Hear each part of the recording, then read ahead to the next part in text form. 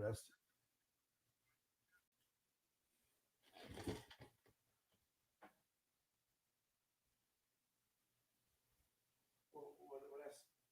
that's the thing, man. I just want them to have more. 2 minutes until showtime. Hold on.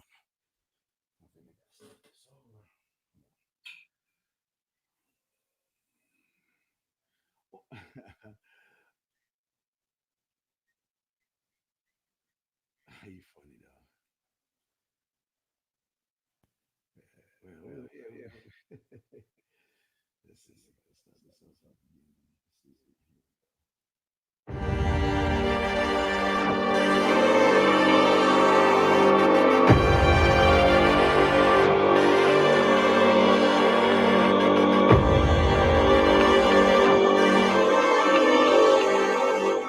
Welcome to the 21 Convention 2019 in Orlando, Florida.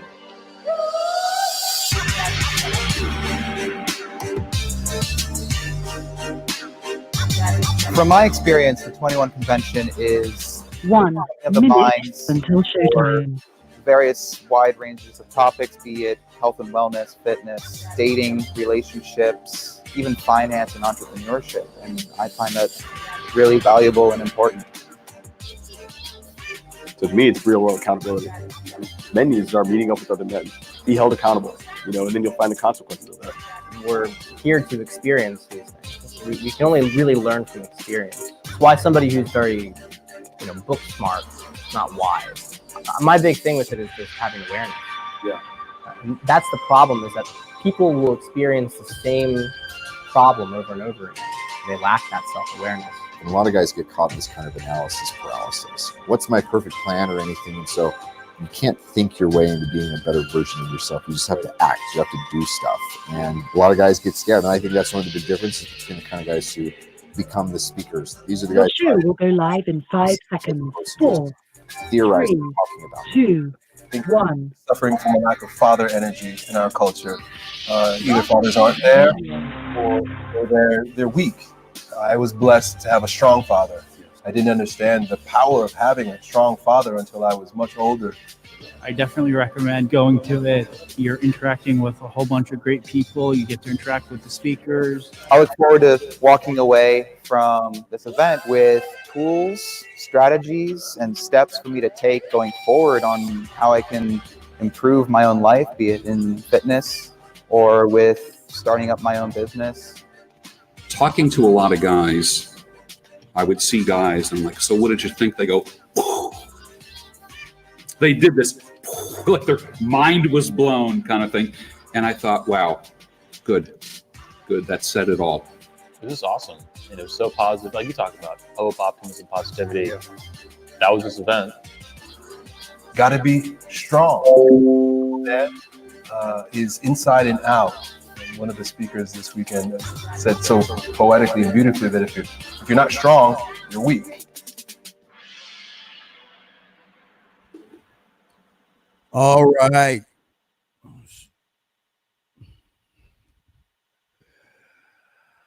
All right, what's going on, everybody? How y'all doing? Welcome to the show. Let's go ahead and kick this joint off. I am the Dean. It's going to be the last show of 2019. Let's hit it. Get your balls out of reverse. Go dig up your spine. It's time for the Man Mindset Dating Radio Show with your host, all the way from Planet Man, Steve the Dean Williams. This show is rated man. It contains ways to pick up women without the use of tricks and gimmicks. If you're looking for a quick fix or a magic pill, please take your soft, weak cake-ass to another show. This radio show is intended for people who are ready to learn how to date and bed women like real men do. Time to stop the bullshit and time to listen to real men. Viewer discretion is advised.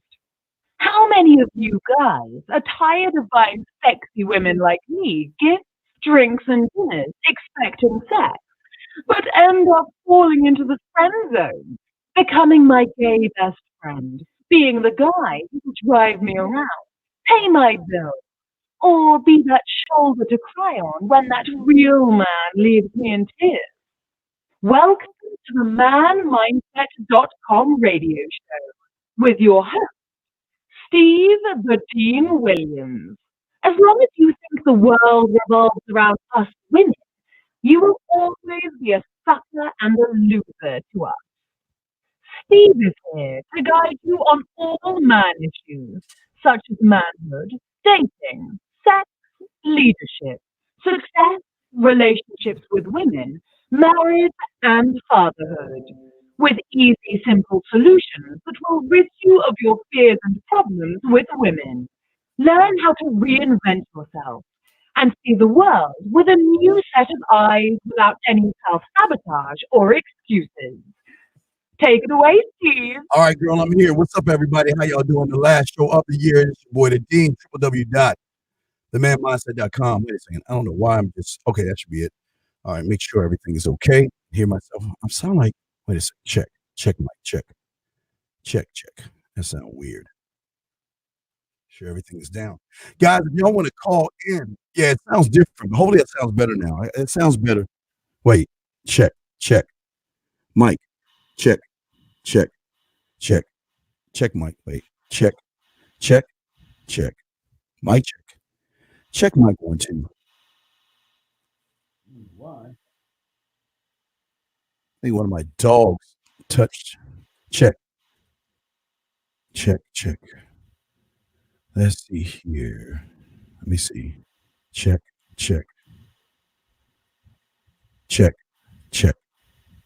I don't know why I sound like this. Check. Let me see here. Check mic. 1, 2. Check mic. Mic check. I don't know why it sounds like this. Let me see. Check. Mic check. Check. I don't know why it sounds like this. This is weird. It wasn't like this yesterday. I apologize, guys. Trying to make the proper adjustments. Trying to make the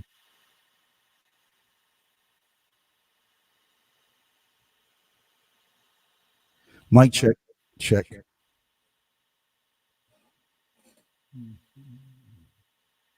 Yeah, I'm sounding crazy. I don't know. It's like, y'all hear that? I guess y'all can't hear that. Mic check. Hello.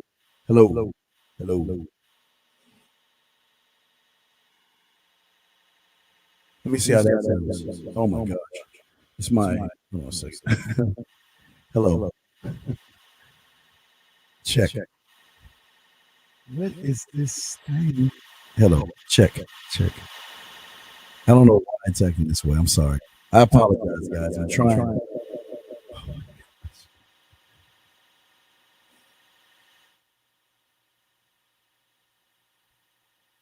I think the FX on this thing, for some reason, it's making me sound more like I'm in a room or something. Anyway, let's go into the show. I'm gonna try to fix this the best way I can. I'm gonna try to fix this while I'm talking to y'all guys.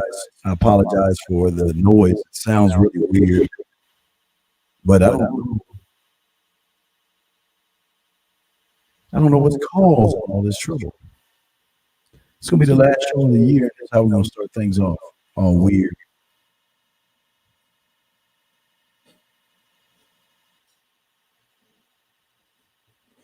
All right, check mic 1, 2. Mic check 1, 2, 3. Mic check. I think I did it. Yes. I'm sorry, guys. We're back. All right, guys. Hopefully y'all can hear me. Hopefully everything is fixed. I think I solved it. Guys, y'all want to call in? Y'all can call in, guys. I'm sorry for the delay. Let's get into the show, guys. Remember, guys, I want to let you guys know what this show is about before we get into the show. This is the show that is being brought to you by. Now that we're good, let's go ahead and get it what we're being brought to you by, so we can get into this, guys. The show is being brought to you by Tate's War Room. Make sure you go to Tate's War Room, check that out. Also, guys, make sure you check out Tactical Soap. This is being brought to you by Tactical Soap. Also, it's being brought to you by the online, the Fraternity of Excellence. Join the online brotherhood of exceptional men. And last but not least, this is brought to you by the 21 convention, guys. That's going down in Orlando, April 30th to April 3rd. And also the 22 convention that is going to be simultaneously going on at the same time. Get all your information at 21convention.org. There you do that, and you are good to go. Guys, how y'all doing? Let's get into the show. Let me go ahead and change the cameras angles and all this other stuff. We are here. We are live. I am the Dean. Class is in session, guys. We got a lot to talk about and a lot to cover. So let me make sure that there we go. I didn't want that back noise. Okay, we're good. We got a lot of things to cover and a lot of things to talk about for you guys out there. But before we start the show, I do want to say this to all the guys out there, my chat room dogs. I want to say what's up to my chat room dogs. Hope all you guys are doing well. I appreciate you all. We had a great year this year, and we're going to continue to push forward next year. We're going to go push and be harder on you guys than we have. Also, guys, I do want to let you guys know that I want to say for all the ladies out there that are listening, like I said before, we dropped a new track called At Your Discretion. You can check that out. And also, I want to say what's up to my haters. I'm sorry your dad didn't love you. It is not my fault. Now, guys, I do want to put this disclaimer because I just want to make sure this might not be for you. But if you are stuck in your ways and you have a hard time adapting to change, this isn't for you. If you consistently complain about why the world is against you, this is not for you. If you are lazy and lack motivation or you want to make excuses, this is not for you. If you are negative and unwilling to change your ego, this show is not for you. If you're looking for a magic pill or you want to mix our stuff with somebody else's, this show is not for you. So I just want to make sure I put that out there to let everybody know that this show is not for everybody. Show is for a specific kind of man that wants to grow as a man, and that's what we want to do on today's show. So I want to welcome you all to the show. I appreciate y'all. I'm glad you bear with me. I've done that. We're good to go. The show is ready. We're live. So we're ready to kick it off, and we have a very, very, very interesting show for you today that we want to talk about and discuss. Very interesting show. And on today's show, what we want to talk about and we want to discuss is 2020. That's what we want to talk about. That's what we want to talk about. And that's what we want to discuss, 2020. Now, I already talked about to you guys that as a man, once you begin to get this down, you're not going to be on 2020. You're going to be preparing yourself for 2021. For most men, they have prepared themselves for 2020 and 2019. So that's what we want to talk about. Guys, also, if you got any questions, y'all can call in. Let me get to the chat rooms. Questions, if y'all have any, definitely will throw y'all in there. But what I'm saying to you guys, all you guys out there, is that 2020 should be a new time. One thing that we have to stop doing is that we have to stop running the race to lose. We have to stop getting in that line and going against other people to lose. Losing is not trying to win a race to lose is not the way you're going to grow as a man. And that's the truth. It's not going to happen for you. And that's why I want to talk about something else that's important that you guys, I want you to start doing when, I would love for you to do it right now, but I know y'all not ready. Y'all going to wait for the ball to drop. I know. Unfortunately, it's sad, but it is true. If you're waiting for the ball to drop, then that's going to be a problem. But that's fine. It is what it is. And I'm not here to knock you for waiting for the ball to drop. If that's your thing, then that is your thing. But going into 2020, that I want all you guys to see and all you guys to know going into 2020 is that hopefully this is the year for you guys out there. Hopefully this will be your year, not my year, but your year to cut off being dependent on a YouTuber or a book author to grow as a man. Hopefully this is going to be your year to stop being gullible and believing what someone says without questioning it or thinking about it. Hopefully this is the year that you're going to stop being disillusioned. Hopefully this is the year that you're not going to look at everything on black and white terms. And hopefully this is the year that you're going to realize that you have to stop being naive and start to turn around. Stop going into the next year preparing yourself to be the same person you are for 2021. All you guys out there, I cut for y'all. Y'all my dogs, man. Y'all my boys. But because you're my boys, I got to treat you and be real with you guys.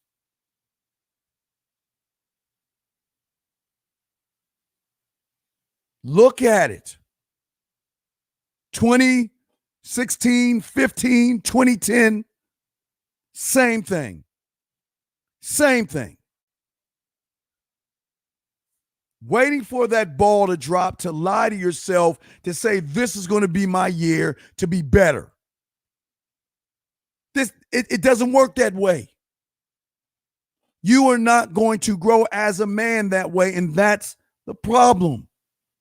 But I cannot, nor will I tell you you're going to grow, because I'll be lying to your asses. The only way you are going to grow is stop trying to be somebody else and try to be the best you. Trying to be the best you. Understanding that 99% of the guys out there are going to wait for that ball to drop, and they're going to lie to themselves like they did the previous years, thinking they're going to be something that they're not. And that is not going to happen for you guys. It doesn't work that way. You cannot grow as a man that way. And that's what I'm trying to tell you. You can grow. But again, I'm not here to tell you what you can and cannot do. I am only here to serve those that are willing to be single-minded, those that are willing to break free, and those that are willing to go about their way. Learn all you can from me and say, fuck you, I can do it on my own. That's the end result. That's the end result that I want from you guys. But we're going to talk about that. And Wednesday, Wednesday. Wait a second. Wait a second. Because when I think about Wednesday, the first of the year, we got to. I just give me a second, guys. I gotta play it one time. Wait, I don't know. I gotta play it one time, guys. Wait. Hold on. Wait.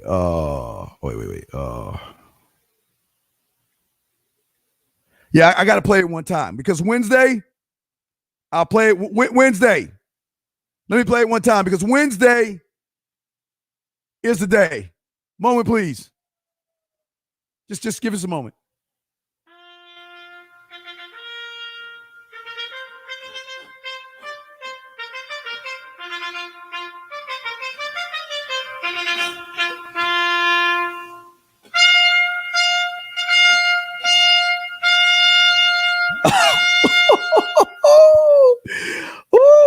Let me stop. Wednesday. We start Wednesday. Remember August? I told you the college girls are coming in, but also we're going to prepare you September 4th, 15th for Halloween game. Starting on Wednesday, we are going to begin to prepare you for the biggest weekend of the year.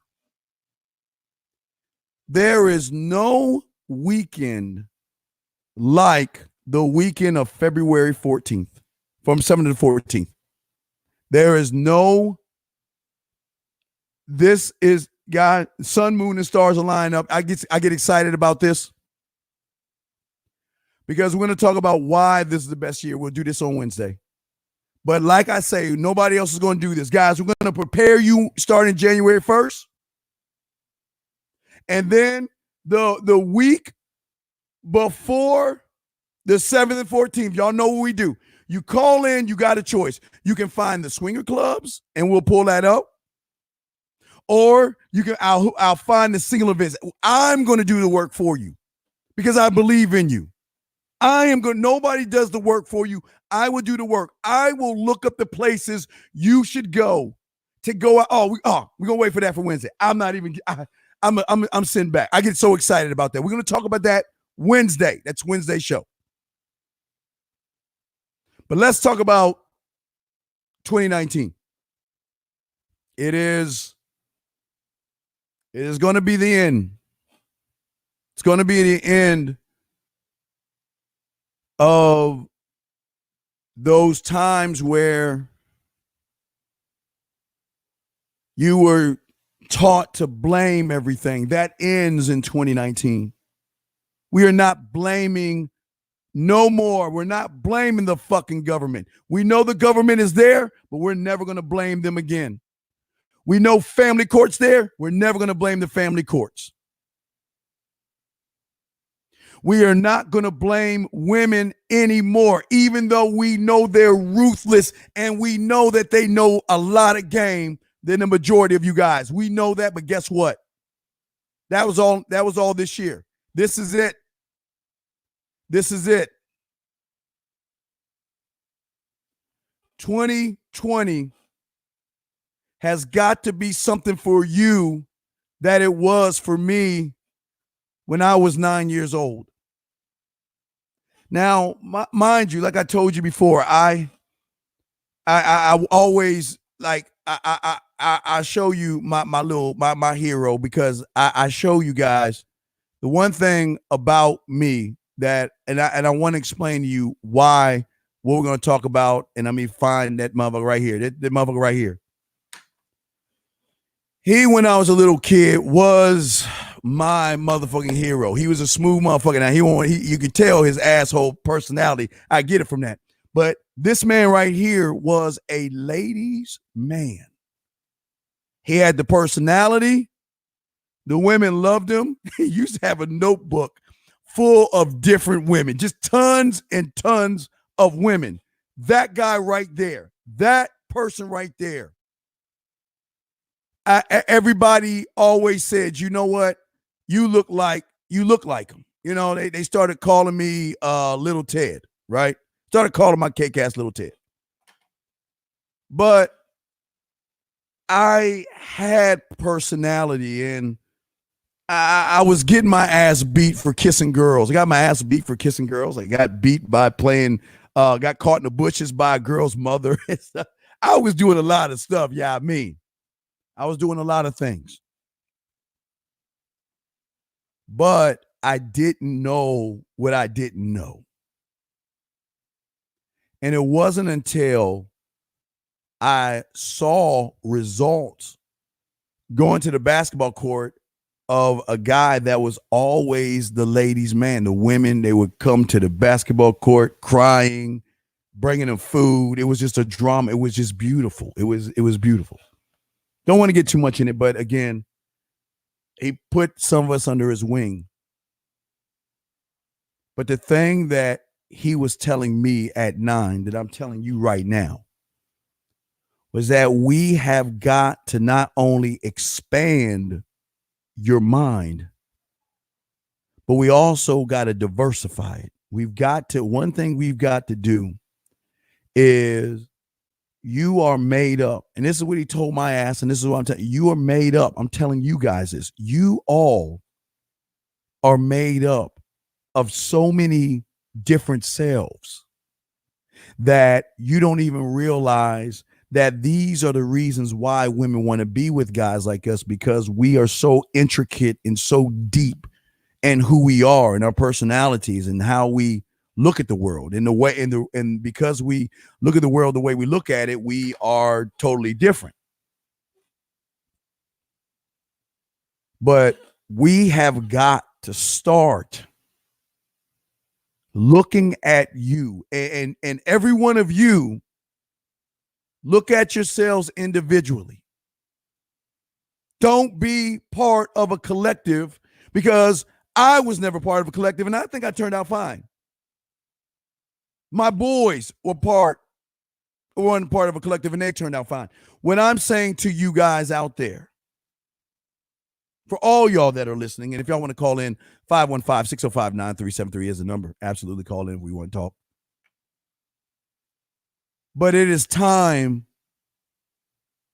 to stop trying to emulate, to think, or to be somebody else, because that hasn't been working. It didn't work in 2019. It didn't work in 2018.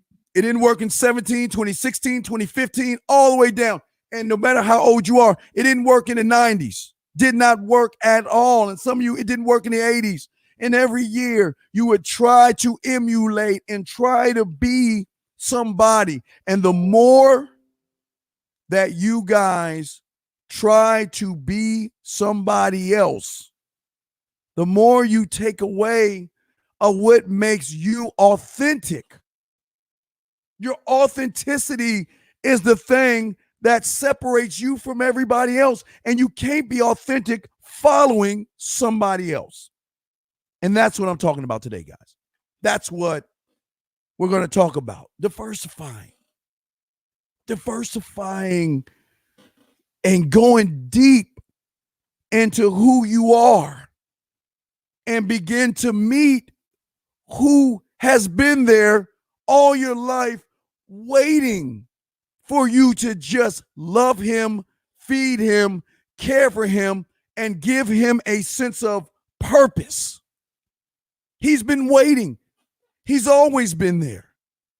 Remember, I told you guys, and I probably only want to say, I'm telling you guys, because a lot of you guys lie. You know the biggest lie you say? Well, I've never been confident. You liar. I've never been fearful. You liar. Nothing but lies. All you're doing is lying when you say that stuff. You're lying. You're lying when you say that, gentlemen. Those are bold-faced lies. There was a time in your life that you had vision, passion, discipline, direction. You thought strategically, and you didn't even realize what you was doing.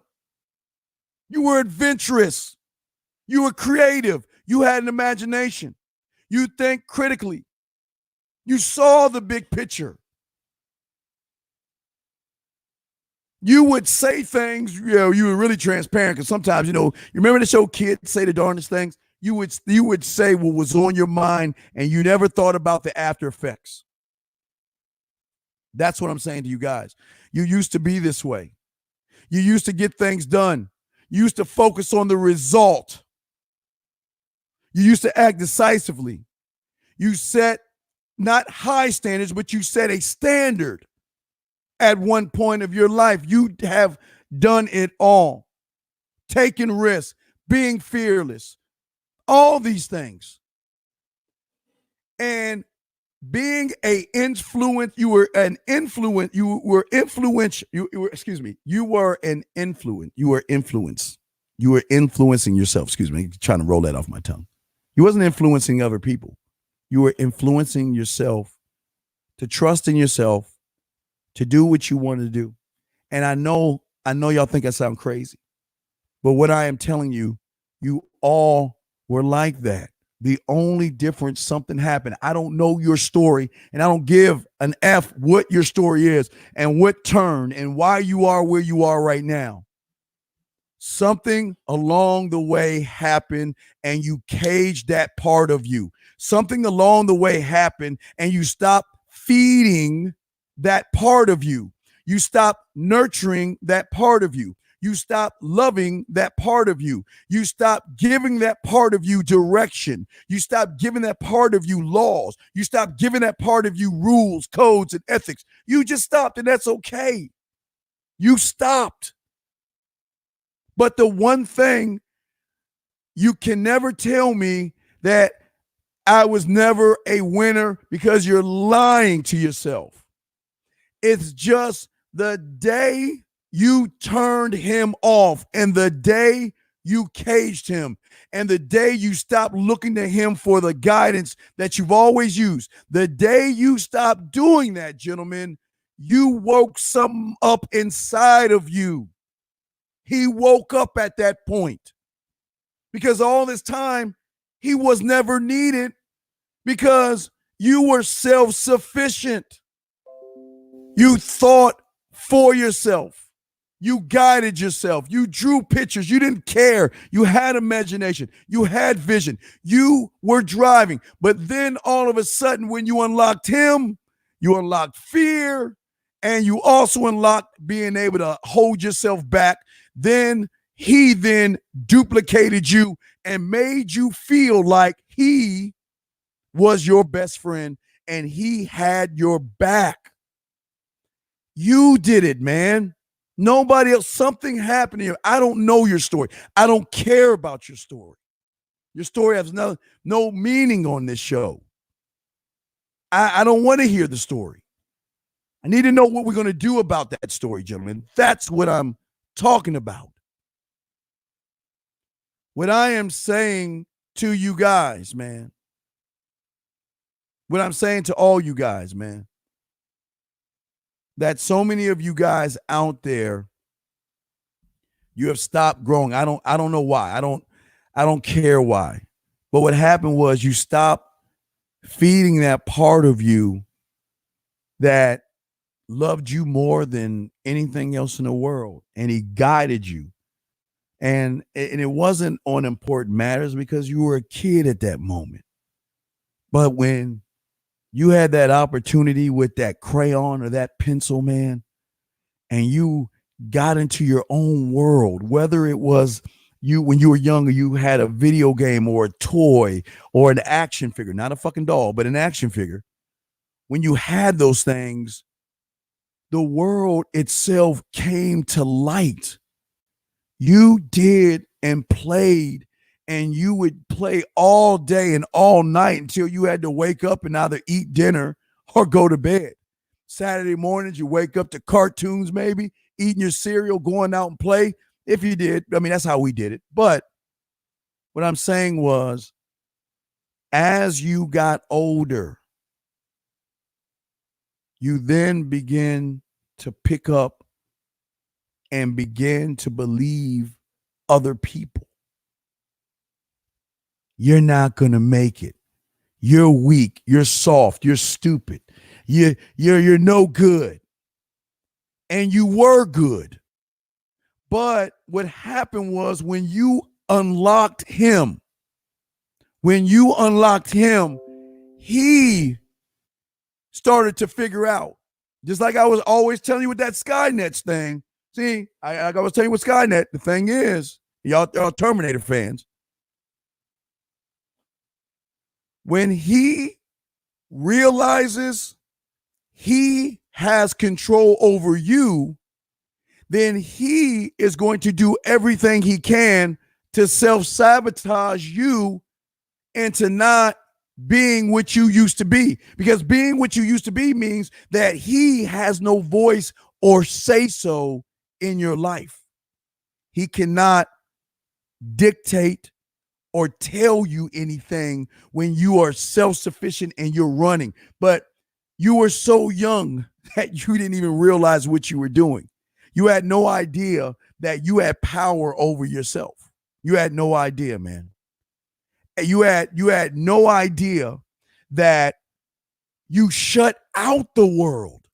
There wasn't anybody or anything that can say anything to you when you were watching your favorite cartoon, eating your favorite cereal, or drawing pictures, making airplanes, whatever you were doing as a kid, whatever it was, no one could tell you anything. No one, hey, they could judge you all you want. They could laugh at you. They could say that your pictures look stupid and all that. You didn't care. You didn't care. And those were the things that held him down. But then all of a sudden, again, I don't know what happened to you. You woke him.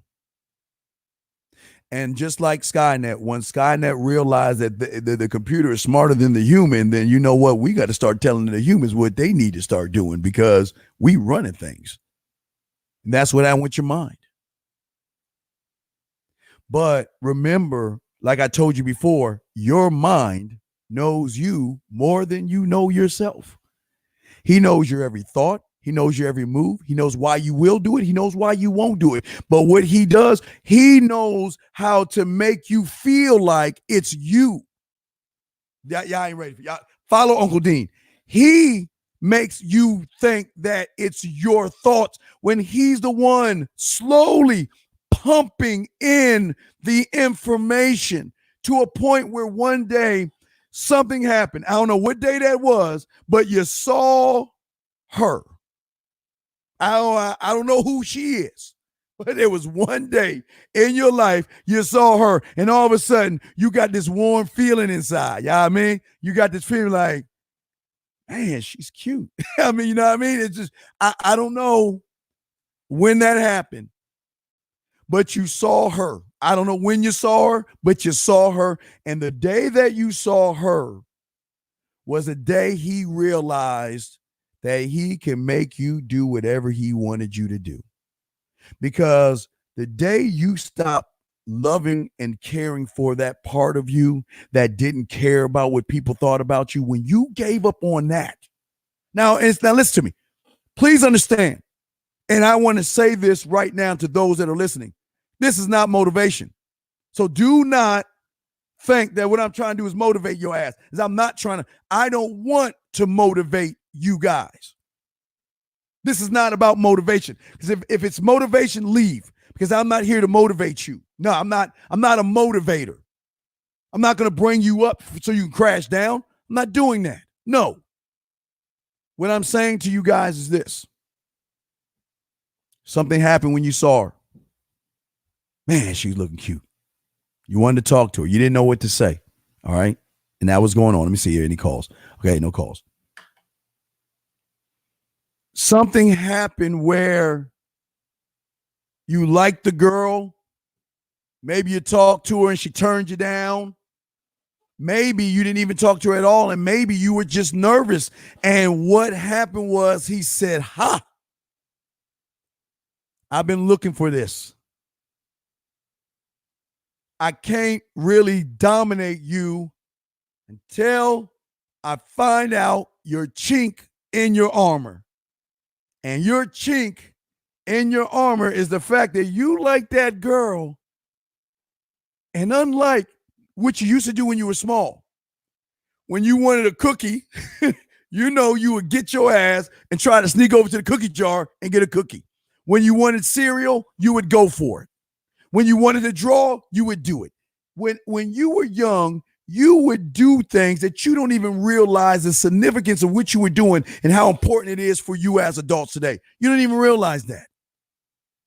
Because when you thought about it, you just did it. There was no clutter. It was, I think it, I want to do it. I want to watch TV. Turn the TV on, watch your cartoons. I want a bowl of cereal. Get your cereal. I want to go outside and play basketball, 21. Let's play throw up tackle. Let's play football, soccer, baseball, wiffle ball, whatever your game was. Let's go to my boys' house and play video games. Whatever it was, when you thought it, not only did you want to do it, but also you started doing something. Something that your mind didn't want you to do, but you don't even realize you were doing it. All right, let's look at a scenario. All right. Shoot. I want to go out and play some basketball with my boys. Right? But, damn. My mom says I got to do my chores first. So how do I get this done in a expedient time so I can get out and play. You started using something called your cognitive skills, common sense. You started mathematically by yourself with nobody's help. You started to look at an issue and try to figure out what a solution. There was no problem. Look, we as kids, you know, there's dishes to do, vacuuming the floor, mopping. I mean, hell, we had to wash walls. That's how old school we had to wash walls. Don't judge me. But whatever the chore was, cutting the grass, whatever the chore was, that was in your world the problem. But at the same time, you took the problem and came up with what? The solution. And the reason why it was a solution was because you did the thing that you thought about. It wasn't that, okay, well, I got to do the dishes. Well, the solution is hurry up and do the dishes so I can get out and play. Oh, no, no. I'm just going to be worried about the dishes. Damn, the dishes look dirty. Man, look how many dishes they are. I don't know how I'm going to do the dishes. Man, but you know what you started to do, guys? Because if you had siblings, anyone that has siblings, y'all know what I'm talking about. Your mind started working. Well, shit. I know my sister and my brother's got to do the dinner dishes. I want to get out, so let me come up with an idea, a thought. Damn, you know what? Let me see if I can negotiate having my brother or sister doing the dishes now, and then I pick up the dishes for dinner. That's how you started to think. Negotiate. All right, I'm going to give her some candy, or I'll do this. However it was, you guys out there begin to process information. It would come in, you would think, come with a solution, and you would just part of you would break down the solution and how you do it. How do I get out of the house? Hell, even when you were in trouble, come on, we all did this as guys. How many times when you're grounded that you think that you can get your friend to knock on the door and your mother feels so pitiful and sorry for you that she's going to let you go out. But see, that's your thinking. You're like, shit, I'm grounded. But you know what? Hey, come on over to the house, knock on the door, and ask my mom if I can come out to play. Knock, knock, knock. Hi, Miss Williams. Is it okay if Brian, and my middle name is Brian. They call me Brian when I'm small. Is it okay if Brian came out to play? Nope. Dang. Okay, well, thank you. And then you looking out the window like this. Well, damn, huh? Well, could have worked. Shit. Let me think of something else I can do. Let me try to do some chores around the house. What I'm saying to y'all guys is when you were young, you were processing, you were thinking, you came up with solutions, and even though it might have failed, at least you tried it. And when it did not work, you ready for this, guys? You just moved on. You just moved on. You didn't dwell in the fact of the problems or the solutions.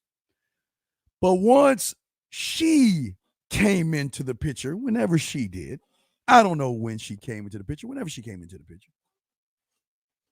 A lot of you guys out there, all of a sudden, when you released him, he figured out the way to control you. I've got this. I couldn't control him before because he was doing things what he wanted to do and he would never listen to me. I was just like, he couldn't even hear what I was saying.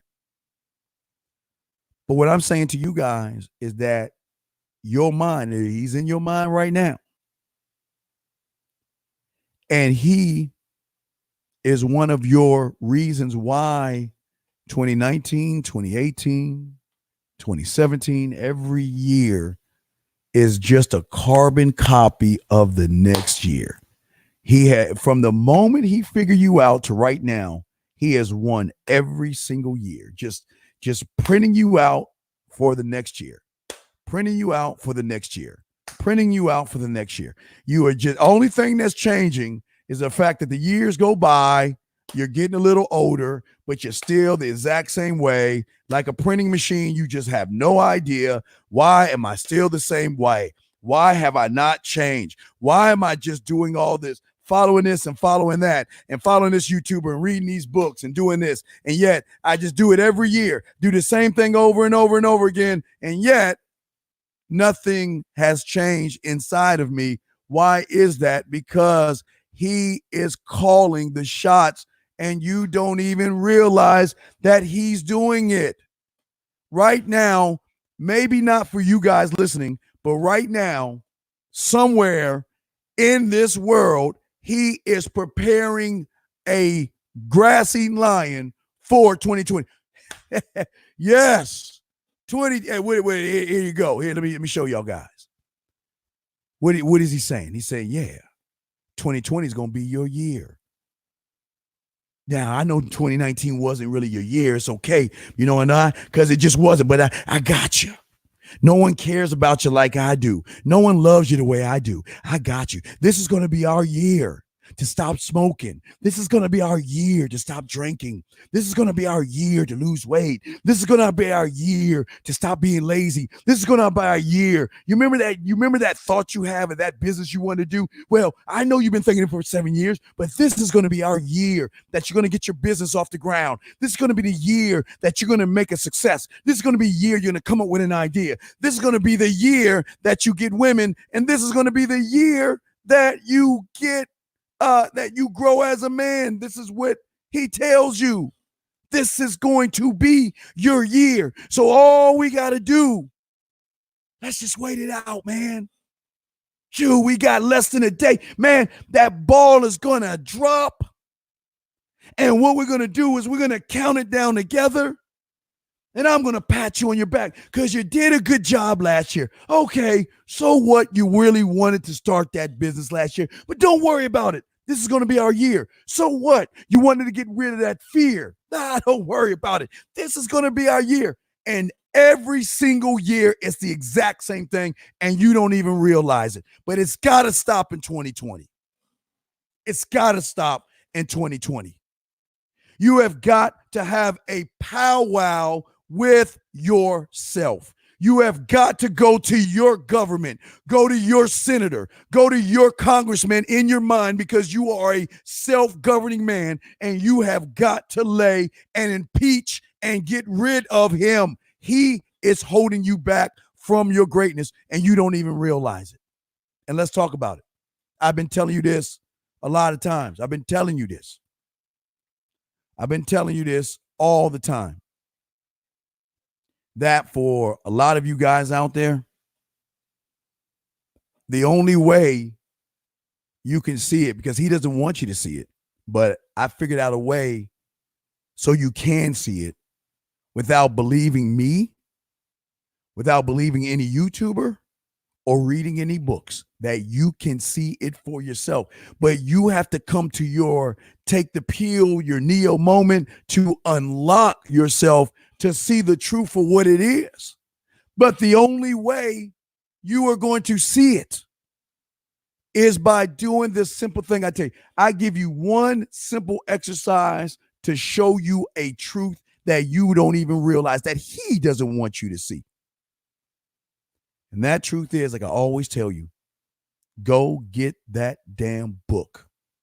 Get a magazine. Just get any kind of a book. I don't care what it is. It could be a newspaper. I don't care what it is. When you turn those 5 pages I tell you to do, all I do is tell you just 5. Turn 5 pages of any book. Just turn them. Just turn them. And if you turn those 5 pages of any book, do not believe me. I am telling you, forget what I'm saying. Don't trust what I am saying. You need to see, this is the thing about the mindset. You've got to see this. I can't force this upon you, but when you do it, then you will start to question the guy that's been leading you all this time. Because if you turn 5 pages of any book or any magazine, you don't have to do it now, do it later at your own time. What you are going to notice is Nothing. Silence. Watch a YouTube video. Same thing. Could be a book or YouTube. Watch it. You know what you're going to feel? Silence. You're not going to have any anxiety. You're not going to have any butterflies. You're not going to feel nervous. You're not going to have any signs of fear. You're not going to make any excuses. I mean, I said, hey, don't listen to Uncle Dean. You do it and see that he has been tricking you this whole time. Because he knows how to defeat you before you even get out that door when it comes to not only being a man, but women. Turn the 5 pages. Don't believe me. When you turn it, you ain't going to feel a damn thing. Nothing. That's how it's supposed to be. He wants you to feel like you're winning when you're not winning, but you got to see this, guys. All you guys listening to me right now, you have got to see that, because when you see it, you will start to understand that at the end of the day, now that's part one, because there's 2 parts to this. 2 parts to this. Whenever you get a chance, I'm saying for all you guys listening, on your own time, Doug, because I don't want you to talk about this. This is something private I want you to do for yourself. When we turn the show off, I don't care. Whenever it is, sit down, grab a book, turn 5 fucking pages. Just turn 5. And you ain't going to feel anything like you're going to feel when you get in front of a woman. I promise you that. But the question is that you have to ask yourself is, why? How is it that I tell myself I should read these books on confidence and these motivating self-help books and all that other stuff? That I tell myself that I can watch those YouTubes and things like that. And yet, when I watch the videos, and follow me, Newt, I know I lost you, so I'm gonna slow it down, Newt. I'm gonna slow it down for you, Newt, because I lost you. Now, and I don't want to leave anybody behind, so I'm gonna walk you. Follow me on this, Newt. What I am saying to you, Newt, is when you grab a book, you grab a magazine, or you turn on a YouTube, you are not going to feel anything. You're not, there is no feeling. There's no fear. There's no anxiety. There's no nervousness. There's no excuses. There's no being a victim. There's no blame. It's nothing. You don't feel anything, Newt. That's what I'm trying to get you to see, Newt. I can't lose you if you do it. I can't lose you, Newt, if you do it. If you just go to a book and turn 5 pages on your own, you're going to realize you don't feel anything. Why? Because that's the trick. The trickster is playing on you, and you don't even realize it. But as soon as you get in front of her, as soon as you want to break free and talk to her, text her, approach her, talk to the phone to her, then all of a sudden, Newt, your body shifts and goes into chaos. You get nervous. You have the anxiety. You make the excuses. You get the butterflies. You have the fear, the excuses, and all these things that are telling yourself you're not good enough. You can't get her. She's too tall. You're too short. You're too fat. You're too ugly. You don't have enough money. You ain't got a nice car. Why would she want to be with a guy like you? That's what I'm telling you, Newt. I can't lose you unless you do it yourself. But see, you got to see it, Newt. I'm good. You got to see it. You have to see it yourself, because when you see it, then you will understand all this time he has been pushing you to destroy yourself by reading them damn books and watching those YouTube shows that has done nothing to help you grow. Why? Because in order for you to grow, Newt, hopefully I got you now. In order for you to grow, Newt, as a man, you have got to go in the darkness of the cave. You have got to go upstream. You have got to face your fears. That's the only way you're going to grow. But he ain't telling you that. He's making everything easy for you, Newt. He's packaging it and putting a bow on top of it saying, oh, man, let's follow this guy right here. He looks like he's a good guy. He looks like he knows what he's talking about. Let's listen to what he's got to say. And let's take time following what he says. And let's watch more YouTube videos and see what this guy says. But guess what? You are undefeated. You know what? You are, and this is how he tricks you into thinking that you're doing something by giving you the biggest lie of them all. And let me find it. This is the biggest lie he gives you. Because after you read that book, and after you watch that YouTube, and after you do all that goofy stuff, he then tells you, you're the champ. You're a man. You are undefeated. You can knock anybody out, meaning not knock out, but you can talk to any woman now. You can approach any woman you want to approach when you want to approach. You're the champ. Nobody can stop you. Nobody can stop your greatness. Keep reading the books. Keep watching the YouTubes. Look, you are so cold, man, that you don't even have to go out your door now. You don't have to face those women because you're the champ. You're undefeated. Keep watching the videos. Keep reading the books. Don't go out your house. I'm afraid we don't want to face the opponent.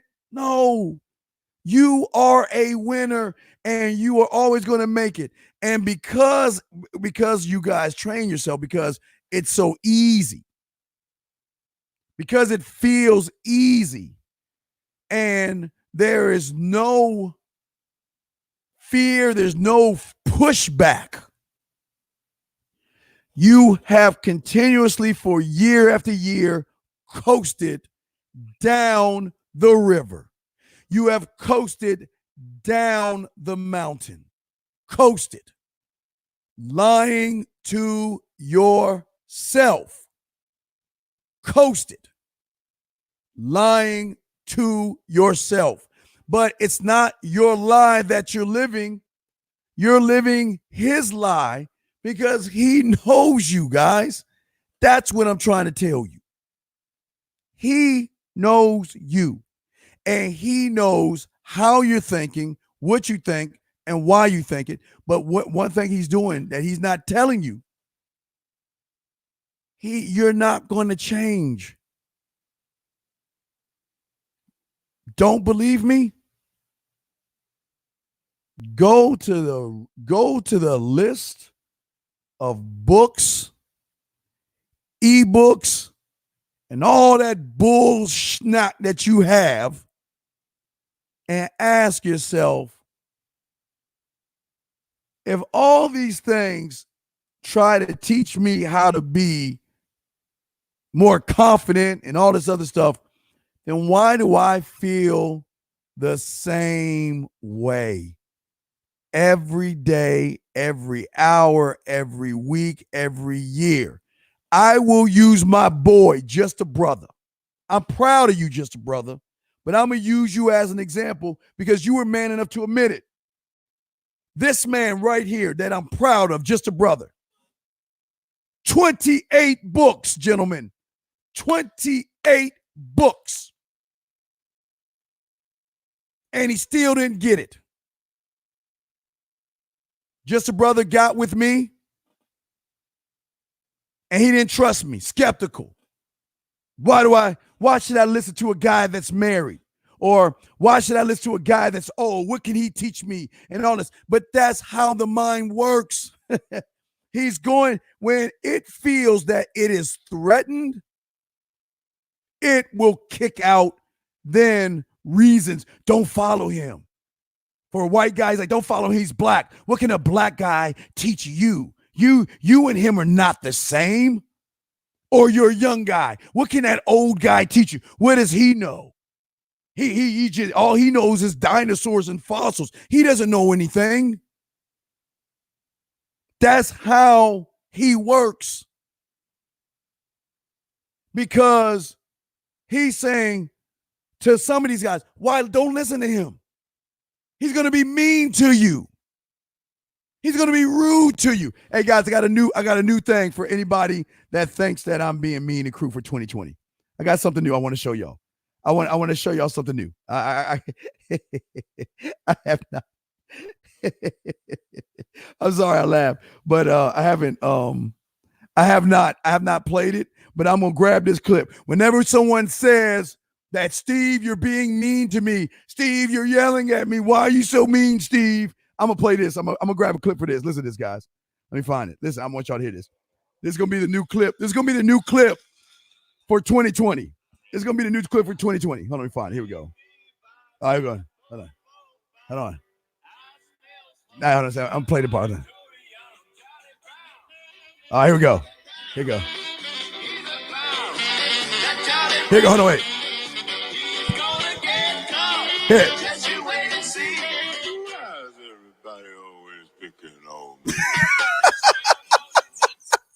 Why is everybody always picking on me?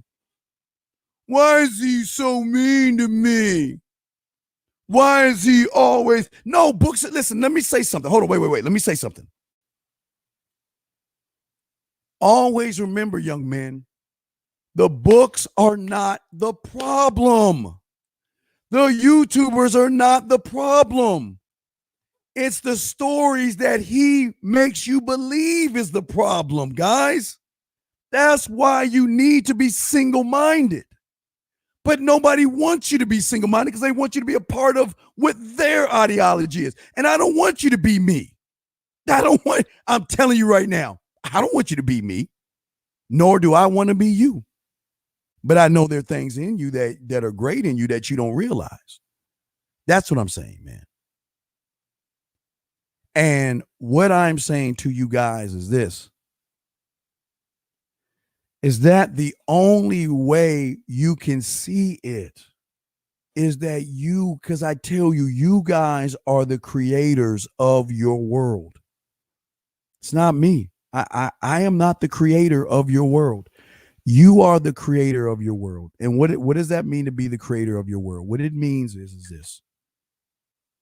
Every law and rule that makes you what you are is a law and rule that you create for yourself. It's not well, but unique. Understand this, and I'll let's get to that. Let's get to that bullshit right there. Let's get to that bullshit.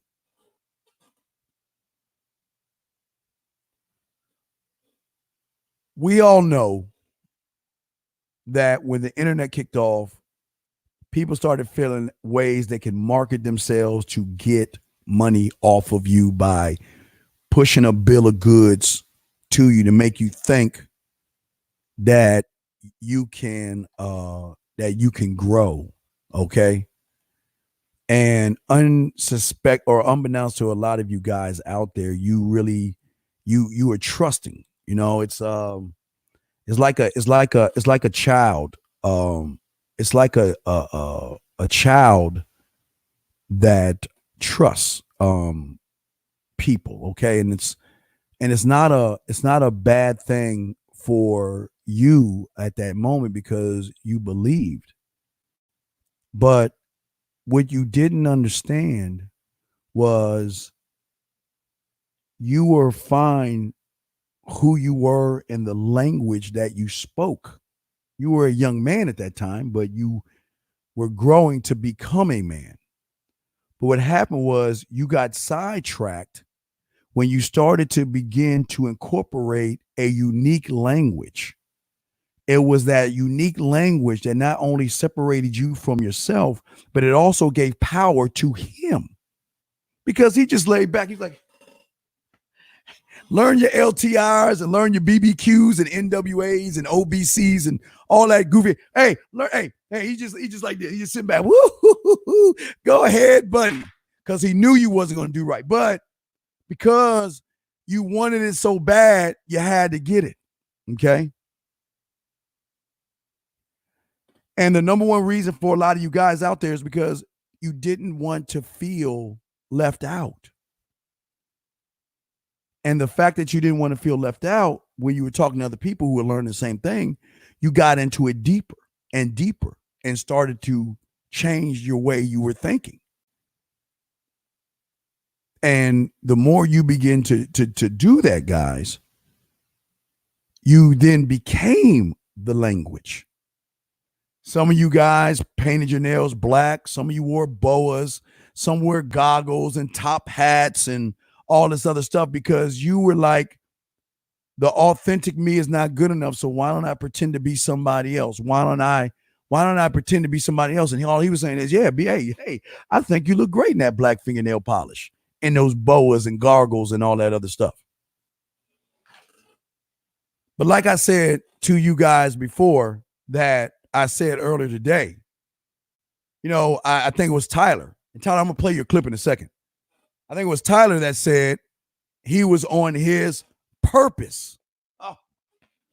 Can we dispel that shit right now, gentlemen? Can we just kill that for 2019? Can y'all just stop with that silly ass word, please?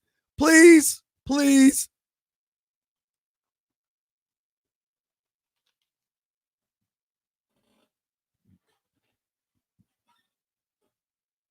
What people do today is they take words that are already there. Remember, guys, number one rule of the game.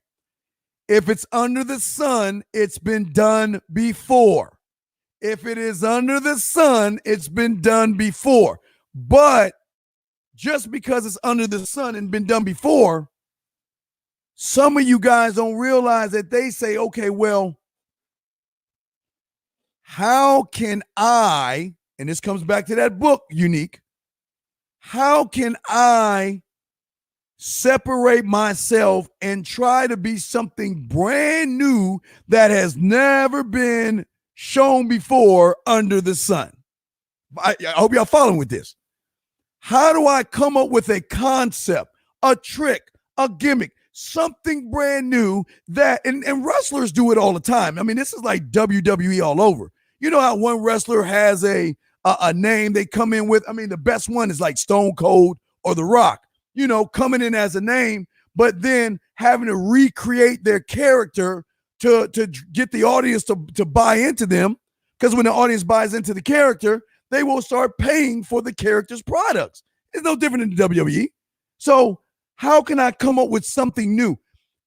I know every young man needs to be responsible, but I can't use the word responsible because if I told guys just to be responsible, they won't listen to me.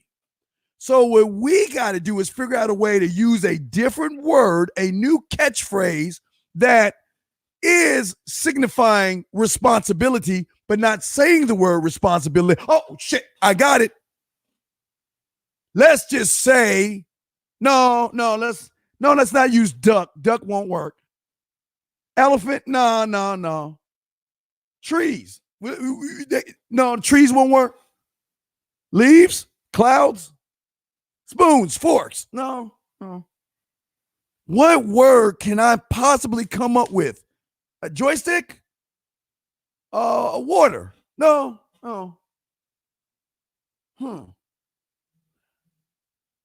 I got it. Why don't we just say, instead of being responsible, why don't we say you're on your purpose? Wow. So that means, let me show you what that means, gentlemen. That means that this right here is a bottle of water. But how can we make this bottle of water different? I know it's water, but how can we make it? I got it. We'll put a label on it and cover it up and call it Dasani water. Then that way it's still water, but the person buying it is going to think there's something special in it because we changed the name of fucking water. But do you think the ego is going to stop you from being disillusional, naive, and gullible? No. Anybody can take this right now and put their own name brand on it. And because you buy into the story that's on the name brand, you don't realize that this is just a bottle of water, just like responsibility has always been responsibility. Purpose is responsibility that has a name tag on it, and you bought into it. You bought into it. But I know a lot of y'all don't want to hear that because y'all want me to tell you that everything's going to be okay and you're going to make it. I know y'all don't want to hear that. I know y'all don't want to hear that. I know y'all don't want to hear that, man. That's what I'm saying. I know y'all don't want to hear that. Because open your eyes and realizing that this is just a bottle of water that has a tag on it, that has different name brands on it, you think that it's special. 𝐿-𝐍𝐶𝐾. Well, you know what? Well, I don't want the 𝐿-𝐍𝐶𝐾 water. I want the one with the deer on it. Yeah, because I mean, it's going to do something different because it's water. Are y'all seeing how your mind works? Do y'all not understand that y'all got to stop that stuff in 2020? We've got to get y'all back to having common sense. We've got to get y'all back. Yes, natural game, nightclub game, day game, touch her booty game, where all that stuff is nothing but a lie. Because, gentlemen, if that's the truth, then why are you still the same way? But see, gentlemen,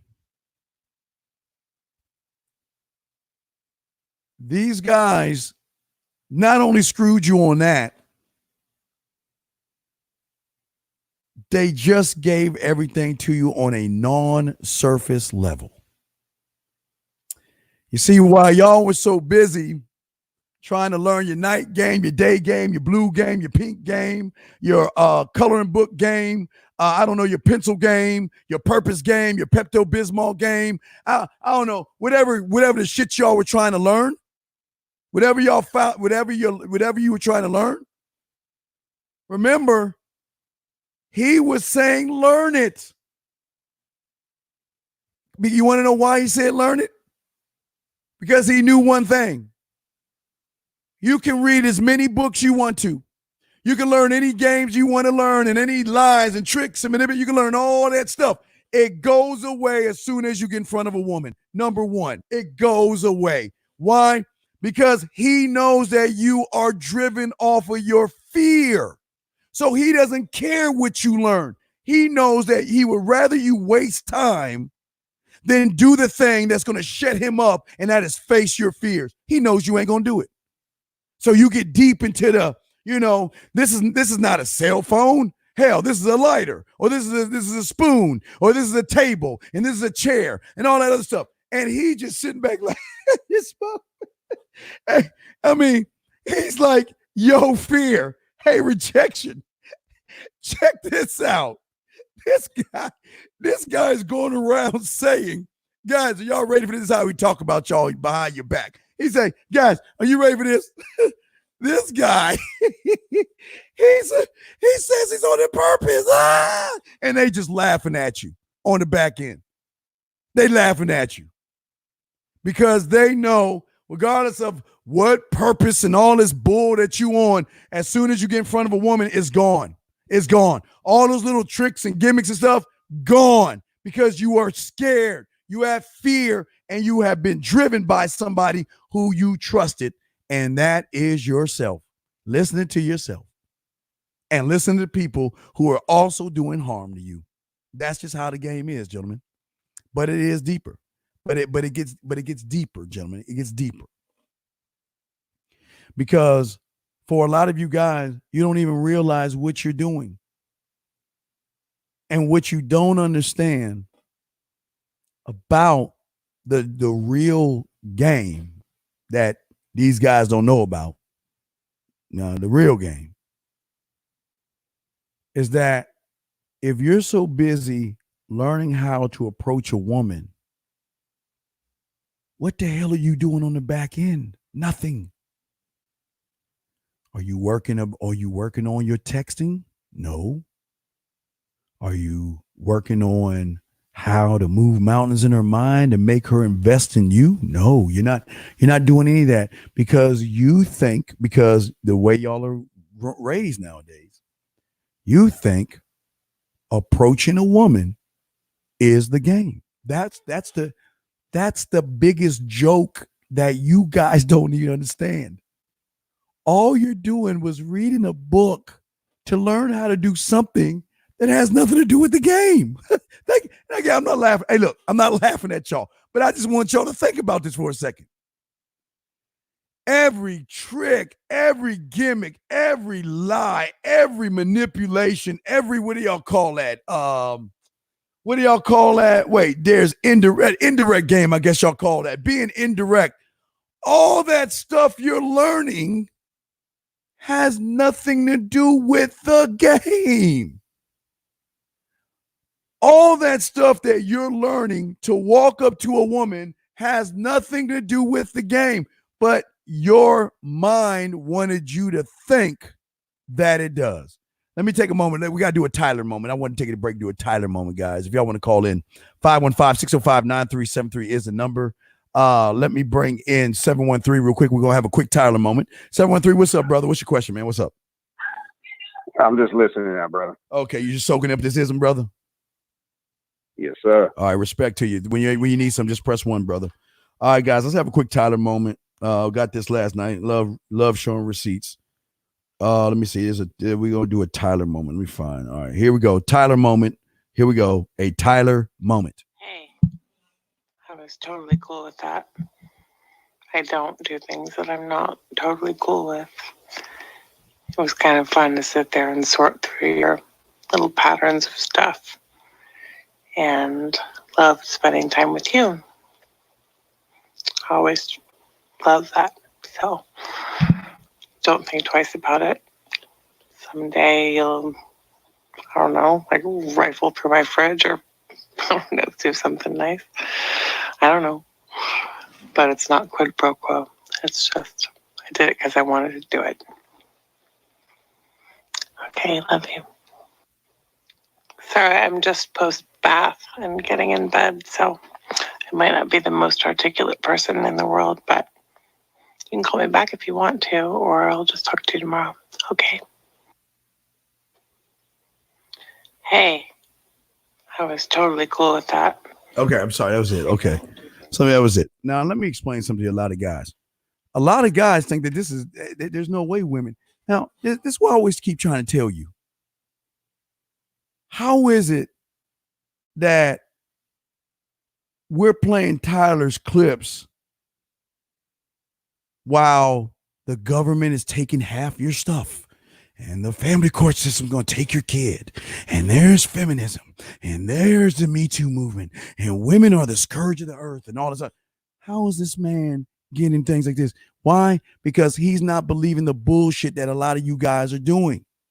That's why he's winning, because he's not listening to the bull. These moments like this, okay?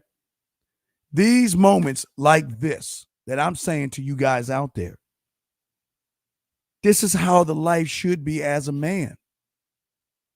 But what y'all guys don't understand, like I keep telling y'all, for so many of you guys, you just don't understand the back end and why you've got to diversify and why you've got to change what you're doing. Yeah, hey, dog, of course my website's full of receipts because nobody's got receipts like I have. Of course my website shows you how to cook because nobody's doing that. Of course my website has a dating chat line with women on there waiting for you to talk dirty to them. Nobody else has that.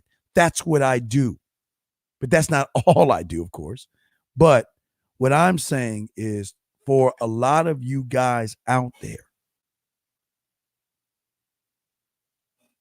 where they knew you were going to go wrong, where he knew where you were going to go wrong, was you were so busy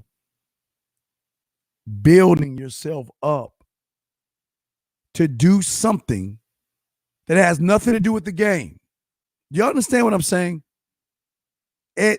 Approaching a woman has nothing to do with the game, but yet all you were doing were reading books on and listening to people to teach you to do something that had nothing to do with the game. Why? Because these guys didn't teach you the truth.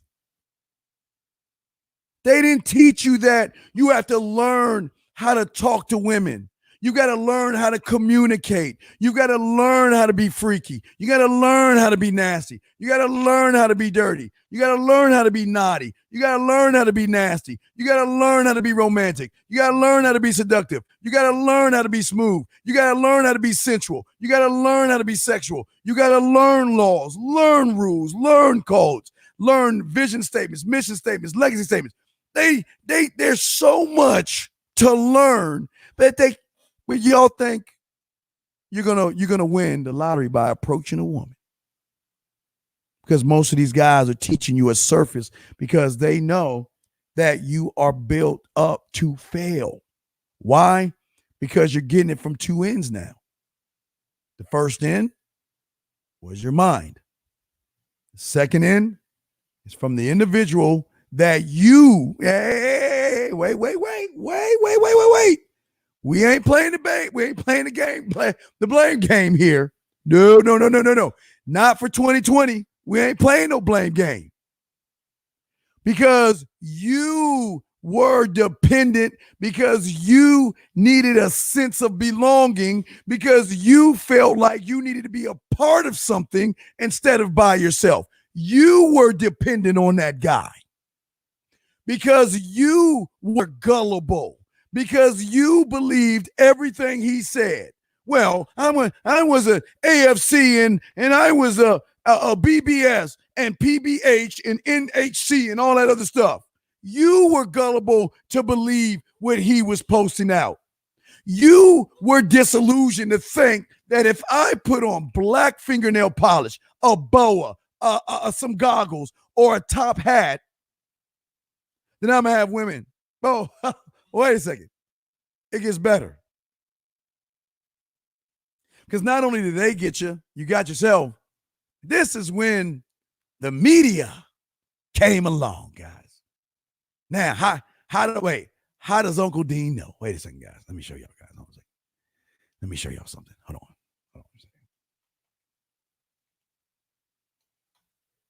on a second.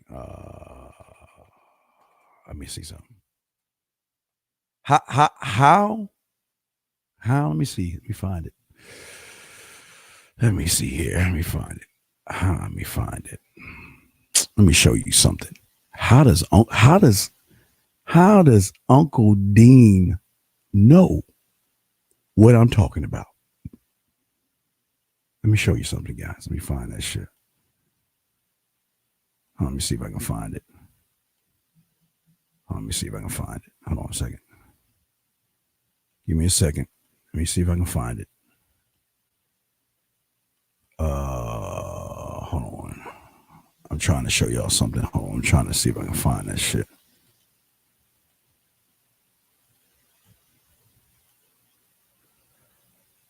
All right. So let me show y'all something.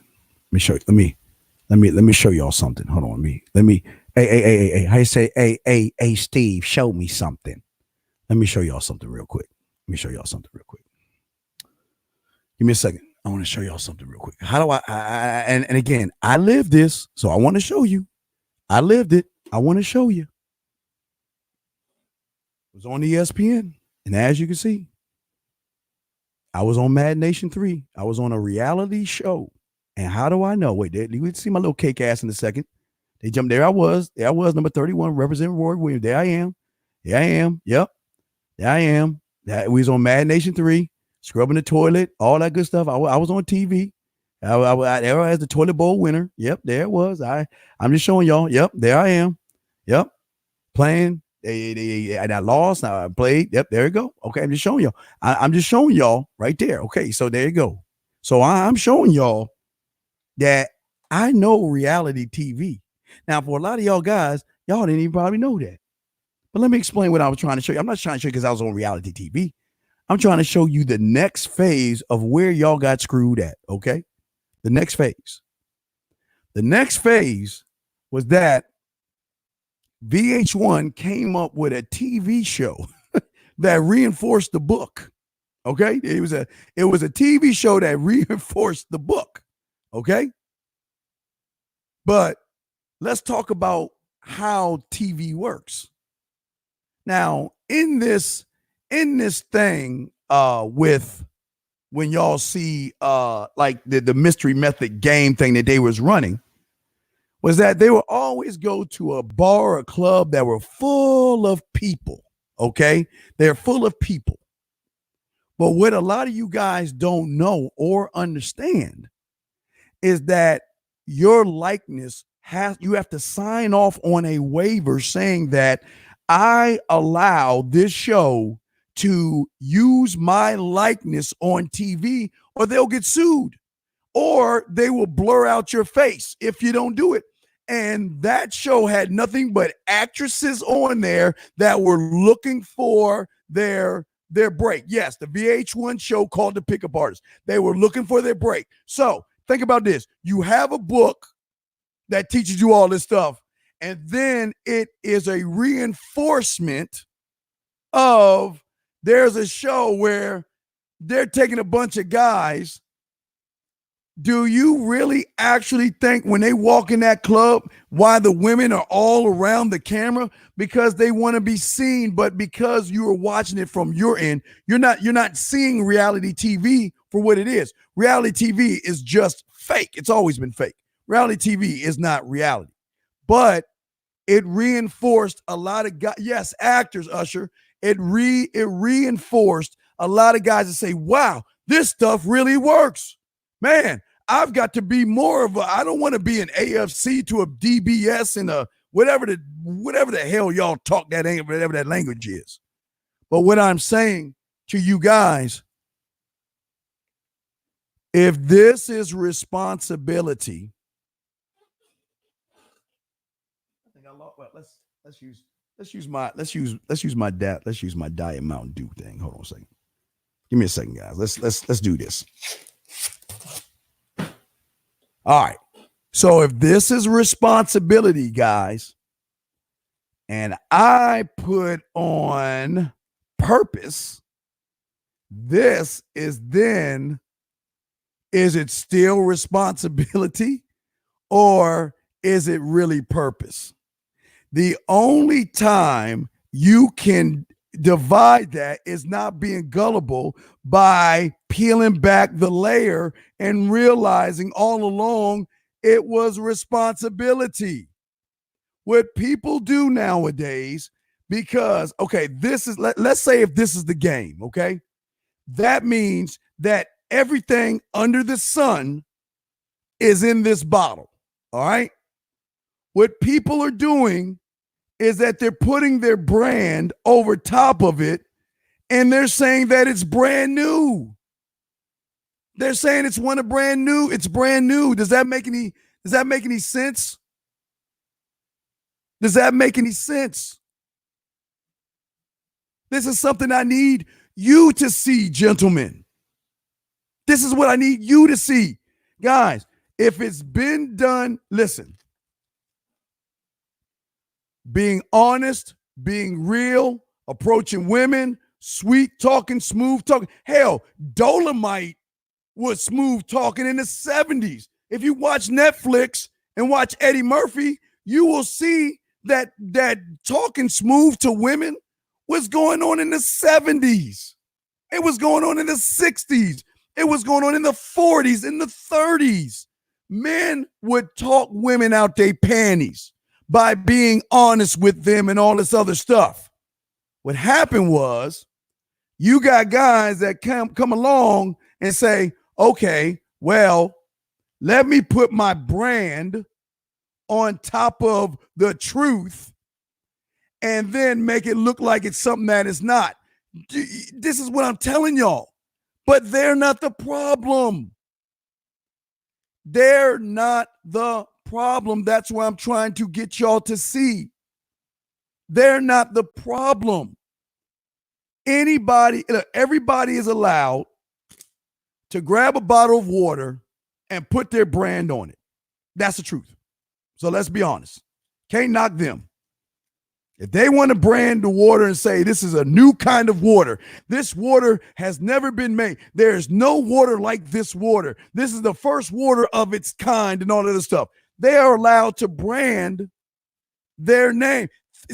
God damn. Hey, Scary Perry, I know you're a Bears fan, brother, but that's why I mess with you, dog.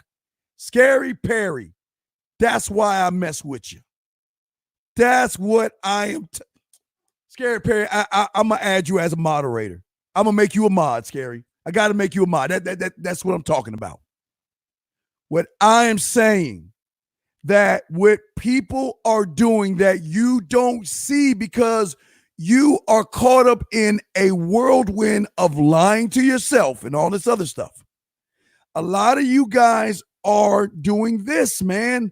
The people are coming along every few years.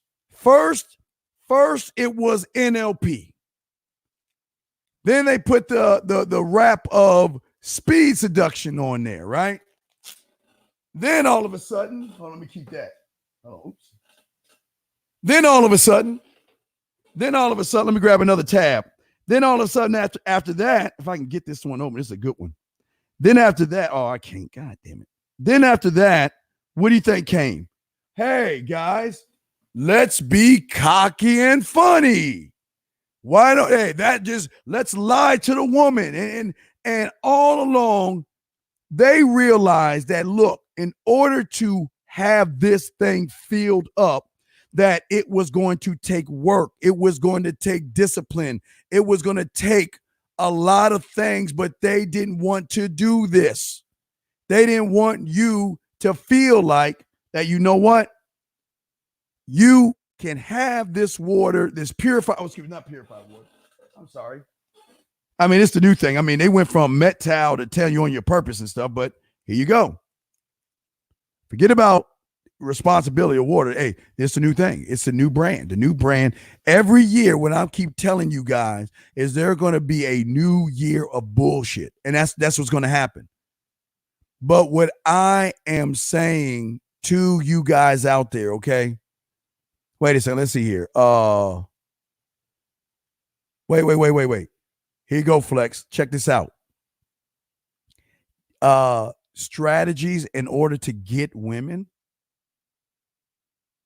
How are you getting a woman when you're lying to somebody that knows that you're lying? How do you get when you getting got by a woman? But we're not done. Like I say, this is just the beginning, y'all guys. And for since 2019, this is all y'all been living off of. Every YouTuber and every book, if they don't pay homage, see, here's the thing about the game that y'all got to understand. If you don't pay homage to those that came before you, then you are really disrespecting the game, because the game was here before you. The game is going to be here during you, and the game is going to be here after you. You've got to pay homage to those that were doing it before you. That's what I'm saying.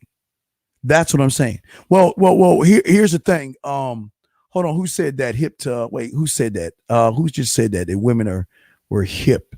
Hold on a second. Hold on. Let me find that. Somebody said something, but wait, here you go. Let me explain something to you. It's not the fact, Freelance, that they were hip to the game. It's just that these guys never told you the truth about women. They never told you that women always have their ear to the ground, because these women are constantly day in and day They have been studying you guys out there since they were 6 or 7 years old. That's what they didn't want to tell you. They didn't want to see when you go to the grocery store, guys, you walking in line in the grocery store, you don't even see it. Do you know how many magazines you walk by when you putting your food on the conveyor belt to get scanned and pay? You don't even see the rack of girl or teen girl magazines for young girls to learn about you. And you don't even see that. Y'all don't even see that. That these women have been working on you guys since they have been small. Yeah, because wait, hold on. Let me see. I like Flex. Let me see what you're saying. That was even said in the book. Women in their areas knew the game more than them because they kept reusing the same stuff. Well, hey, HFC, there you go. Hey, 17 magazine. Shoot, let's look it up, guys. Let me tell y'all something. Hold on. I'm gonna give y'all a history lesson. Check this out. All right, check this out. Guess what? I'm gonna give you a history lesson, guys. 17 magazine came out in 1944. Now what? 17 magazine for girls came out, for girls 13 to 19, came out in 1944. See, y'all don't, but remember, they don't tell you this. They don't tell you this. Do you understand? From 1944 all the way up to right now, they have been learning, studying, and knowing every move you make. Why?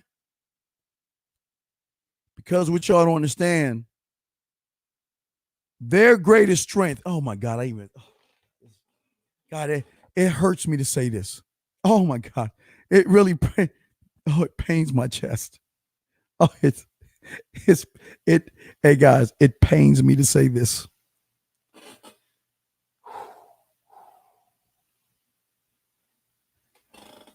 Their greatest strength, which is your greatest weakness, is that they're not afraid of you because they know you, HFC. Not only do they know that HFC, let's get deep. Hold on, HFC. I love what you said, but check this out. Not only do they have the cheat code, they know the chessboard. They know the moves that need to be made. This is what I'm trying to say to y'all guys. Follow Uncle on this. Because I'm not, hey, look, I'm just being real with you. Because nobody's going to be real like we're going to be real. The reason why they know the chessboard and the cheat codes, gentlemen, is because you guys are approaching them all the time. The classical guy's approaching her. The blues guy, the jazz guy, the alternative guy, the R&B guy, the hip hop, the soul, the jazz, the pop, the rock, the gospel, the country and western, the techno hardcore, the trip house. They are being bombarded by you.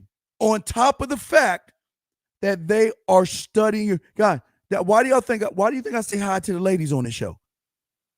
Because they're listening. But don't think they're not listening to me. They're listening to everybody, guys. Because unlike you guys, they are studying your moves. Why? Because they are playing the greatest game of chess that you could ever imagine. They're playing chess to your checkers. Meaning, what she is figuring out based off of your fear that you have, based of all the tricks, gimmicks, lies, being indirect and manipulating a woman that you think you're manipulating, right? No. No, we didn't have, no. Playboy didn't do anything. Let me explain something to you. While you guys were playing with your Tonka Troys, your marbles, playing your video games, and whatever you were doing as a young kid, okay? You weren't thinking about girls the way they were thinking about you. She realized the moment she started crying and daddy or some guy rushed to her aid, something was different. She didn't know what was going on, but something was different until it was either Christmas or Valentine's Day where she got hip on game. Mommy, why are these boys buying me gifts? Mommy, why are these boys giving me flowers and roses and Valentine's Day cards and all this other stuff? Why are they doing that? I don't understand. I don't even know some of these guys. And you know what mom said? Baby, let me explain something to you, baby. Watch this, baby. Honey, I need help. Okay, honey, here I come. See that, baby? Well, why did dad do that? Well, because just like all men, they're going for something. And, you know, they can't discuss it now with a little girl. But when you get older, and here you go. Here's teen magazine, little girl magazine, this magazine and that magazine where they got the boy bands and all the other stuff. They're going to give you little tips. And you just keep reading this. 21 ways to get a boy to like you and 15 ways to see this and 12. And all she's doing is studying until she starts to pick it up. And then it's that one day there's a coming of age when mom hands her this thing called makeup. When mom gets her fingernails done for the first time. When mom takes her and gets her a little bit clothes that quote unquote fit her the right way, if you know what I mean. Everything changes right then. Because all mom is doing is giving her tools to manipulate you guys. And y'all guys are still just let's go play video games and let's go play basketball and let's go play whatever the fuck y'all were doing. But mom was lacing them. That's the truth. They were getting laced, gentlemen. They were getting laced. You wasn't getting laced. By the time you started to like girls, she was, dude, I'm not going to talk about elementary school, but they learn in elementary school. I'm not going to talk about junior high school. Oh, no. It is when they get into high school is when they sharpen their claws and sharpen their fangs. Because, see, the freshman girls don't date the freshman boys because the freshman boys are immature. So the freshman girls date the sophomore boys. The sophomore girls don't date the sophomore boys. They date the juniors. The juniors date the seniors, and the seniors date the college boys. That's how it works. It's just they are moving up to learn what? Their opponent. Every stage, they are going a little bit higher to figure out their opponent. But this is the craziest thing that is going to be a mind blown to you guys that they find out. It's when they go to college, they then begin to realize that high school boys is no different from college guys that are no different from guys who are not in college, because all of these guys, number one, are scared, needy, thirsty, and desperate. That's all they need to know. And they know, well, if I can control my boyfriend in freshman grade, junior, sophomore, and senior, if I can control them, and I can control college boys while I'm a senior in high school, oh my God, when I get liberated, and what I mean by liberation is that, you know what? Liberation is her not having mom and dad on her back. She's free now. But this is why I keep telling y'all got to watch that Jennifer Lopez movie called The Hustle, and that one with Anne Hathaway, because what women do that we don't do, and it is the truth. Women give women truth. Women don't give women lies. Women give other women truth about you. And then what they make them do is they make them go to shows like, I won't say shows, but shows that show you how to manipulate, lie, deceive, trick, be indirect. All they gotta do is type up indirect in YouTube and watch some of those videos. And when you see him coming, that's when you decide. This is how this shit, we're gonna get deep for a second. We about to get deep, guys. We about to get deep. What happens is that a lot of these women out here, what they're doing is this. They're saying, and they roll it out. They just let it. It's like a shade, like the shades, like your window shade. They drop it, and this thing just rolls down. And these new girls are like, well, what is this? Oh, girl, this right here is going to be your new life. Well, what is this? It's called your carousel of choices. Well, what do I need this for? Well, easily. Look, as women, we know those guys out there are thirsty, needy, and desperate, and they're going to do and say whatever they want to try to get. And they pat her on between her legs because she's older now. When she's 20, when she's out of high school, I'm talking about the out of high school ones. They're trying to get that one thing. So what we got to do as women, and I'm going to show you, we've got to see and put them in categories based off potential. Well, what do you mean potential as a husband? Oh, girl, no, of course not. No, girl, no. Girl, have you ever? Girl, you telling me you never had a man do for you and you didn't have to give anything back in return? Well, why would I do that? Well, because we're women and we're better than men. That's how they push that out. That's how they push them. Freelance, I love you, freelance, golly. But what I'm saying is that these women are constantly giving women real information. And what they're showing them is how to use their sexuality to get what they want and to categorize you guys.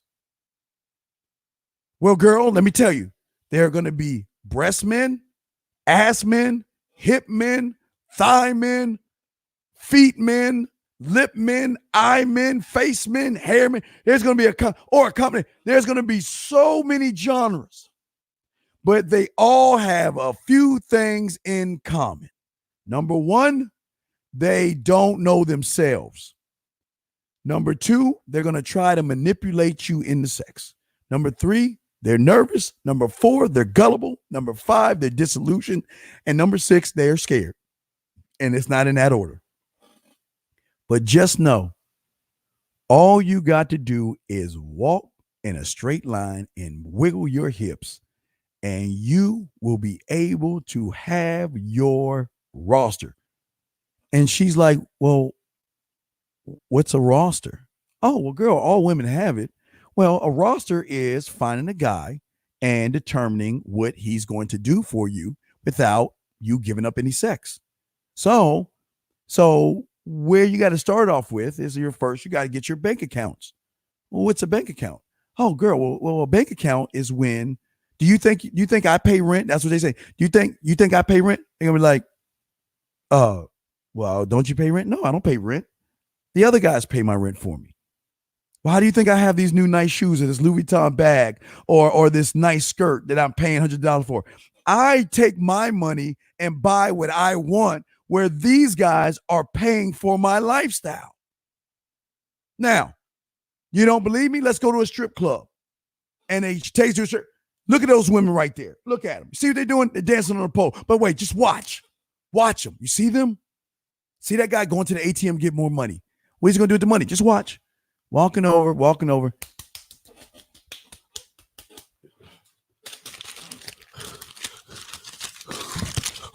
Oh my God. Oh my God. Oh my God. Oh, more wood just throwing money up in the air at the women, just throwing money all up in the air. But why are they doing that? Because of what you got between your legs. But you can use what's between your legs so that you have a choice. You can find yourself a husband, or you can have a group of guys doing everything for you until you're ready to find a husband, and you have full control over the majority of these guys out there. And that's what they say. She gives her the whole thing. But, gentlemen, but, and I got to say but, there's got to be a but in all this. She says, but I got to warn you. She's like, well, what are you talking about? I got to warn you. Not all guys are equal. Well, I thought you said that. No, listen to me. You got to listen to me. There is a small, dangerous group out there. They run to the beat of their own drum. There's a small group out there. And girl, when you because when they come, girl, it's too late. When they speak to you, it's too late. When they approach you, it's too late. But how do I know? Because, girl, you're going to hear this noise right here.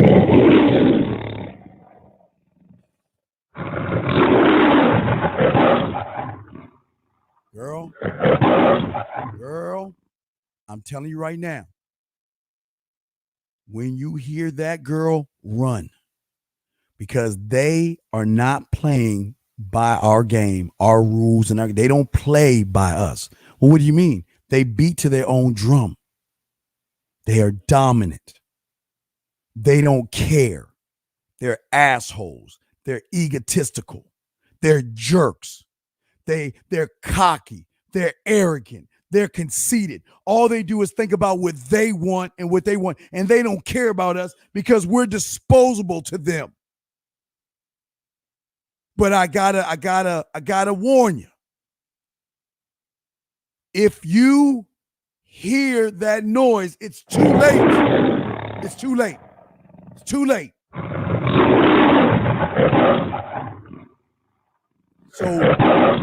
So I tell you, stay away from those guys because they're not going to end up on our rosters. We will end up on their rosters. Wait a second. What do you mean? How can a guy have a roster? Girl, did you hear what I said? He doesn't.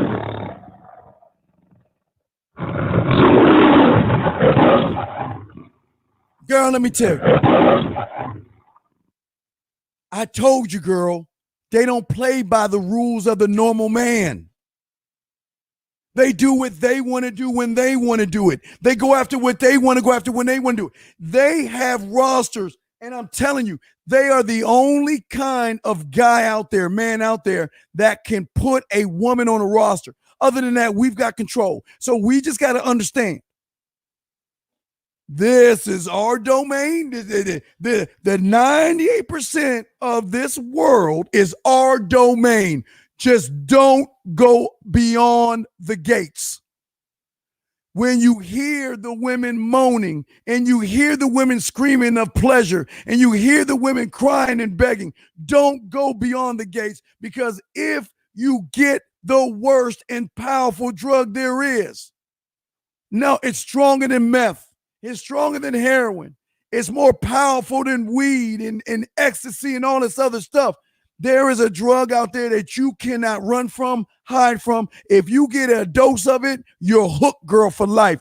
Don't go beyond the gates. Just stay on our side. Kind of like that movie, The Village. You know, there's an understanding. We stay on our side of the line and they stay on theirs. Do not go in there. So what? You'll get pleasure beyond pleasure. So what? You'll be sexually satisfied. You'll be thinking about him all night long. You'll go to bed thinking about him. You'll wake up thinking about him. You'll be sending him messages, text messages, nude photos. You will do things with this guy that you've never thought before. Don't go beyond that gate. Stay here and allow to roam free, where guys will buy you drinks and buy you dinners, and they will put up your Christmas light. We'll take down your Christmas lights now, and They will do anything you want. Just don't go beyond the gates. Because if you go beyond the gates, you will never come back the same, because they play by a set of rules. Girl, when I tell you that we playing chess, girl, oh girl, they on something deeper than chess. Well, wait, what? I don't understand. What can be deeper than chess? What can be bigger than chess? I thought chess was the end all be all. I thought by playing chess that we were the best of the best. That's what you told me on my label. Girl, there's something else. Girl, they on something higher than this. Girl, it's like chess, but it's not like chess. I mean, it is chess, but it's layered in different levels. And it's every time you get a different level or you're on a different level, it something happens and it unlocks something inside of you that makes you want more of them. That's what it does. That's what it does. And what I'm saying is that this is what I'm trying to tell y'all what 2018 should be about. 2018 should not be about following people blindly. 2018 isn't about believing the brand that there's something that has never been done before. They're brand new, and what they're teaching you is just new. This is not what it's not 2018. 2020 should be about. This is not what 2020 is going to be about. 2020 should be about your beliefs. The things that mean the world to you. The things that you hold dear to yourself, your mindset, your thoughts, your concepts of who you are, what you expect of yourself and what you don't expect of yourself. Because the more you begin to do what I'm showing you, but I don't want you to be me. I'm saying what I'm showing you to do. Not me. What I'm showing you to do. You are then going to kill him. And you are going to not get rid of him, but then he'll start working for you. But it starts with the belief in yourself. The reason a man doesn't have fear is because he believes in himself. I don't care. I can have no legs and I can be in a wheelchair, whatever. No knock on people who are. But you can't tell me I can't get a beautiful woman, because I ain't going to believe you. I believe I can get any woman on the planet. Can I get every woman on the planet? No, I can't. That's the truth. I'm not going to get every woman on the planet. But here's my question. Why do I care? I don't. I believe I can get every woman on this planet. Why don't you think that way? You should.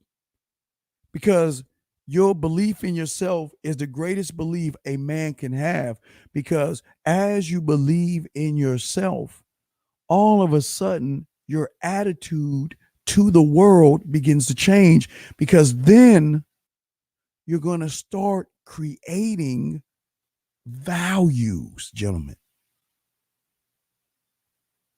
Your attitudes about people.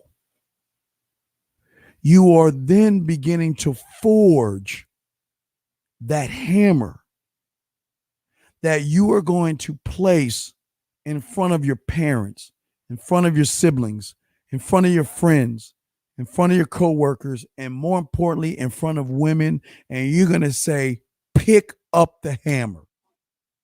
Pick up the hammer. Because the hammer is my name, my last name, my legacy, and who I am. Pick up the hammer.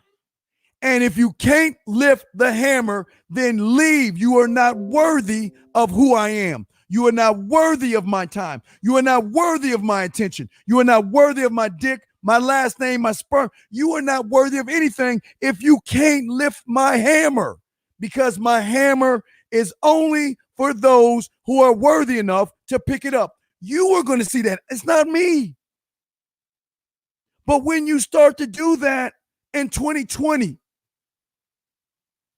things are going to change. You are going to start questioning the hive. You're going to start questioning the YouTubers. You're going to start questioning the book authors. Because all you're going to do is drop your hammer in front of them as well and say, pick up my hammer. And if you can't do it, kick rocks. I don't care who it is. Your friendships, relatives.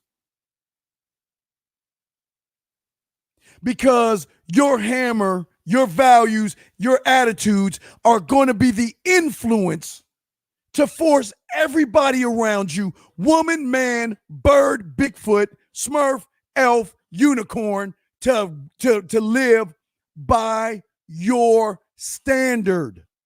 And if they don't live by your standard, they're not going to be entitled to have any of your time, gentlemen. Does that make any sense to you guys out there? Does that make any sense to you guys out there? What I am saying to you guys out there, you can't see it right now because you got clutter. Because of your fears of women, because all of the bad information, because everybody's telling you to be on your fucking purpose. Fuck purpose. Be responsible. Question everything. Stop being gullible. Stop being delusional. Stop being naive. Stop pointing the finger. Stop blaming. Stop being unaccountable and irresponsible. Stop doing it. But as you begin to build, gentlemen,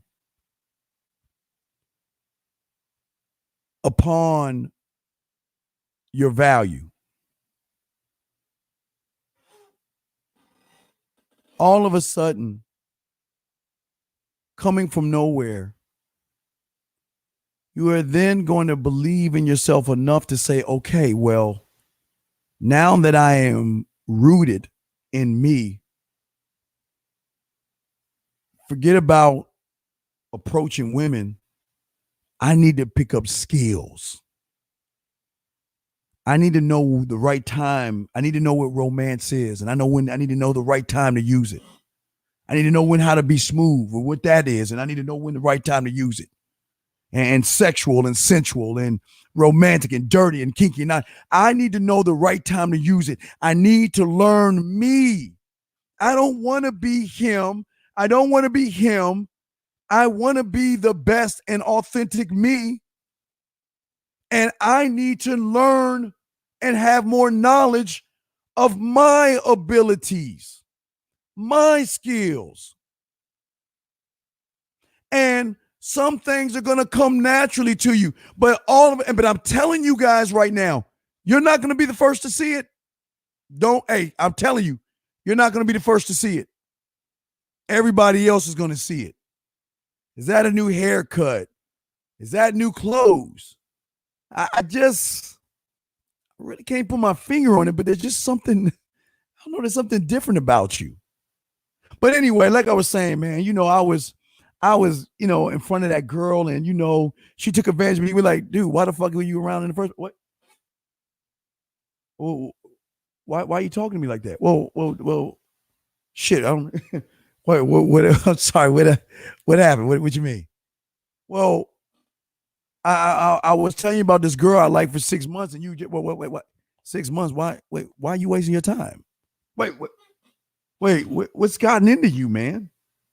I could always come to you and tell you about my problems and we would understand each other. But yet it seems like you're questioning me. And you know what? F you. I don't like you no more. And I don't want to be a party. I'm telling you guys, this is what's going to happen.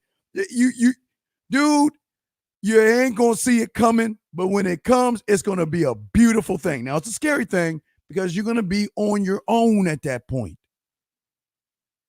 Because not only you're questioning the authors and not only you questioning the YouTubers, but you're questioning not only yourself, but people you hang out with. My God, why am I hanging out with this guy who's a drag in the mud, complains, blames, and wait a second. Yeah, man, so I saw this YouTuber, man, and yo, man, he was telling me that, I should lie to women and be on my purpose and build my credit. Man, go on with that, dude. I don't want to hear. Wait a second, what you talking about? I thought we was going to watch the YouTube together and learn how to manipulate. Dude, let me tell you something. Get out of here with that. Get out of my face with that stuff. Oh my God, I can't believe I said that.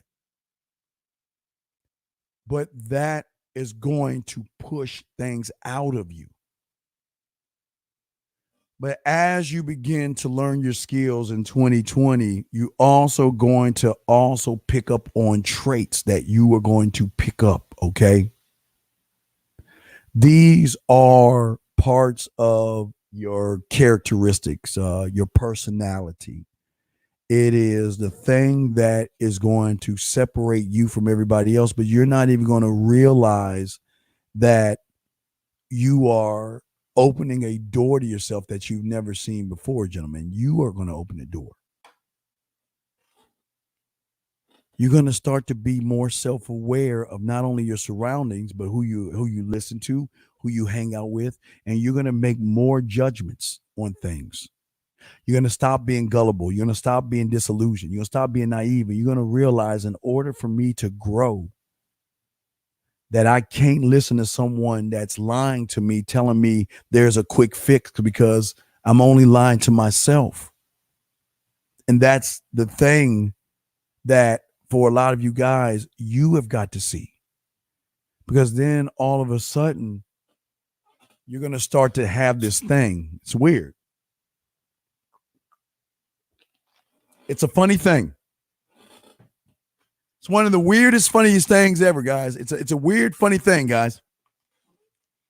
And the weird, funny thing, guys, what's called, I don't know how to technically describe it, but gentlemen, I think it's called something like this little thing called a standard. It's nothing big, but it's called a standard. And basically what you're going to do is you're going to draw an imaginary line in the air, and you're going to say, I will never talk to anything below a 7 again. I will never talk to a 6. I will never talk to a 5, a 4, a 3, a 2, or a -2. I ain't talking to nothing. My standard is 7, 8s, 9, 10s, 11s, and 12 on up. 7 on up. That's going to be the standard. Why? Because I'm going to uphold myself. This is important. Not just myself, but my name. My last name is got to be a higher standard than it has been in 2019, that it has been in 2018 and 17 and 16.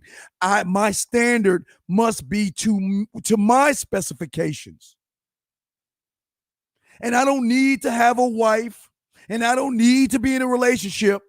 I just need to know what my standard is. And I don't need to know the standard of somebody else, because I'm not trying to live that person's life.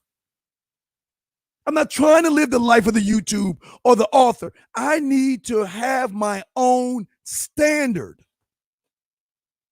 I've got to hold myself accountable for every move that I make. I need to know why I make the moves. I need to back up what I say, and I need to own everything I do from this point on.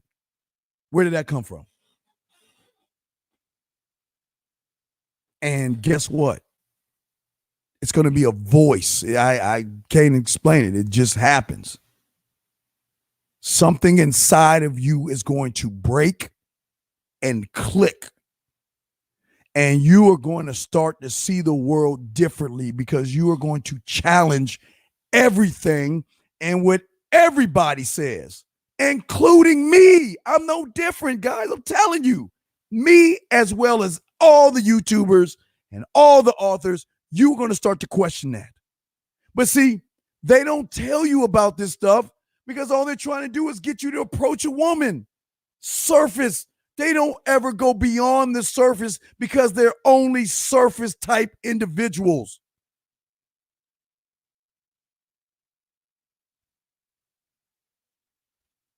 But as you begin to cultivate and create your standard, you are going to begin to fall in love. And probably the only thing you need to fall in love with, two things. You're going to fall in love with yourself, and you're going to fall in love with your name. You are going to fall in love with yourself, and you are going to fall in love with your name. You got to protect you. So I must learn how to be accountable as a man. I've got to be able to look at anything that happens in my life and take responsibility and understand that she's got a right to say no. She's got a right to reject me. She's got a right to say yes. Well, why should I care? That's cool. Whatever happens, I've got to just take responsibility for what happens to me, whether it is good and she's down or she's not.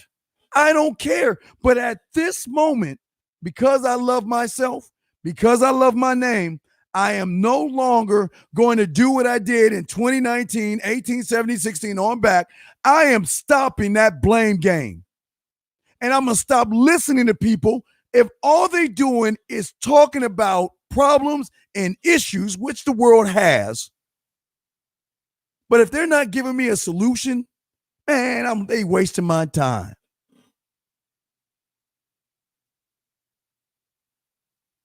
Because how am I to blame things that are out of my control when she's got the right to do what she wants to do? Then that weight of being a victim is going to release itself off of you. And no longer will you be around people that bitch, whine, moan, and complain, or that are emotional. You just say, it's just a waste of time. I don't want to hear that. Miss me. I'm done with that. But the beautiful thing that you are going to start to have, and something's going to click in you. I don't know if it's the courage first or being confident or whatever, but no matter what part of these things happen to you, you are going to start to build something that you don't even realize that you had inside of you, gentlemen. And that is character, man. That is character. You're not going to see it, but she's going to see it. Because she won't be able to smell fear. She won't be able to smell blaming, being a victim. What should I say to her? How should I approach her? Oh my God, she's not going to see any of that, because you're going to figure out, because of your skills, okay, here I am in front of my opponent. What kind of woman is she? Because all women are not the same. Like they lied to me and told me. They told me all women are the same, and that's why they discourage the earth. But I don't think that no more. Now what I'm going to do as a man and as a king, as a emperor, I am going to judge every woman on how they treat me. I don't care how she treats you. I don't care what she does to you, because 9 times out of 10, you don't believe in yourself enough and you are just a punching bag. And I don't play by that anymore. Who said that? Oh my God. Who said that? What is it? From this point on, so just because it happens to him doesn't mean it's going to happen to me. Just because she treats him bad doesn't mean she's going to do it to me. Just because she treated him bad on Jupiter doesn't mean she's going to do it to me. Wow. All of a sudden, gentlemen, your mind is going to be blown. Your mind is, man. Your mind is. But this is how 2020 has got to be for you. It has got to be that for you. I don't talk about them much, but I'll tell you a little bit about them right now. Back into I think it was in the 70s. I think it started in the 70s.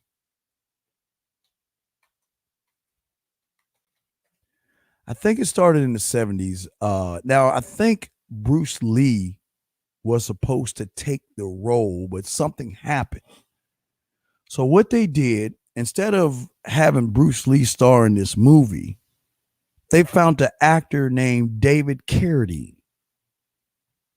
And he played a role in a TV show. It only lasted a few years, but it was called Kung Fu. And it was about somebody who was able to take the pebble out of the teacher's hand.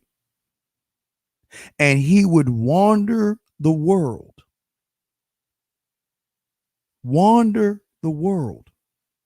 by himself, walking the earth.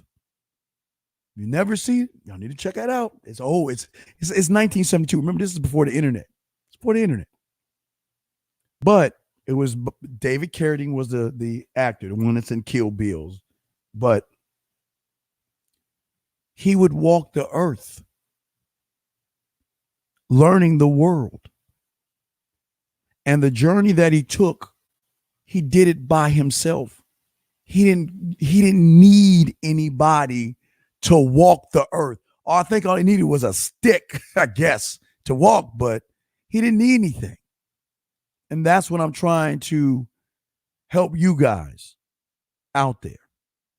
That's what I'm trying to get you guys out there to see, is that 2020 should be your freedom of breaking free from yourself, breaking free of the YouTubers and breaking free of the hive and breaking free of the books. I'm not saying the books are bad. I'm not saying the YouTubers are bad. But if the books and YouTubers, if all they're doing is crying like a bunch of women and they're not solving anything, how is that helping you grow when all they're doing is having a pity party? You've got to see it. I'm not here to show you, but you guys have got to see it. You guys got to see that.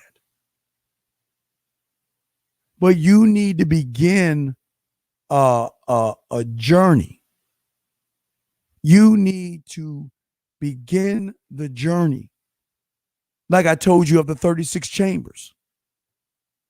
Get to the Shaolin Temple. He wants to study. Just like all you guys, they asked him, where do you want to start? He's like, shit, I want to start at the top. I want to start at the 35th chamber. Couldn't even get through the door of the 35th chamber. Then he started at the first one and mastered the first chamber. Mastered the second one, the third one, the fourth one, all the way to the 10th chamber. Mastered up to the 15th chamber. Mastered up to the 20th chamber. Mastered 25th chamber. Got to damn near 34th chamber. And as he was working out using nunchucks, he accidentally swiped a bamboo. And instead of using nunchucks that have two, he broke because after he had a duel that he lost using the nunchucks.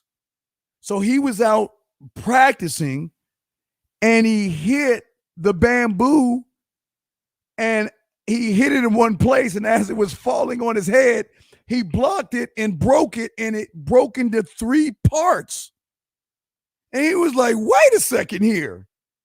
Instead of using the 2 of the nunchucks, I'm going to use and study something brand new. A kind of a nunchuck that had 3 instead of 2. Right. The 3-section staff, freelance Rowan. Absolutely. Practiced it, learned it, defeated, moved on, and created the 36th chamber, gentlemen. But it is those moments in practice that things happen to you.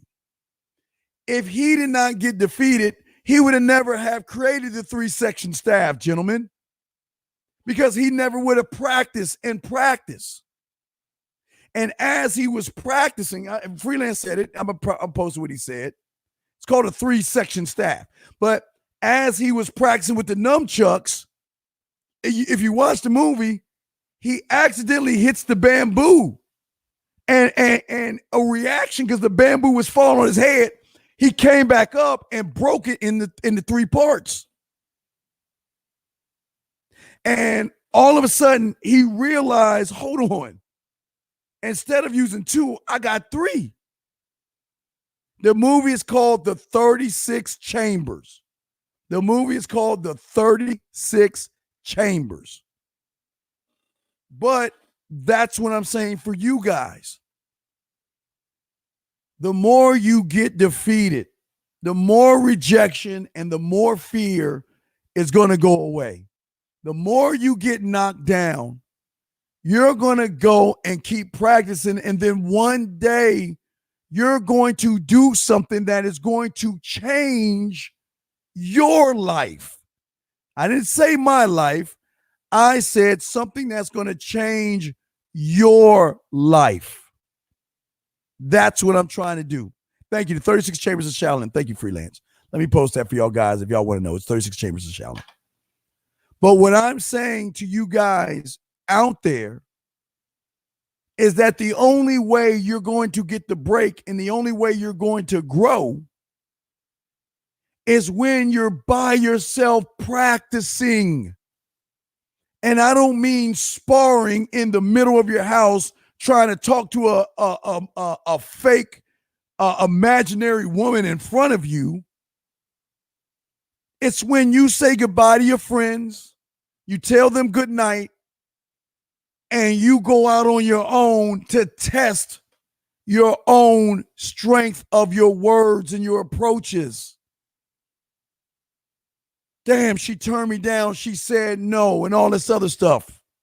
Let me go back into my dungeon, reassess, look at what she said versus what I said.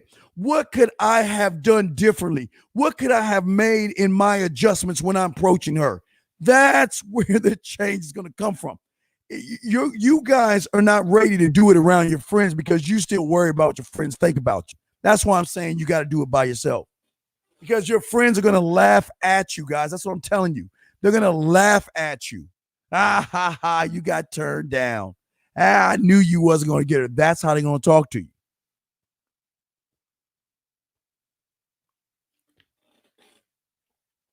But what I'm saying is just like he did in the 36 Chambers,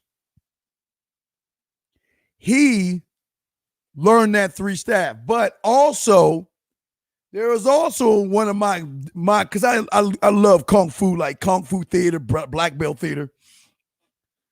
There's the 5 deadly venoms. But what's so special about the 5 deadly venoms? It wasn't the 5 deadly venoms that were so special. It was the 6th venom that was special, because the 6th venom learned all the techniques of the 5 venoms that y'all don't understand. See, y'all think the 5 deadly venoms were just 5 venoms. Yeah, there was snake, lizard, centipede, toad, and scorpion. 5 venoms, right? But in order to beat the 5, right, one had to learn the techniques of all 5 plus his, where he was the 6th venom. See, they didn't call it 6 deadly venoms. They called it 5 because all 5 had their special technique. Now y'all ask me, wait, well, what does this got to do with women in 2020? Because, guys, the thing is that the thing that you don't understand, and why I am telling you about the 5 deadly venoms out there, guys, is because the venoms in this case are the women. And what do I mean by your not the 5 deadly venoms? There are more. There's the acoustic woman. There's the alternative woman. There's the blues woman. There's the classical woman. There's the country woman. There's the electronica woman. There's the hip hop woman. There's the jazz woman, the Latin woman, the metal woman, the pop, the rock, the urban, and the world woman. And all of these opponents think differently, gentlemen. See, these guys are not telling you this because they're trying to lump all the way. They're trying to put training wheels on you to make you think that they're all the same, but they're not. Because even if we take, I don't know, let's take the jazz woman. Even in the jazz woman, she's broken down to a deeper kind of woman. Is she acid jazz, bebop, free jazz, jazz fusion, lounge, jazz vocals, modern jazz, smooth jazz, or swing jazz? See how deep that? But they don't tell you that. They don't tell you how deep these women are. Let's take the R&B woman. She can be broken down into the funk, the R&B, the gospel, the new soul, the R&B, soul and pop, smooth R&B, gospel, or soul. She's broken down, but they don't tell you about that kind of woman because they don't realize that women are broken up like the 5 deadly venoms. They are their own, they have their own styles and their own techniques, guys. The dangerous one, the electronica woman. Oh man, they come in many forms. They come into the acid kind of woman, the big beat kind of woman, the break beat kind of woman, the dance kind of woman, the drum and bass kind of woman, the EDM kind of woman, the electronica, the experimental, the game soundtrack. That's the cosplay type woman, if y'all don't know that. The happy hardcore, the IDM, the industrial, the jingle. I think it's called jingle. You've got the mellow kind of woman, the techno hardcore, the tribal, the trip hop, and the trance kind of woman. Do they teach you about that? No, because you think that they're all the same. But just like the deadly venoms, they are all different.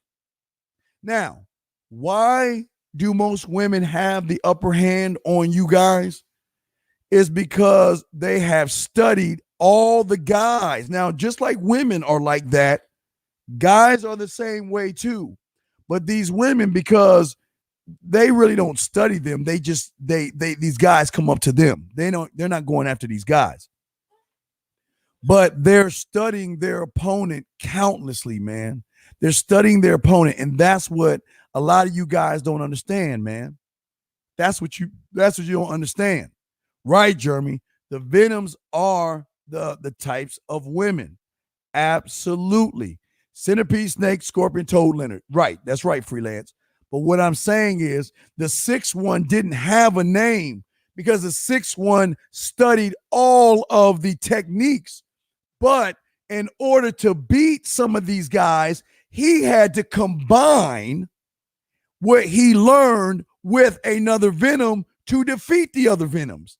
Meaning, as you begin to learn women, that's just one part of it. Learning women is one part of it. The second part is learning you and your potential and what you bring to the table. That's how you defeat these women. You defeat them because you are so skilled and you are so true to yourself that you do not even worry about your opponent. Okay, cool. I'm in. Okay, and again, they come out of nowhere because you don't know where they are or how they come along. Okay, for instance, you can walk up on the country girl. Okay, but because you know that she can be more than just a country girl, you say to yourself, okay, how do I figure out what kind of country woman is she? Is she bluegrass? Is she Americana? Is she Christian country? Is she country and Western? Is she country pop, country rock? Is she honky tonk? Is she rockabilly? Or is she traditional country? But the only way I'm going to find that out is by communicating with her without fear. I know a little bit about these women. Why?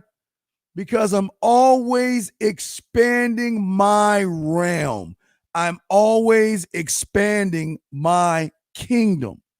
What does that mean, gentlemen? That means I'm going to the places that I say I will never go to. Because in order for me to understand and learn all the list of women out there, I've got to start going to the places that I never thought I would go before. The art galleries, the museums, the theaters, the operas, the wine tasting places. Because why?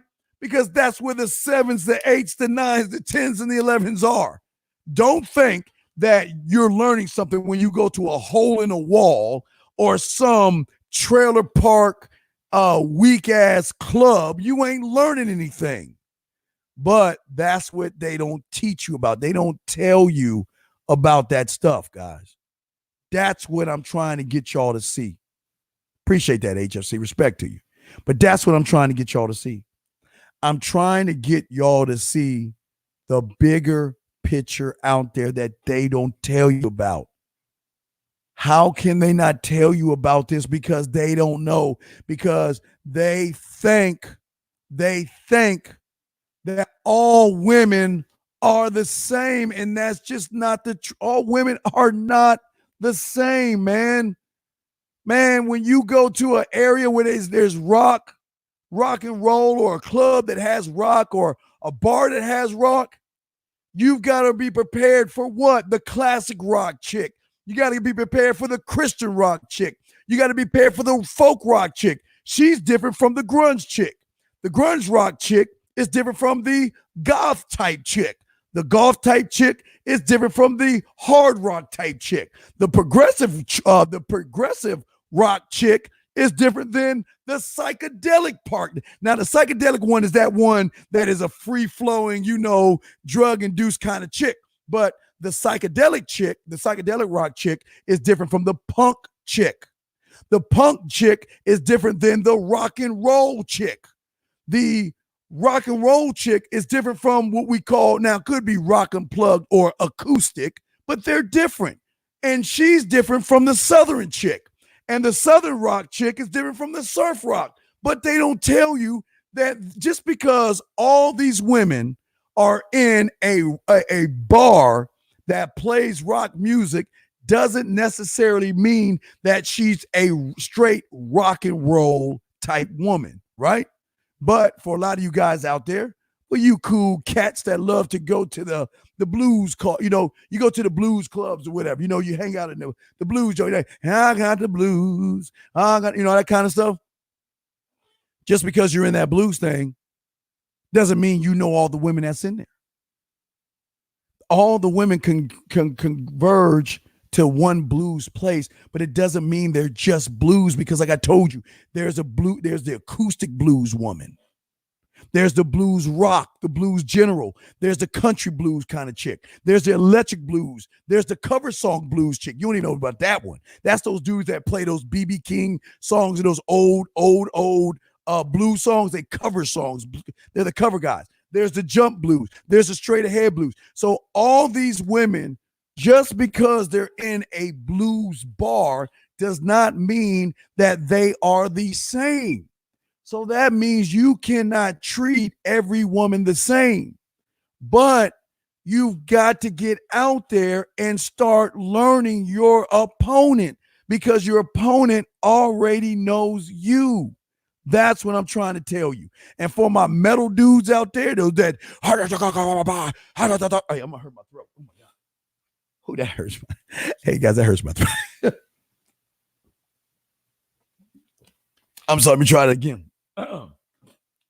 Man, that hurt my throat. But for all you, those that metal, for all my metal heads out there, all the metal heads out there, when you go to those metal places where they're doing they're jumping in the crowd and they got those, what are those things called where they just in the middle, they knocking each other over and shit like that? I forgot what they call. But anyway, what I'm saying is, just because women are in those things, guys, doesn't mean she's all metal. What type of metal woman is she? Is she alternative metal? Is she doom metal? Is she death and black metal? Is she goth metal, heavy metal, industrial metal, metal riffs? Is she power metal, progressive, thrash metal, or even rap metal? They are all different type of women in there. Just because they're in the same place doesn't mean, gentlemen, that they're the same thing. So you cannot assume that. But they don't tell you that because you're not out there trying to learn women, guys. But even though I talk about my my metal guys, roll to my hip hop dogs, my hip hop guys. Y'all go see hip hop artists, or y'all go to see hip hop songs and stuff like that. The women in there can be a barrage of things, gentlemen. Alternative hip hop girl is different than the bass rap girl. Did you know there is a battle and dish type woman that's different than the Christian rap woman? The freestyle woman is different than the grime woman. The hardcore rap woman is different than the Asian hip hop, the Dutch hip hop, the German hip hop. The nerdcore woman is different than the new school woman. The old school woman is different than the positive vibe type woman. And last but not least, the one that I love the most is the spoken word person is different than all of them. But how are you to know that when you're not out there meeting women? You're not out there learning women. Why? Because the YouTubers and the authors, what do they tell you? They're all alike. Hey, women are all the same. No, they're not the same. But the beautiful thing of being a man, if y'all can understand where I'm coming from, follow your boy on this. The beautiful thing, let me tell y'all the great thing about being a man, okay? Mosh pits. Thank you. Mosh pits. I'm sorry. Mosh pits. Thank you, guys. I'm sorry. I forgot it's called a mosh pit. But what I'm saying to you guys out there is that regardless of what her genre is, regardless of what kind of woman she is, they will all bow and kiss the ring of a man. Period. That's what we have in common. That's the only thing. They will all bow to a man. It doesn't matter, because I don't want y'all thinking, damn, I gotta learn all these women too. This is, oh God, man, got time to learn all these. You're not gonna learn the women right off the bat. But the more you go out there, you're gonna learn the differences in women. But the thing that they all have in common is that as a man, they're gonna bow to us. And what is different about this show than any other one is that they're going to come to us. We don't have to go to them. Sure, we approach them, but we're not kissing their asses. We're not taking their crumbs. Because now what we got to talk about and discuss, now that we got to talk about and discuss, guys, is when you sit on your throne. Let me start the lines up. Hold on, let me get the lines open again. Let me open the lines up, because now we got to get to part two of your life in 2020. Because it is not just building yourself. It's not just going out there and talking to women. There's more to this. I mean, you notice, I mean, I know y'all like, damn, Steve. I mean, dude, we're on 2 hours, dude. Can you shut up? I can't. Because when the game is inside of you, you got to let it out. You got to share it. But now we're going to talk about king decisions, making tough choices. We're going to get into that. Let me open the lines up for you guys if y'all want to call in. Give me a second. I'm going to shut the line down. 713, call back in. I'm going to hang the line up, and I'm going to open it back up for you guys so y'all can call in if y'all want to call in. But I got to tell you about 20. Again, I don't want you Thank you for using Blog Talk Radio. Goodbye. I don't want you to think that 2020 is going to be all sunshine and rainbows. Okay?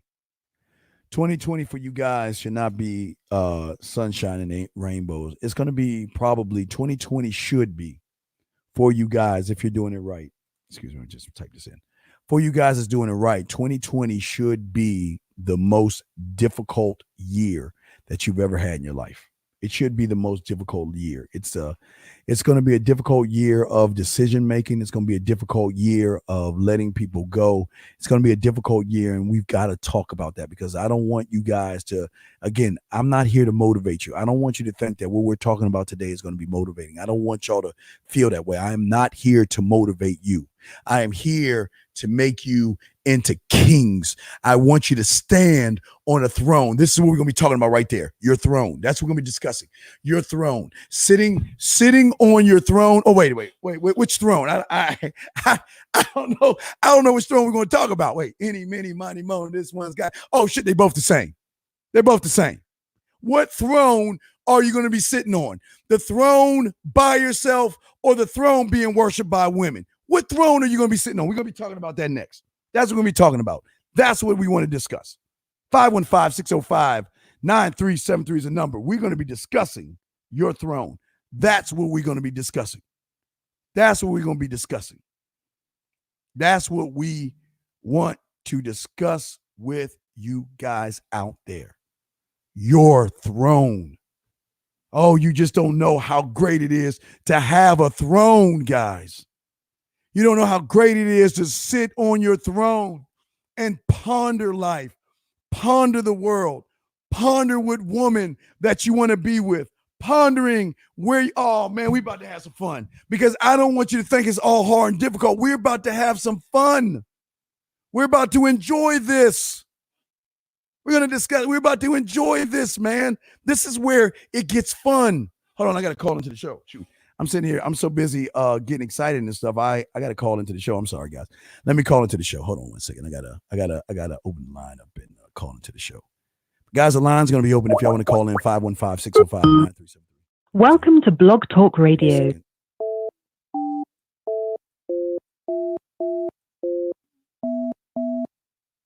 To start your show now. All right, guys. We're going to talk Your about show will go live in 5 seconds. 4, this part. 3, This is my favorite part. 2, 1. It's gonna be my favorite part. I think this is my favorite part. Blog Talk Radio. It's gonna be I think this is gonna be my favorite part. And why is it my favorite part? Oh man, it's nothing in the world like sitting on your throne, man. And it's not like sitting. Where is it at? Let me see if I can find one. Let me see.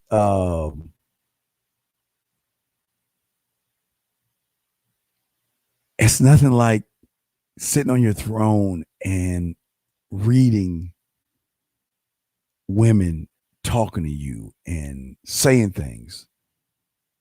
It's nothing like sitting back and the toughest decisions that you're going to make in 2020 is how am I going to manage my roster of women? These are going to be the most difficult times as your king. This is it. These are going to be the difficult times. It's not going to be the approaching and all that other stuff. It's not going to be any of that. It's the fact that you realize your worth. You realize your name. And you realize why you are you and why you are authentic, guys. You realize it. And as you are on your throne, this is going to be 2020 has got to be the most difficult year for you. Because not only are you facing the stream. Like salmon, you're going against the current. You're going against the current. And as you are growing, you are going, and this is going to be the most difficult year for you in your whole entire life. Because this is the year you're going to lose your friends. This is the year you're going to lose relatives. This is the year you're going to lose fucking women. It's going to be the toughest year ever. I'm telling you. It's going to be the hardest year ever. But it's going to be your greatest year ever. Why is that? Because, gentlemen, there are decisions to be made in the kingdom. And those decisions can only be made by you that are part of your last name. Not my name, your name. Decisions have to be made. Let me explain something to you guys that a lot of people don't understand. Let me explain something to y'all guys. Let me explain something to y'all.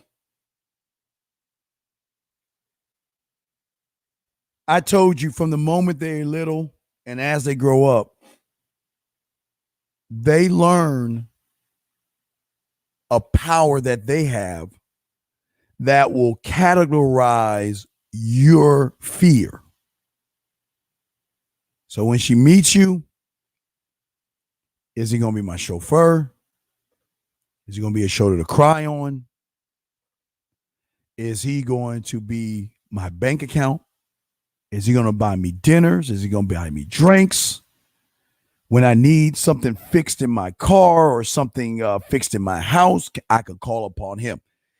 This is going to happen with or without you guys. And I'm being honest. It doesn't. Hey, look, you can do this. Well, you know, I don't care. It's up to you. But women are going to go on doing this. The world is going to move on, whether you like it or not. Women are going to meet guys and they're going to say, what can you do for me? What are you going to bring to me? And they got the right to say that. The world is going to move on with or without you guys. And every year, we are getting a new batch of women that are learning the game and realizing the majority of the guys out there are scared of women. So they have the high ground and the upper hand.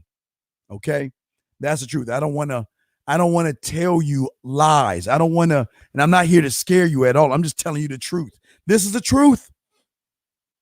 But there's also another truth out there.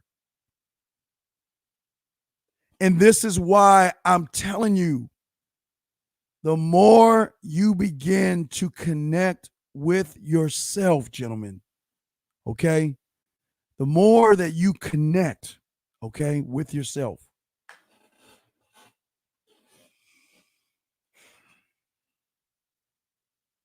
I don't know when that day is, gentlemen. In 2020, I don't know when it is. I can't give you a day. I can't give you a time. But what I can give you is what's going to happen to you. That's what I can give you, and that's what I'm going to give you now. And if you choose to take it, you can. And if you don't, you don't have to. And just repeat this year, next year. But this will be the first time in your life that you said, you know what? F 2020, I've got to prepare myself for 2021. I'm not trying to be like everybody else. Living minute by minute, hour by hour, day by day, like a zombie. The world is terrible.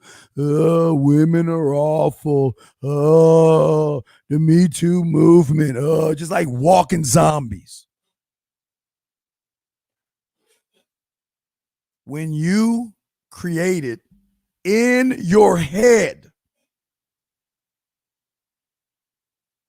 not in your clothes, not in your car, not in your house. When you create it inside yourself, there is going to be a shift, guys. It's going to be a shift. I can't explain it. I ain't going to explain it. Can't explain it. I won't, because I can't.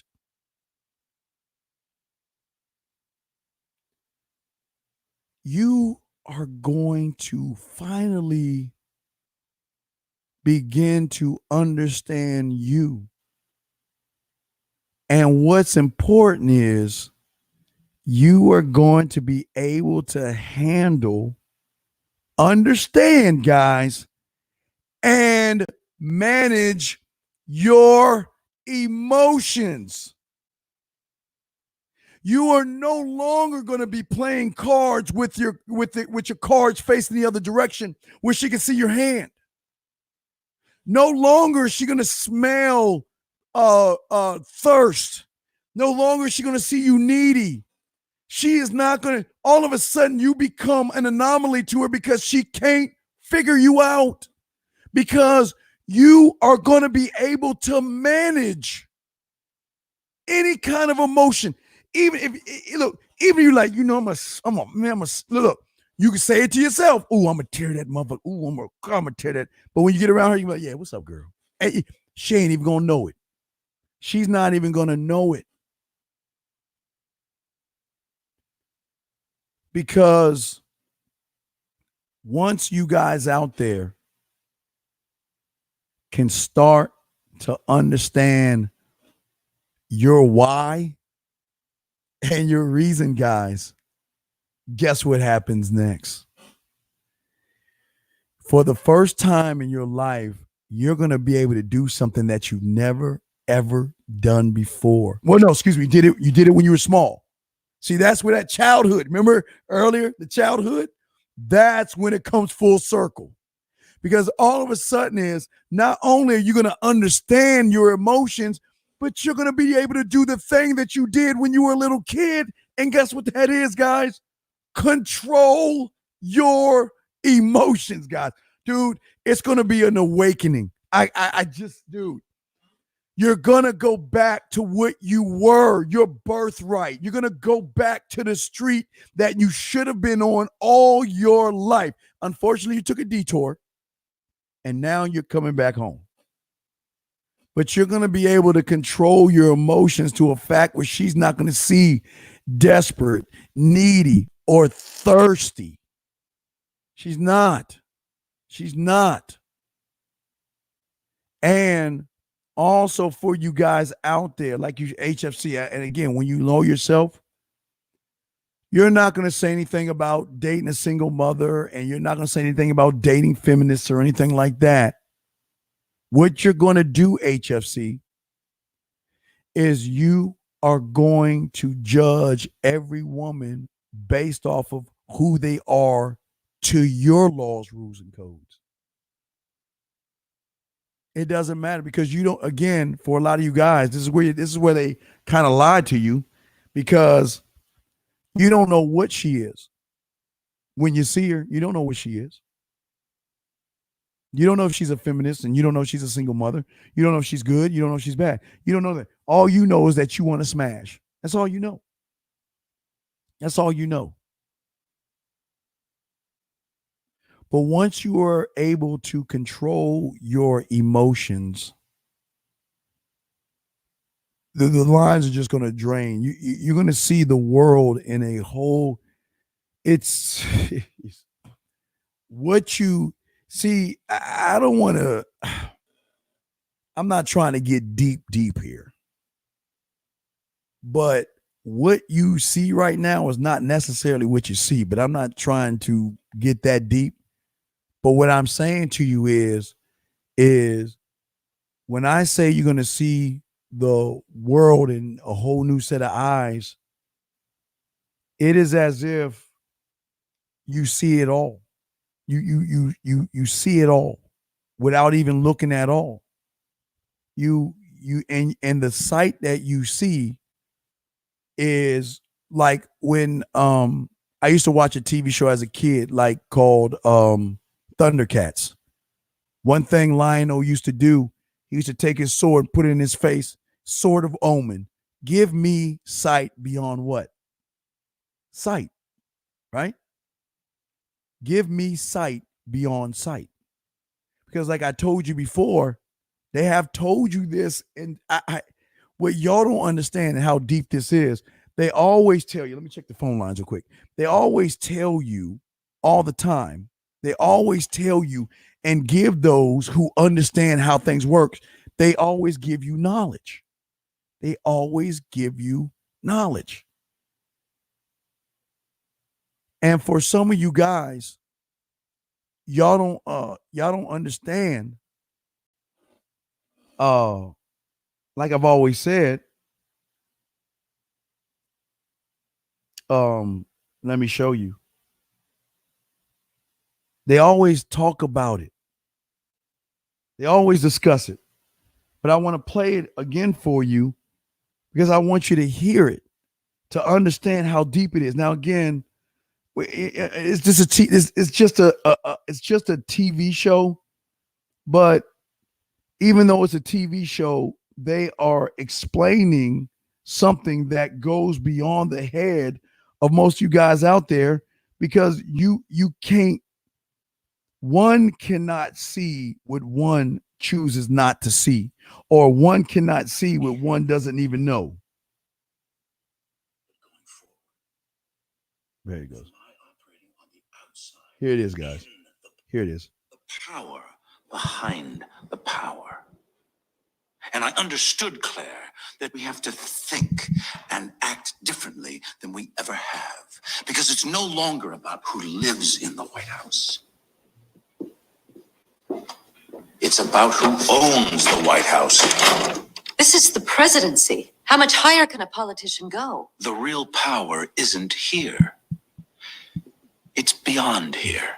It's above it, but still working in conjunction with it. Look, Claire, you and I have always been on. That's how y'all ain't even ready for it, because they don't teach you that stuff. They can't. Look, if they're busy teaching you how to approach women, they ain't teach you this kind of stuff.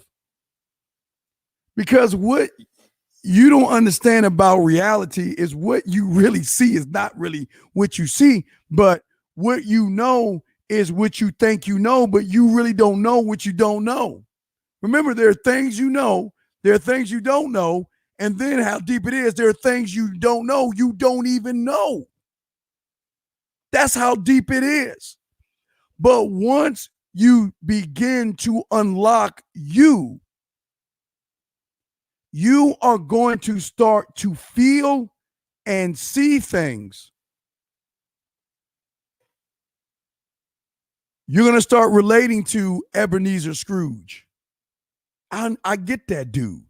He's an asshole. Larry David, asshole. Ray Donovan, asshole. Ghost or Tommy, assholes. You name it, you are going to start to see things in people. You're going to start to resonate with them, but you're not going to know why, because you're like, oh my God, they put so much fear in people, but they beat to their own drum. They're doing what they want to do, and they're not following what society, women, the media, or what these YouTubers are telling you to do. They're doing their own thing. But you don't understand how this works. And I know I sound like I'm smoking drugs when I say this to y'all, but there is, like I said, there is a power beyond your thinking. Most of you guys don't realize that you limit yourself. Most of you guys don't. You think that all there is out there is this world is flat thinking where, well, if I go beyond the edge, I'm going to fall off. So I'm going to stay safe right here and don't even go that way, because if I walk towards that edge and I keep walking, I'm going to fall off, and I don't want to do that. But the thing is that what you'll start doing, because that's what I start doing, is that I don't ever listen to the messenger or care about what the messenger, how he lives and how he thinks, that's none of my business. I want the message because the message is going to unlock more things in me that I never knew existed. You don't know what you don't know, guys. And that's what I'm saying to you. You think that talking to a woman, hey, approaching a woman is the game? You have no idea. You have no idea. But you have no idea the lifestyle of a man because a lot of you guys have never, ever been like that. I mean, how many times do y'all tell yourself, you know what? I'm a man. Today I'm a man, or I'm green man, blue man, purple man, green man, all these colors, right? Say what you want. As soon as you get in front of a woman, you learn your truth. Yeah, that it's not me. It's you. You learn your truth. But in all of this that I'm trying to tell you, as you begin to lock in on yourself, you are going to start to realize that every woman you meet has the opportunity to get on my bus. I don't think y'all heard what I said. Every woman that you meet is going to have the opportunity to get on my bus. And if she's lucky enough and strong enough to lift my hammer, she gets a little bit of the most important thing that I can give her, my time. Y'all understand what I'm saying? See, a lot of people can never imagine. Well, that's a lie, Steve. That's a lie. You can't think that way, Steve. That's a lie. Guys don't think that way. Okay? I'm not here to change you. I'm just putting the weapons on the table.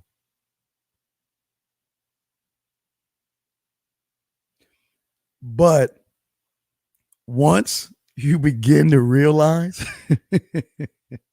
that it's about you, all of a sudden, you're going to be called the asshole. You're going to be cocky and conceited and you don't listen. Why don't you care about my feelings? And why don't you do what you want to do? Blah, blah, blah, blah, blah. But you're going to humble yourself. You're going to be like, wait a second. Wait a second. This is going to be in 2020 what I call your Clark Kent moment. You don't have to show women that you're Superman. Well, really Batman. I like to say Batman, but I'm going to use Superman in this analogy. You don't have to show women that you're super. No matter what disguise that you put on, you're going to have to fake. And follow me on this. It's going to sound crazy. When you get around people, you're going to have to try to water yourself down. Now, that depends on how you care about people. Now, that's up to you. All men are different because some of you like and cherish your friends, and some of you cherish your family, and some of you cherish certain kind of women. So I'm just telling you cherishables that are out there that cherish family, cherish friends. You got to go in your phone booth, put on your Clark Kent glasses, and water yourself down. Because if you don't, you're going to lose them all. I'm telling you right now. I am telling you, this is the choice. This is your crossroads that you have got to take yourself. I'm not telling you what to do.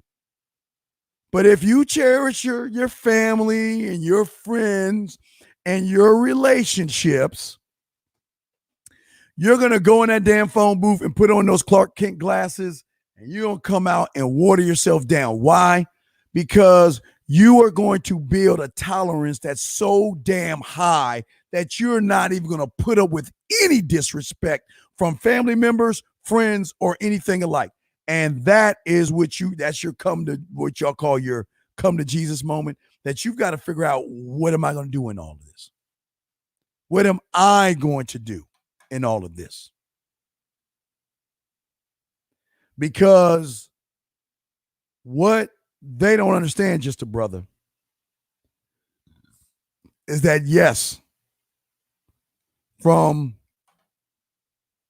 his point of view, he was a superhero because he decided that, you know what, the world would be better off if we got rid of half the people in the universe. The world is probably evil. So if we got half of everybody, maybe we can calm things down. So you know what? I'm going to figure out a way to get rid of half, right? But to the people around Thanos, he's a superhero. But to everybody else, he's the villain because they feel like their thought was better or more important than his thought, meaning that he's not allowed to think. He's supposed to just sit on his throne and just do what they want him to do. You know what Thanos said? He said, F you. I'm going to do what I want to do. And what I'm going to do is I'm going to go for those damn crystals and I'm going to create this gauntlet. And when I get all these things, I'm going to snap my finger. And I don't care who in the half. I don't care who gets it, as long as I get to my end game. And that means I'm going to do everything I can to get to my end game. And that's what he thought. But to everybody else, they thought, you know what? Wow, he is and always will be the villain. He's going to be the villain. Why? Because like the world, I keep trying to tell you, the world is not going to like you. Media is not going to like you. The outside world is going to hate all of you when you make this transformation because they hate what they cannot control. They hate it because they used to control you based off of fear mechanisms that kept you in line.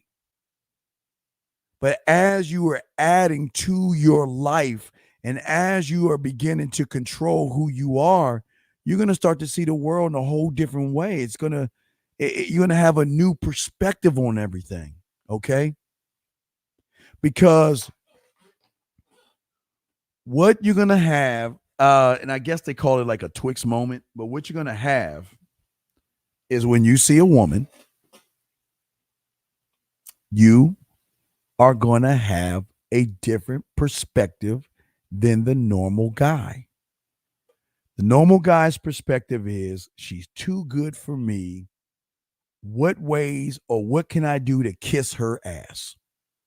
What lies and manipulate? Because I'm not good enough. I'm not good enough. So I got to pretend to be somebody else to try to show her that I'm not good enough. Right? And she already knows it, but that's a whole different story. But what you are going to do is you are going to start to remove your mind from the situation. You're going to move your emotions from the situation. You're going to remove all, you're going to see the woman and you're going to remove all these things from the situation. Why? Because at that moment, now again, this is a snap of a finger. This ain't like a process. This is like going to happen. Snap of a finger. This is how fast it happens. You're going to remove yourself from the situation. But then what you're going to do is you're going to see it through, you're going to look at it from a whole multitude of different perspectives. But then you're going to ask yourself, how do I want to go at this? What emotion do I want to make her feel to show her that I am different from everybody else? Do I want to make her laugh? Do I want to make her blush? Do I want to make her think? Do I want to make her giggle? Do I want to make her smile? What do I want to do? Do I want to make her react? What do I want to do? Because I'm in control of the situation. She's got every right to say no, but I'm still in control of the situation. Because the only way I'm going to understand the opponent is by facing the opponent and see what I can get away with. And I can easily get away with making her smile. I can get away with making her blush. I can get away with making her laugh, thinking, but I can get away with that things because you know what? I'm looking at her in a whole new perspective. Basically, let me show you what you're doing right here, guys. Let me show you what you're doing. Basically, what the majority of you guys are doing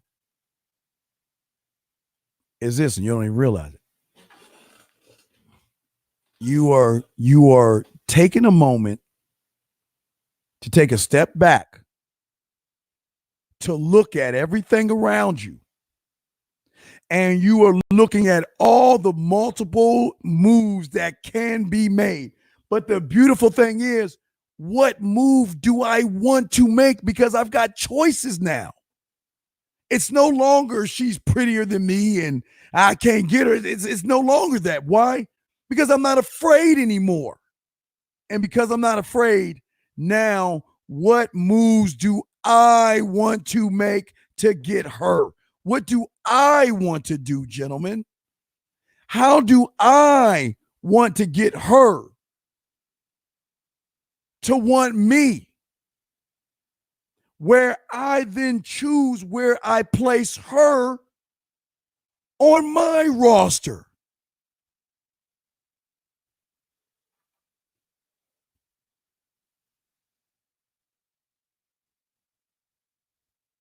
Nobody's ever told you guys out there that you can have women on a roster. No one's ever told you that because you never thought that you would be that great or that bad enough where you can pick and choose where women fall in your kingdom. You've never seen it because you've never gone beyond that edge to realize your worth. You've never done it before.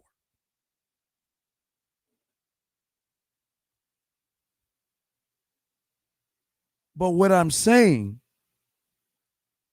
for you guys out there, when you start to lock all this down and you start to see it. Now, I know this is going to sound crazy, so please, look, I'm not smoking. I'm not drinking. Just drinking Diet Mountain Dew. I'm not drinking anything.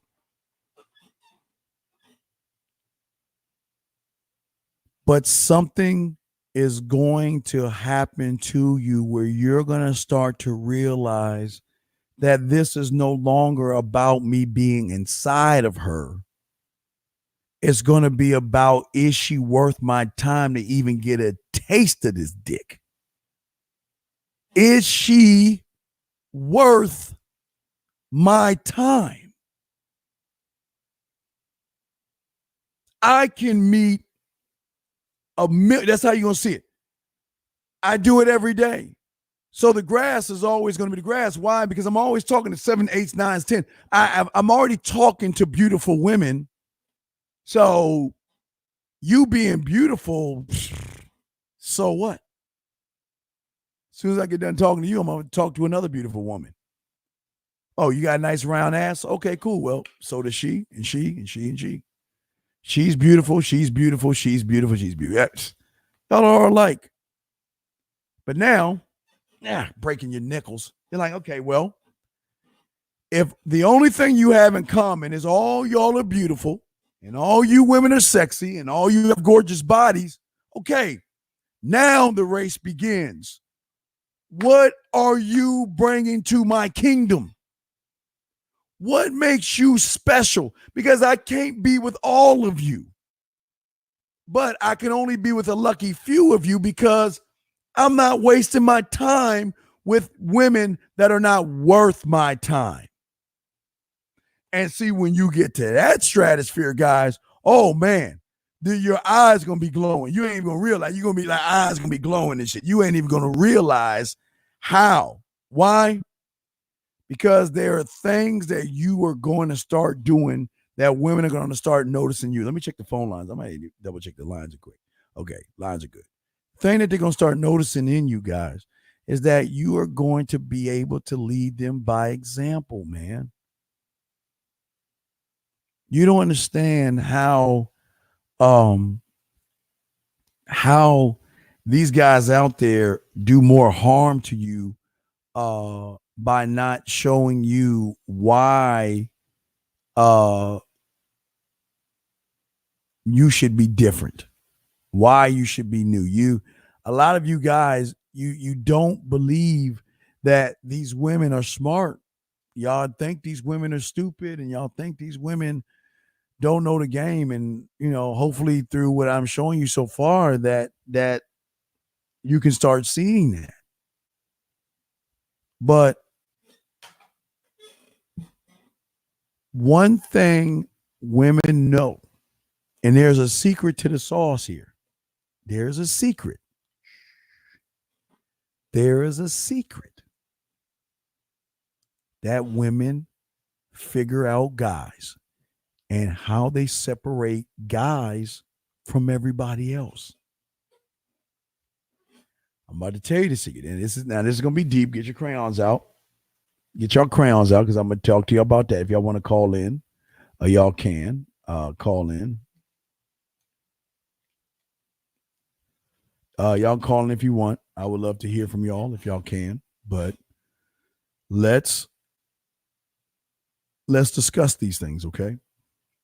And these are things that are very important that she's always going to be looking for.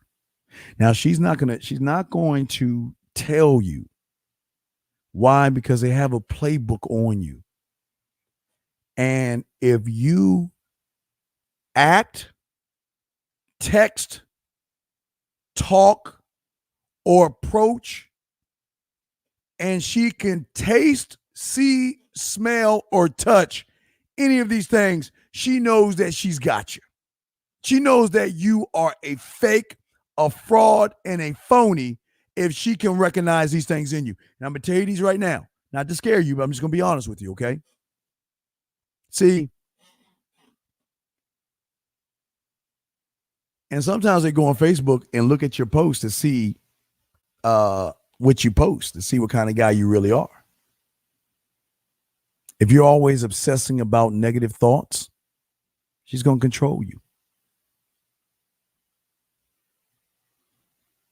If you always are taking things personally, like when a woman turns you down and you get mad and stuff like that, oh man, they can recognize that in you, man. When you want people to feel sorry for you, when you don't take responsibility for the way you act, when you complain, when you point the finger at everybody out there. Women know that you are standing on weakness. When you are always cynical and stuff, and you're blaming, and you're always miserable. When you listen or follow, remember, when you follow the hive, remember the hive teaches you that there are women out there that are purposely trying to hurt you. And when you have that mindset, it's going to show. When you guys automatically think that the world is out there, that you are being targeted because you're a man to be mistreated, they know. Even when things go your way, you still complain. All you do is look at your problems, but never the solutions, gentlemen. They know. When you look at a situation like most guys, I can't get women. Women only like guys that have muscles and all this other stuff. When you feel powerless and you can't cope with the truth, they know. When you believe that you're not responsible for the things that happen in your life, they know. The worst one is that they put in you when you believe that the world is a scary, bad place that has nothing for a guy, and it's just the world is against me type thing. They know, man. They know these behaviors. When you blindly follow and you refuse to analyze things, they know. When you're always putting yourself down, they know. They know what you are, and you can't fake that. You can't. And that's what I'm saying to you guys out there. These are the things that you're going to need to grow, because we have less than, I don't know, for some of you, 24 hours. 24 hours, y'all, for those in the future on the East Coast. 24 hours, you're going to be into the new decade. You're over. You're going to be over in there. For in 24 hours, guys, y'all are going to cross over before us, and you're going to be in the new decade. You're going to be there first. East Coast gets it first.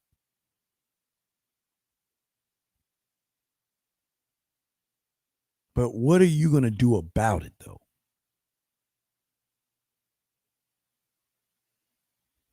You cannot survive following negative people. You cannot survive being around people that are problematic. You cannot survive when it's, you know what was, like I told you before, people have every right. And you know, like I noticed something on that YouTube is doing. And I think it's a wonderful thing. YouTube is putting together, I think they got a harassment policy out right now. They just put some new harassment policy out there. Let me tell you why that's a good thing.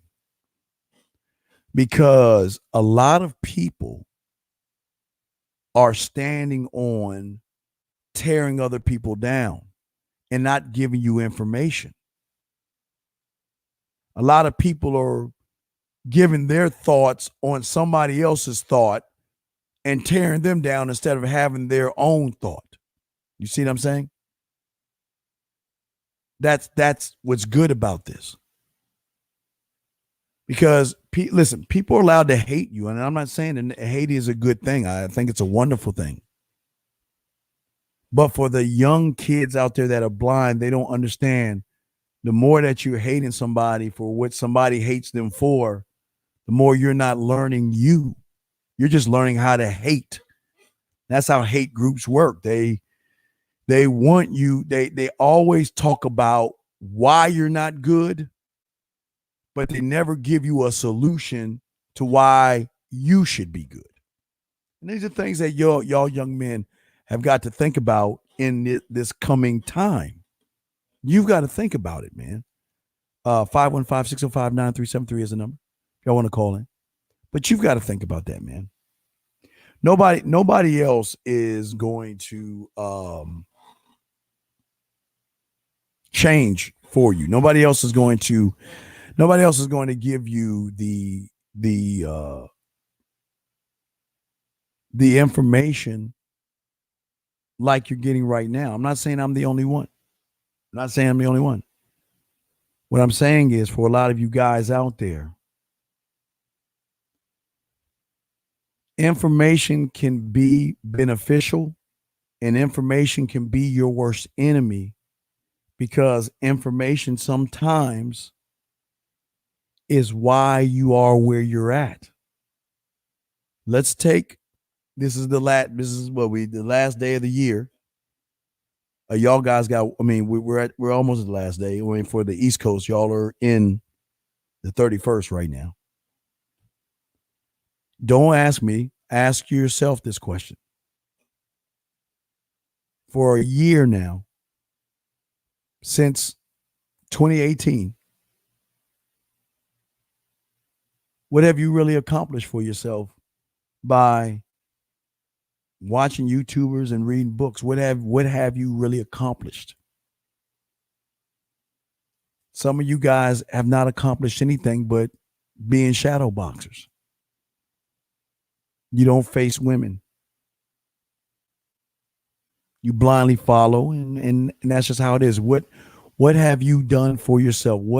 how have you really changed? Because if you think the change that you have is that, oh, I understand women better, you're lying to yourself. You're lying to yourself. Because I told you there is no reason why you shouldn't have an average of 5 women right now. There is no excuse whatsoever why you shouldn't have 5 women. Easily. You should have 5 women without even doing any work. But Steve, I don't understand something. There ain't no women. Where do I find women out? Go out your damn door and you'll see. You can go to the store, there's women. You can drive down the street, there's women. You can go to the mall, there's women. Hell, women are everywhere. There is no excuse except the one you would give yourself to not talk to women. I don't ever want you guys to ever feel or ever think that I want you to be like me. I'm telling you right now, I don't even like my damn self. I mean, I love myself, but that's the older thing. But I don't want you to be me. You don't need to be me. You're not going to have my lifestyle. You're not going to think like me. You don't need to be me. We have got to prepare you guys because nobody is preparing you for, it's funny. We always get that life lesson from our parents sometimes, but nobody necessarily gives us the life talk that we need. For some of you guys, you don't understand 18 to 25 is such a crucial moment in your time as growing because this is a time where you've got to lock in a fucking trade. This is a time you got to start putting money away for your future. You got to start saving for your retirement. You've got to, this is not a time to goof off and not a time to sit on your ass and live job to job and paycheck. This is the time to dig in and create and find a career that you'll be able to put money aside because you don't understand how this world works. It's, man, you blink, you're 18, you blink, you're 26. You blink again, you'll be in your 30s. You blink again, you'll be in your 40s. And then by that time, even in your 30s, the companies want the new young guys. So they're pushing you out. They're pushing you out. But they don't want to talk about that. But what does this got to do about being a man? It's a lot. Because right now, for you 18 to 25s, y'all are in the prime. Whoa, you are in the prime of your life, guys. Whoa, doggy. Man, let me tell you. Yo, everything is working to its peak. Your body, your metabolism, everything is working right for you. Man, you can eat a burger fried. You can eat whatever you want. It's going to cut through. You can walk. That shit's going to shred off of you like that. Everything's going to be great for you in these times. You're at the prime. But don't worry. Don't get me wrong. As the older you get, you're gonna grace with age. And I'm going to get to that. But I'm just saying. There is going to come a time in your life where you are going to reach what we call the pinnacle, and then you're going to start to make the descent towards your demise. That's the truth. You're gonna maybe it's around 56. I don't know. You're gonna reach a point.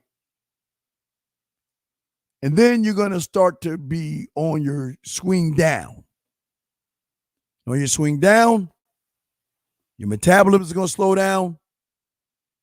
Your body's not going to work the way it's going to work.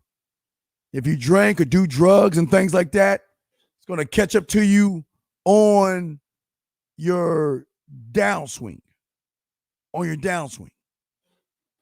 Doesn't mean that you can't be a man. It doesn't mean that you can't snag younger women. I'm just letting you know that your body is going to stop to function. That's what I'm saying. Your body's going to stop to function. That's what I'm saying. You're going to peak and you're going to come down. Your T levels are going to slow down. For some of you, you're going to have erectile dysfunction. And I'm not wishing bad on you. I'm just saying things are going to happen to your body that you're not used to happening because you've always felt that this is never going to change. You know, I'm always going to have strength and I'm always going to be this and that. The world is going to change.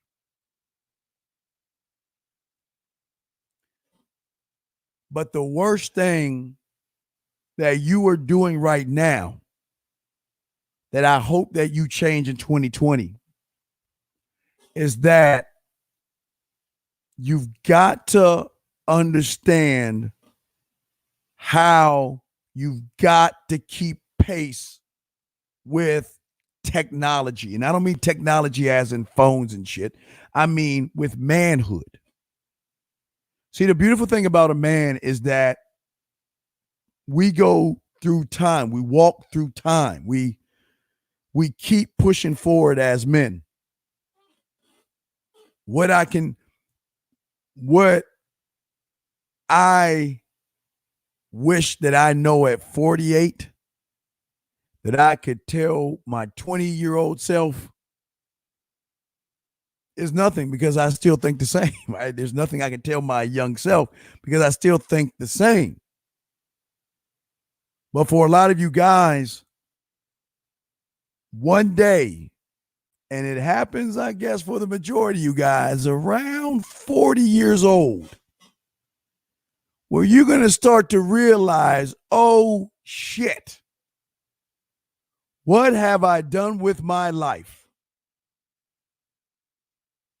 I have no women. I have no legacy. I have nothing.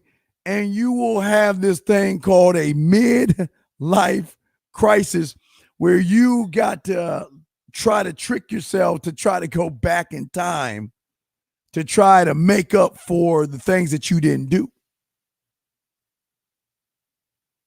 Men don't do that. We welcome life.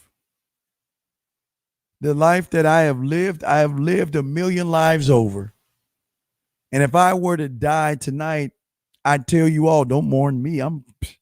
Hey, I lived, man. Y'all, hey, man, your boy lived. I'm good. I'm looking forward to going out into space. I just can't wait. I cannot wait to get shot in space. Oh my God. I don't want to be buried here with y'all. I want to go out there, man. So I'm happy.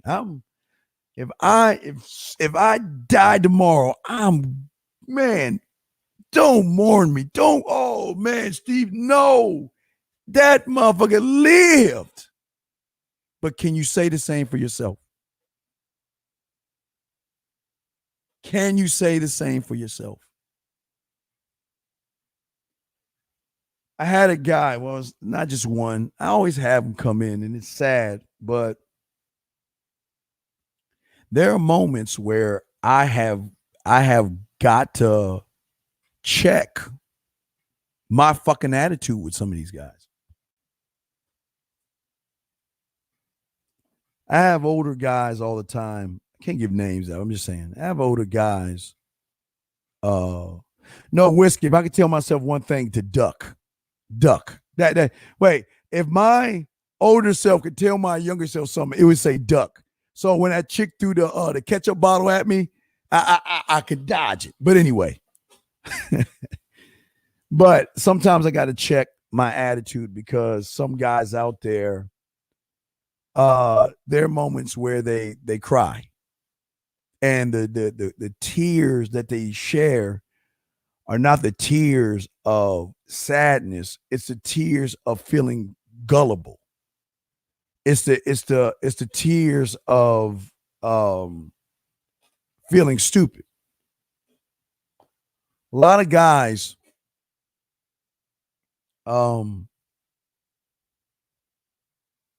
they hate me.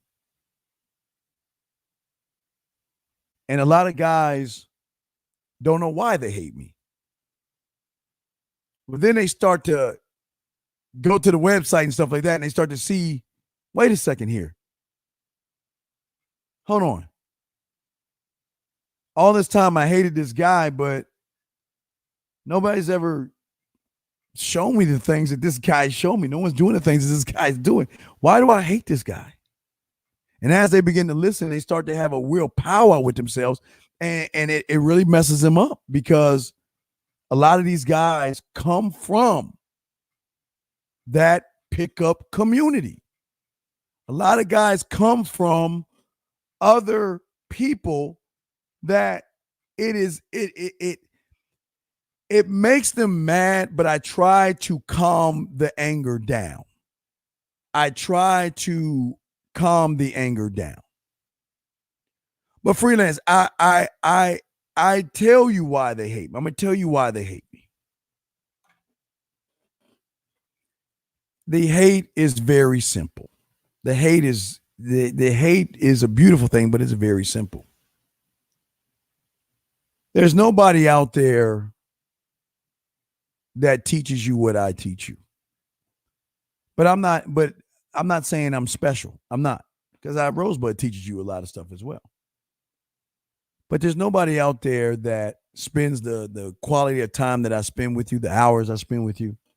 There's nobody out there that shows you how to fix your apartment up, shows you how to cook meals, and all that. Shows you how to talk to women off the cuff. Nobody does that. Everybody has their little niche. But I am a threat, because when you are more than one thing, you threaten other people. And that's what I am. I'm a threat. And I'm not a threat because of the stuff that I teach freelance. I'm a threat because of the longevity that I have. You see him come and you see him go. But I'm going on 30 something, around my 30 years. Yeah, I'm like 30 years in this thing. I'm slow pacing this because of the longevity. See, the great ones are great because they can stand the width of time, and they can fight through the PUAs, the metals, the purpose, and all that other stuff. They can fight through that. But the problem is that people hate the fact that there is no gimmick here, because I'm not a gimmick. I'm trying to free you from the gimmicks. So you're going to hate the person that is teaching people to be themselves.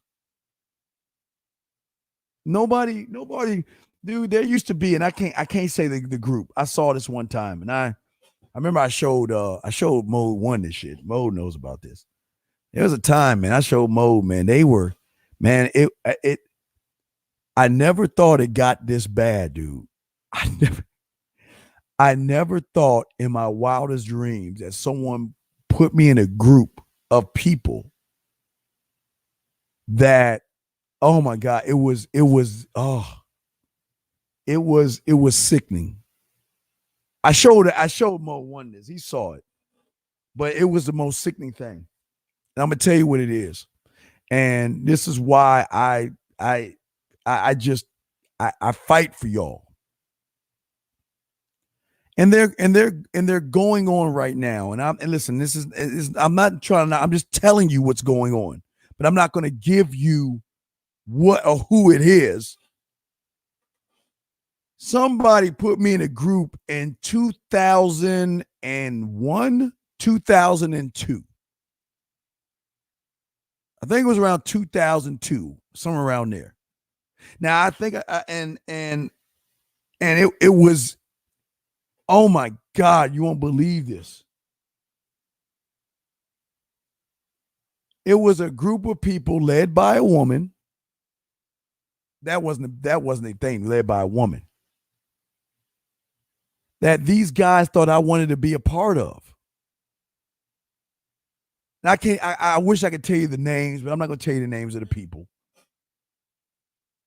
But these people were in this group, and all they would do is talk about how to sucker and manipulate you guys out your money. They were just talking about, well, this is how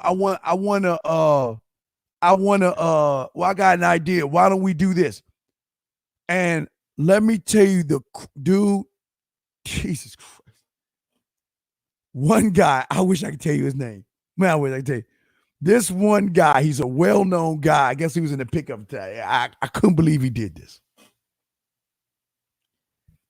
This guy took he took a table and put books on it. He took another table and put books on it. He had a green screen behind him that he imposed a picture of a library behind him. And then he took a model to stand in front of the table as if he really met her in the library.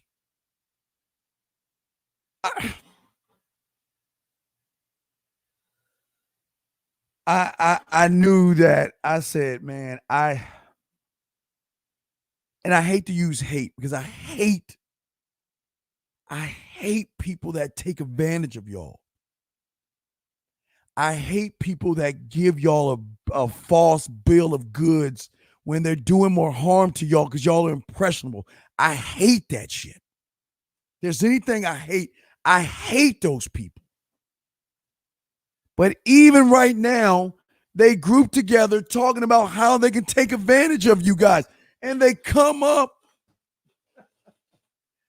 You don't think they come up with the gimmicks? They come up with the gimmicks all the time. All the time. We've got to figure out a way to get their dollars.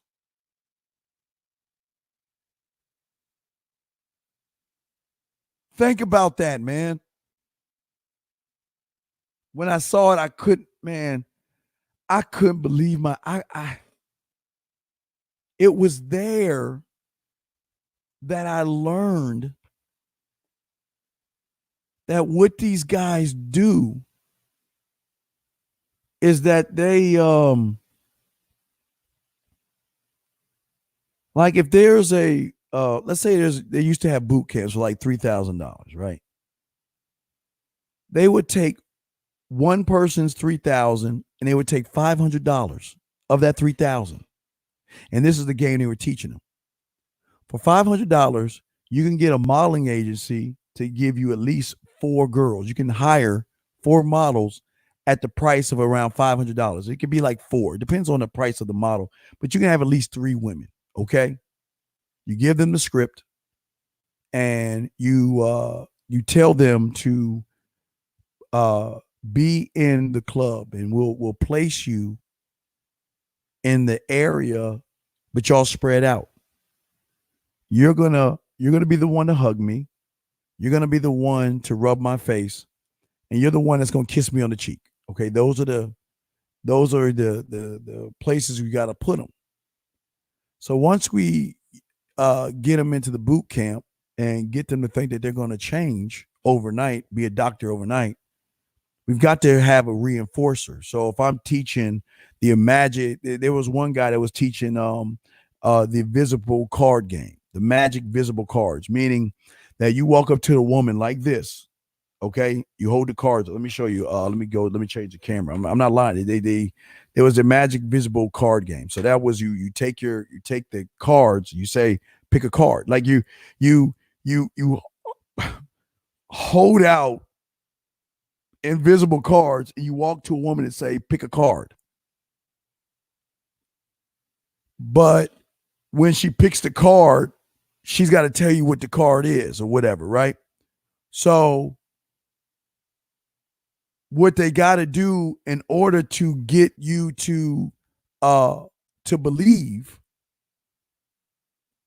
you have got to see it in real time to make you feel like you're getting your money's worth. So when you go to the club, well, I'm gonna show you the invisible card chick. Here's a girl. Wait, let me find a woman. Wait. You see that pretty model? Look at that good looking girl over there. Yeah. Watch this. I'm gonna go do this. Watch what I do. And he does the invisible card trick. And what does she do? She rubs his face. People watch. Oh my God. Wow, she rubbed. Oh shit. Did you see that? It works. And the whole time what's fucked up is they're laughing at. They're laughing at your gullibility or you being naive. They're laughing behind. I mean, this is sick, man. But I'm being honest with you. Just being honest with you. So then what they would do is because again, you're not going to really you might be a little skeptical. It happened one, but if it happens to two women, holy shit. Does it to woman number two. Woman number two does what? Gives him a hug. Oh my God, he's going to have sex with her. Oh my God, he can have sex with her right now. Oh my God, this is great, man. And we gotta write down this fucking PUA lines in the visible crick. And they are all excited and motivated. But then they take the card to the last one to really hammer it in when she kisses him on the cheek. So then they think that they know, oh my God, this is the best thing since sliced bread. But let me ask you something. And this is why I tell you guys, don't believe me. But ask yourself a question. Think about people that motivate people. Shouldn't you be able to motivate people with one? Shouldn't someone like a Tony Robbins be able to just go one place, one time, give one word of motivation to move people and it just flow throughout time? No, because the way people work is that, like I told you, when it comes to motivation, and this is what part 3 I want to talk to you about. This part 3, but let me check the phone lines. Okay, lines are still open if y'all want to call in. But this is the next phase that I want to talk to you about in this discussion, because you've got to understand that you are, like I've always said, you're the hunted. Okay, you always the weak. The weak will always the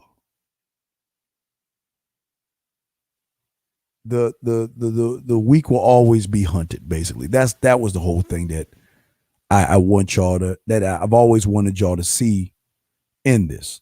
The weak will always be hunted, because they know most men. What is the thing about most men? Okay. Most men are driven by emotion, and they don't even realize the emotional drive that they have. Like a woman, is they buy based off of emotion and not logic. Because I'll follow Uncle Dean on this. Logic would tell a man that I can't be a man in a day. Logic will tell a man that I can't be a doctor in a day. I can't do open heart surgery in a day. I can't fire an airplane in a day. That's logic. But when you have fear, which is an emotional trigger, then people are going to use this thing called motivation. Now, again, I have this is not to knock anybody who is religious. All right. If you're religious, this has nothing to do. I'm not love your God and be, but ask yourselves the question, not me. This is one that you got to ask yourselves.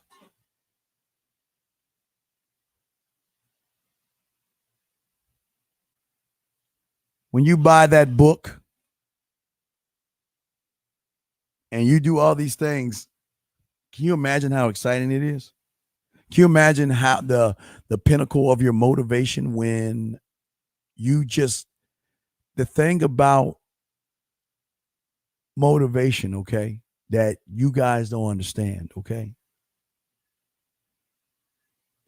is that the truth when it comes to motivation, it's not permanent.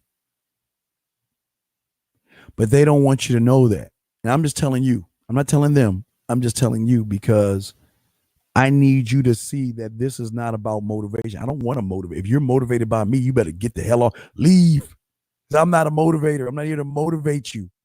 I'm just here to punch you in your damn chest and tell you the truth about yourself. I'm not here to motivate you.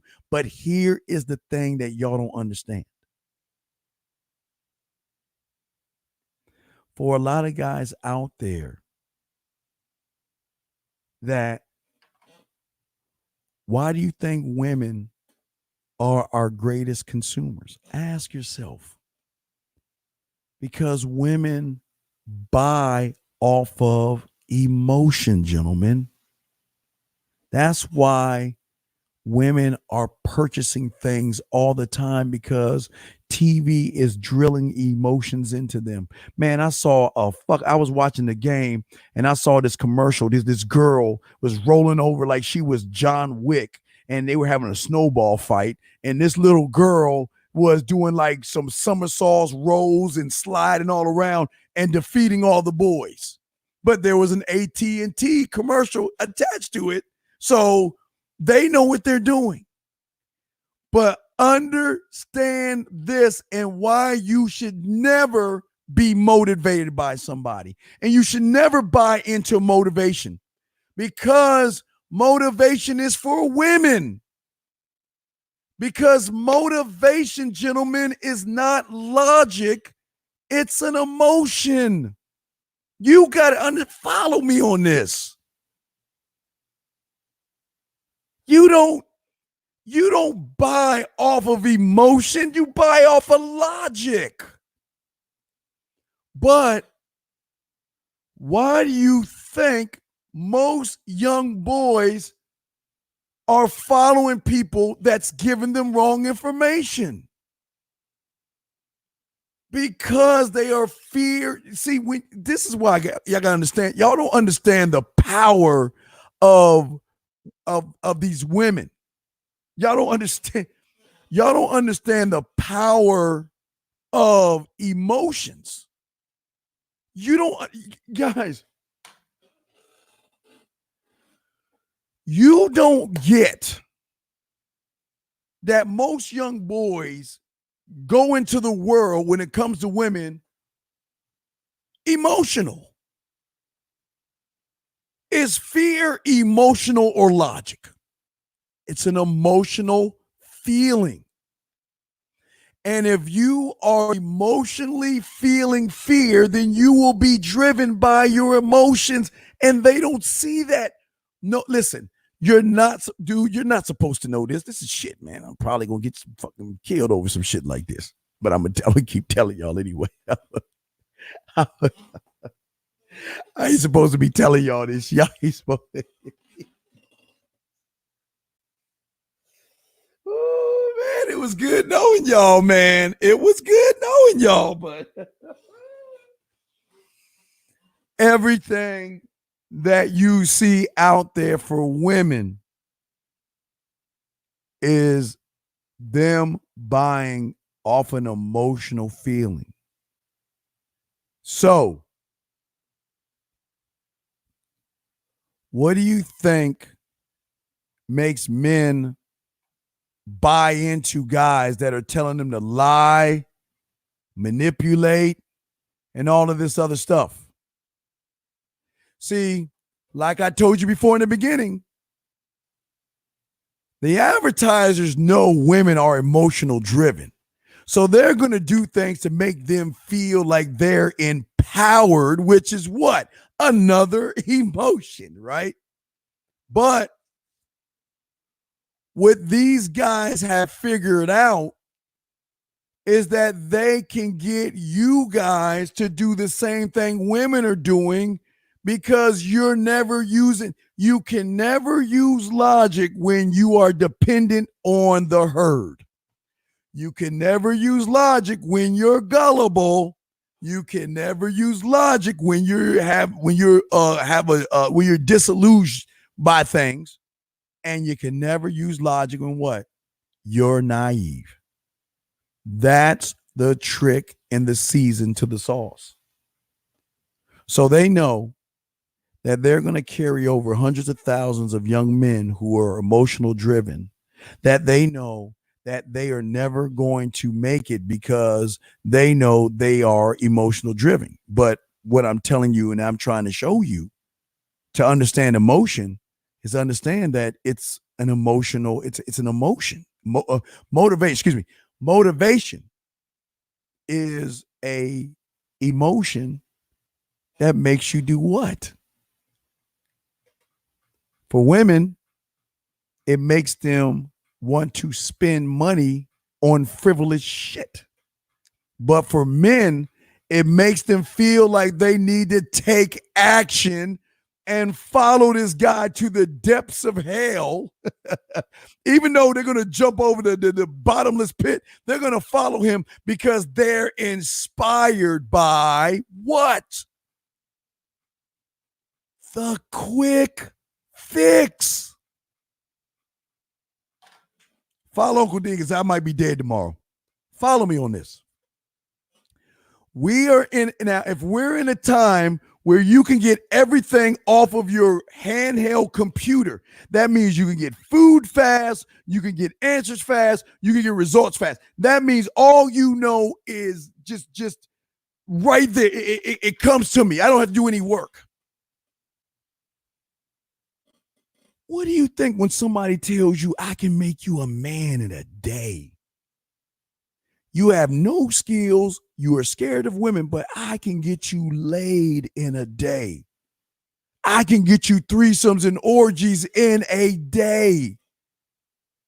Why do you think they buy into it? Because if they were driven by logic, right, they would then do what?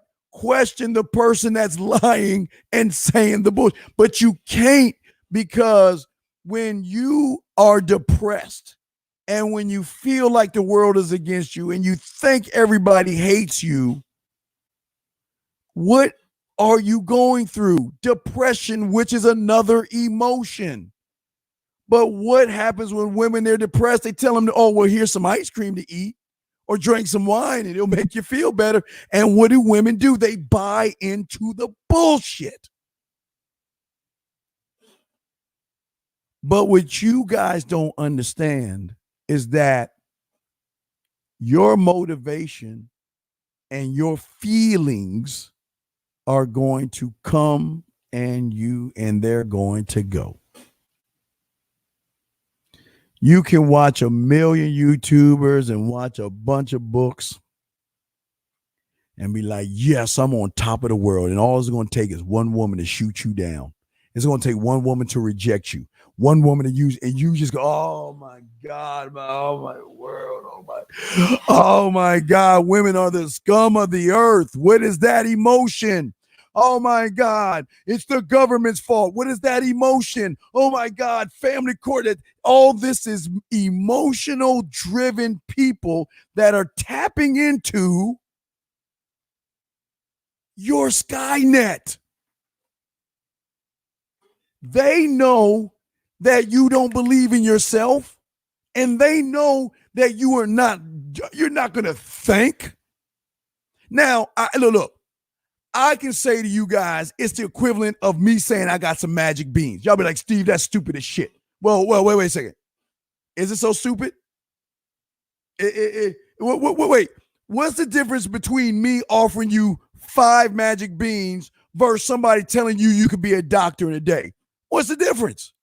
What's the difference in me offering you 5 magic beans and someone telling you could be a man, sleep with a bunch of women, have one-night stands, and fly an airplane and be able to do open heart surgery in a day? There's no difference. It's just When I show you the 5 magic beans, logic kicks in and be like, Steve, that's stupid.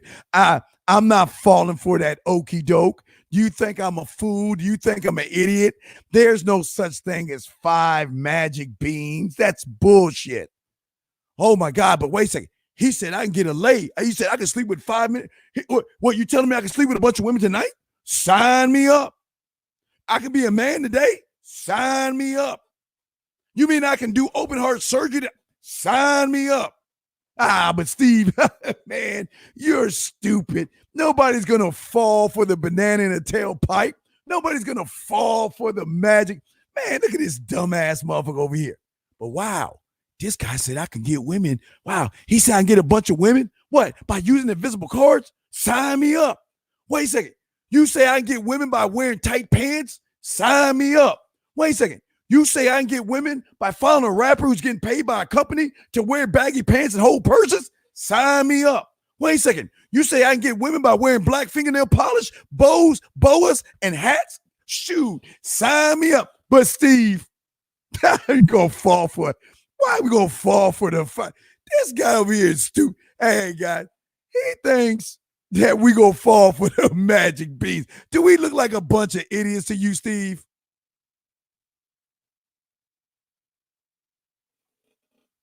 That's what I'm trying to tell y'all. Because you guys are emotionally driven, okay? It becomes a lucid drug. Motivation does. And motivation is tricky because it can give you the highest of highs, but it can give you the lowest of lows. You know what I mean? It can make you feel like you're on top of the world. But then when the lights turn off, you just come back down. And some of you go deeper into your sadness because, damn, that drug of motivation was good and now I don't have it. Man, I just can't make it. And the world's against me. So, oh my God, I need some more motivation. Oh my God, I can do it all. Yeah, I can get women. Yeah, I can do it all. Lights go off. I just ain't good enough. I can't get women and all this stuff. I need my emotional fix. Let me go back to YouTube. Yeah, you're right. Yeah, these women ain't shit. Yeah, you're right. The government's going, yeah, you're right. Yeah. And then the TV goes up, like, oh, I'll go right back down. They don't want you to know that, man. Because for a lot of you guys out there that have to understand how your mind works, is that what comes up goes back down when you're using it as an emotional crutch. What comes up is going to go down when you're using it as an emotional crutch. That's the difference. I don't want you to be motivated by this. I don't want you to believe me or trust me. I don't want you to do any of that. What I want you to do is I just want you to grab a weapon off the table. Let it be a knife, a bow, a bazooka. I don't care. Whatever weapon you want to grab, and go out there and test it. Come back and tell me about the experience. And then with our logic, we'll come together and we'll see, did you do this right or what you did wrong? And what adjustments can we make logically without worrying about the emotion of feeling what? Depressed. 313, I'll bring you 1 second. Damn, I'm sorry, 313, I'll bring you 1 second. But that's part of it. Wait, I think 313 is just listening. So, it's safe, guys, just listening. But what I'm saying to you guys that you guys don't understand is the emotions, the depression, the anxiety, emotions, fear, emotions, nervousness, emotions. So you are driven by your emotions and you're not driven by your logic. Logic says that she has a right to say no. And logic says that if she says no, cool. Next, that's logic. Emotions say that she should be with me. I'm a guy. She's got to be with me. Or I'm a guy, and if she's not with me, she's the bitch, and F her, and she ain't no good. And then women ain't no good. Then the government's no good. Single mothers no good. Family court's no good. Do you understand that? As it's emotionally driven. But y'all is, man, I don't know. We should be. I might have to cut this. I might have to take this down because y'all ain't supposed to know this. Y'all mean y'all are not supposed to do this. Y'all are not supposed to do this. Y'all ain't supposed to know this.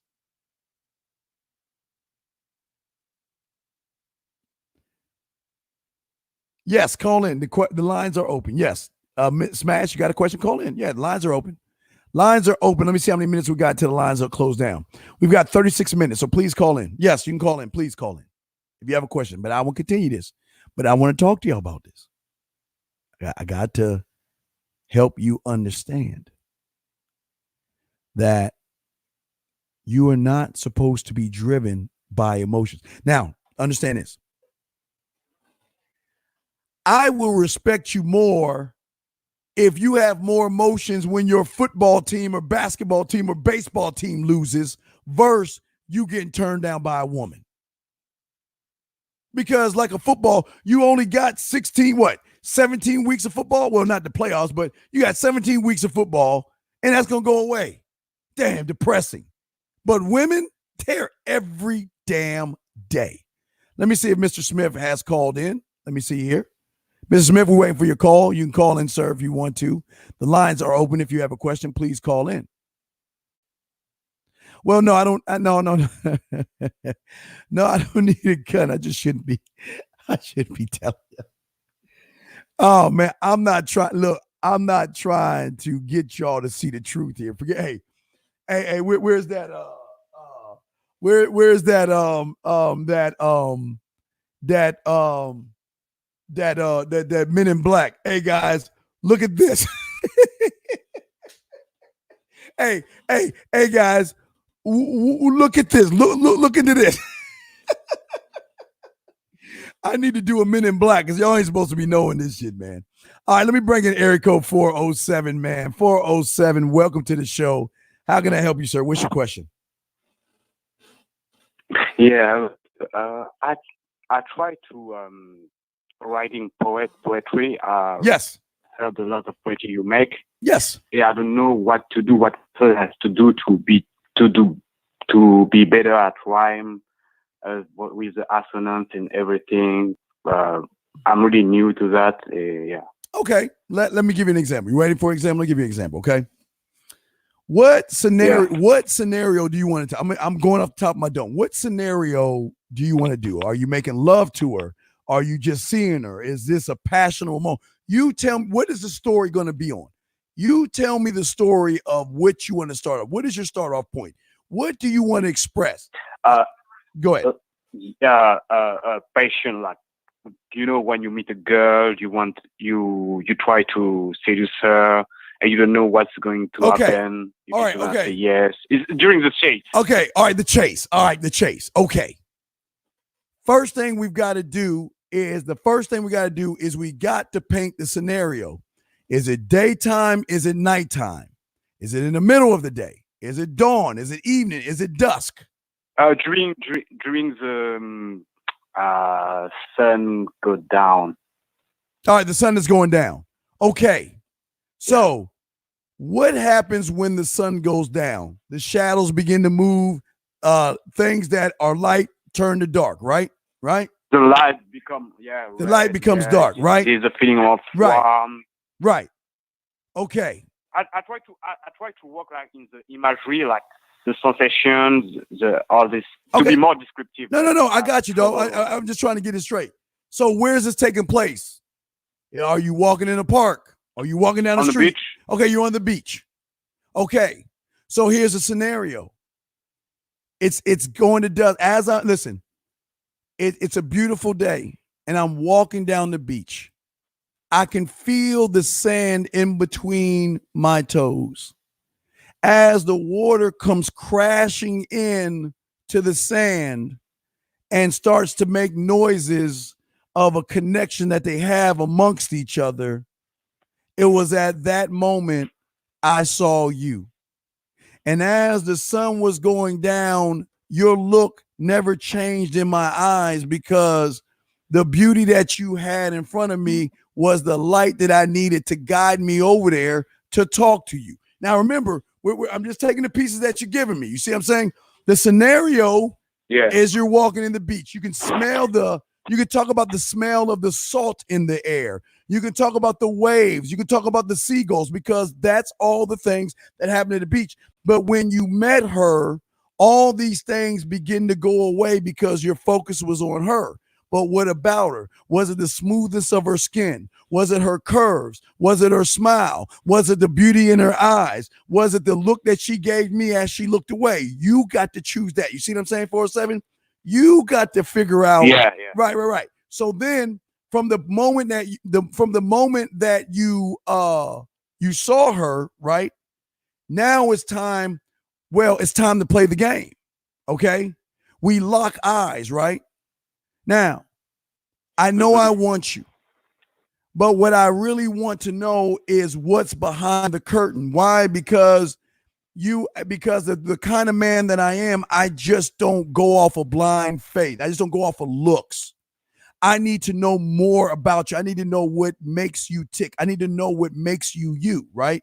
So in order to do that, I had to come up to you. And as I was walking up to you, the closer I got to you, I can begin to smell your perfume. I can begin to see in your eyes that, you know what, you're waiting for me to make the move. And as I walked up to you, and as I introduced myself to you, I can notice that you were shying away. Why? Because you're not used to a man looking through a woman the way that I was looking at you. I was not looking I was just looking at your beautiful eyes. I was looking through you. And while I was looking through you, I wanted to know if there was a connection between us. And as it was getting dark, I had to make my move. Do I want to spend more time with you? Maybe. Now remember, as the sun's going down, is there a barn fire? Do I take you to a place? Do I just give you my information and let you contact me? You see what I'm saying? You are the conductor of the poem. You see what I'm saying? But when you do that, it seems like really easy. But when I try to do that by myself, it's a real struggle. But what I'm saying, the reason why it's not a struggle is because you're putting yourself in the place of the beach. And when you're at the beach, you know how it is when you're at the beach. You know the sand in your toes. You know the crashing of the water. You know the smell of the water. You know the seagulls, right? It would be easier if you really leave the situation. What it would be easier if what now? It would be easier to describe if you really leave the moment. Well, yeah, but no. But this is your moment, how you see it in your vision, because what you want to do is the woman that is either reading it, you want her to be able to feel that moment. You want her to feel like she's in that moment. You want her to feel like she's the woman that you're talking to. And if she was ever to meet you if she was ever to meet you at a beach, this is how it would be. Because when I walk up to you, because like I remember like two poems you make, like Juicy Cream with like the two Italian girls, yes, and like the track like you be mine, something like that. Yes. I would like to be good like that. I don't know how to be creative like you. Right, but I tried by myself. But my brother, I'm showing you right now how to do it. You've got to take the scenes and the moments, and you just got to paint if you're explaining it to the audience, what you've got to do is you have got to explain everything to the person. So if they close their eyes, they can smell the salt of the sea. They can hear the crashing of the water that's hitting. You see what I'm saying? All those things. Does that make any sense? Yeah, that makes sense. And the second, how do you make rhyme because rhyme is easy. Just use the alphabet. Rhyme, dime, chime, trime. Just A through B. Rhyme, dime, I'm, bime, chime, dime, gime, fime. Just take the rhyme. Yeah. And go through your ABCs. Can you use? Is it considered cheating if you use a dictionary of rhyme? No, it's fine. It's fine. Okay. It's all about you and my fantasy. It's all about our bodies in a symphony, making sweet tunes of love and acknowledgement, stripping with every note, candlelight environment. It's all about your mind melting as one. It's all about the love we make until the morning sun. It's not about the fruit, the music, or the grease. It's all about your body, a heavenly masterpiece.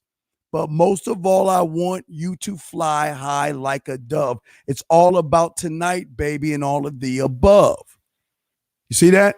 That the rhyme. Yeah.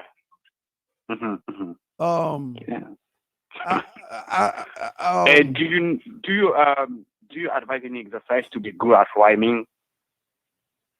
Do I advise to be good? 516, I'll bring you in 1 second. No, I'm not saying you don't have to rhyme everything. Sometimes you don't. Yeah, but I like doing rhyme. Well, then start off with rhymes. Yeah, you can. Yeah, you can.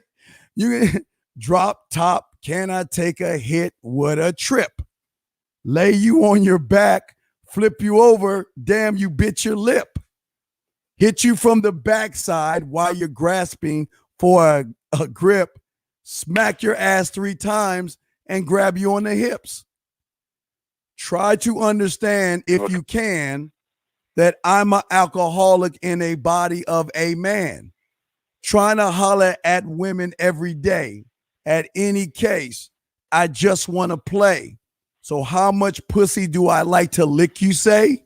If I was a woman, yeah, you know I would be gay. But yes, I am a man and I'm down with that. But I'm going to chill and lick before I tap.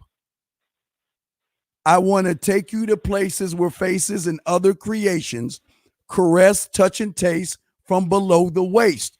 I want to tap the cat and make you purr from the back, open up the bottle and tap the cat. Are you down with that? Lick before I tap. So all I'm doing is rhyme. But the rhymes are explaining a story. E.F. Hutton must have been in a room when you walked in the door. Everybody all around me seemed to stop except the women on the dance floor. Everybody in the room wanted to know your name, so they followed you around just like a puppy dog. Your legs controlled the mind game. I saw you. I wanted to get near you, but I didn't know what to do first. So I wiped my mouth like I had a sip of you because I knew you could quench my thirst. Maybe it was a tight dress, then the room, or the look in your eye. I don't know. Anticipation grew stronger as the night went by. I mean, it's just rhyme after rhyme after rhyme. So you can rhyme it if you want, or you can just spit yak if you want. So that's just how it works. 516, I got you. I'll bring you in 1 second. But does that make any sense to you? Yeah, that makes sense. Thank you. All right, brother. I'll throw you back in, brother. Respect to you. All right, let me grab 516, sir. What's your question? How can I help you, sir? What's up? Hey, Steve. Thank you for taking my call. What's up, bro? Just calling because I have a situation with my girlfriend. So she's getting upset with me because I was messaging my friend. He sent me a picture of this girl like a week ago. I don't even remember what I said, but I guess I said she had a nice ass. Hold on, wait, 516. Wait, 516. Hold on. Before we answer this question, what is a problem to Uncle Dean? What is a problem to Uncle Dean? What is a problem to me? What do I view as a problem? Something going wrong with inside of yourself. No. A problem to me is a meteor the size of Jupiter heading towards Earth. That's a problem, right? Right. So right. when you tell me you got a problem with your girl, is that really a problem or is that a solution? It's a solution. Let me ask you this question. You say your girl got mad because you were looking at photos of other women? Nah, she got mad because I commented on what my friend said. I just said it was, that shit was nice. All right, let me ask you this question. Oh, wait. Let me ask you a question. What is your law, your rule, and your code when a woman gets mad at you for liking a photo of your boy? You tell me, how do you handle a woman that gets mad at you for liking a woman's page? You tell me, what is your law, rule, and code? So let me just get this situation straight again. A woman that gets mad at me for liking a photo of a woman? Yeah. When I tell you, you got to govern your whole body. Every situation a woman gets mad at you or whatever, you have got to have a law for that you put to your Congress or your Senate, and it's a bill that has to go by. So I'm asking you. I mean, okay. I told them, oh, I'm sorry. No, I'm asking. I want you to know what is your law, rule, and code about a woman that gets mad at you for posting or commenting on your friend's photo? You tell me. I just want to know. Well, how do you handle? Oh, well, I didn't even do that. Just to make sure, I didn't even do that. It was just he sent me a picture on a messenger app, I just messaged him back saying. All right, let me help you out with this. Let me help you out with that. Hold on, let me bring it out. Check it out. My law, rule, and code about a woman that gets mad at me for liking one of my boy, like if my boy posts a picture of a chickie smashing or a beautiful woman, and I'm like, damn, that's a fat ass, and I give him a like, or I do my Ghost and Tommy. One thing if you follow me on Facebook, I always post, Ghost and Tommy giving each other dap. That's my thing. My law, rule, and code. If a woman ever pumps enough blood in her heart to go through her veins and in her mind to get mad and upset at me, then I'm telling her, and I can't cuss, but she's getting her walking papers. That's my law, rule, and code. You want to know? Let me tell you why, though. Let me tell you why. Because just like Tyler said, my main law is I'm a drama-free man. If anybody brings any drama into my life, that means mom, dad, sister, brother, Bigfoot, Smurf, unicorn, elf, or Loch Ness monster, they're gone. So, caller, what I'm saying to you is that if she gets mad at me, then we got a problem, because she is then challenging me as a man. But let me ask you the question. What did you do when she got mad? So I explained to her, like I'm a straight man. Wait, you explained? Other women. Wait, you explained to her? I mean, I'm going to be attracted to other women. That's what I told her. And I also said, this is a private conversation between me and my friend. So, no. You know what I mean? Like, you don't have a right to get mad at that. No. That's why I told her. No. It's this simple, caller. Mm-hmm. You have every right to get mad. You have every right to get upset, and you have every right to get angry. But if you get mad and upset and angry at me over some stuff like that, we can't be dating. There can't be a relationship. Because as a man, I'm going to uplift my boys.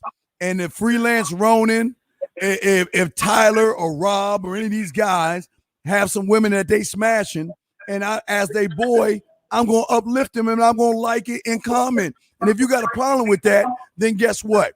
Maybe you and I shouldn't be Facebook friends. Hell, maybe you and I shouldn't be friends at all. Matter of fact, maybe I should bring you down to booty call until you show me you're worth something else. You see what I'm saying? But what did she do to you when you talked to her? Yeah. What did she do when you talked to her? So after I told her that, she wanted to argue with me about it. and I just didn't change my stance, and I just left. Like I just left the room. I left the house actually. So wait. You know, I started talking to her. She tried, yeah. Wait.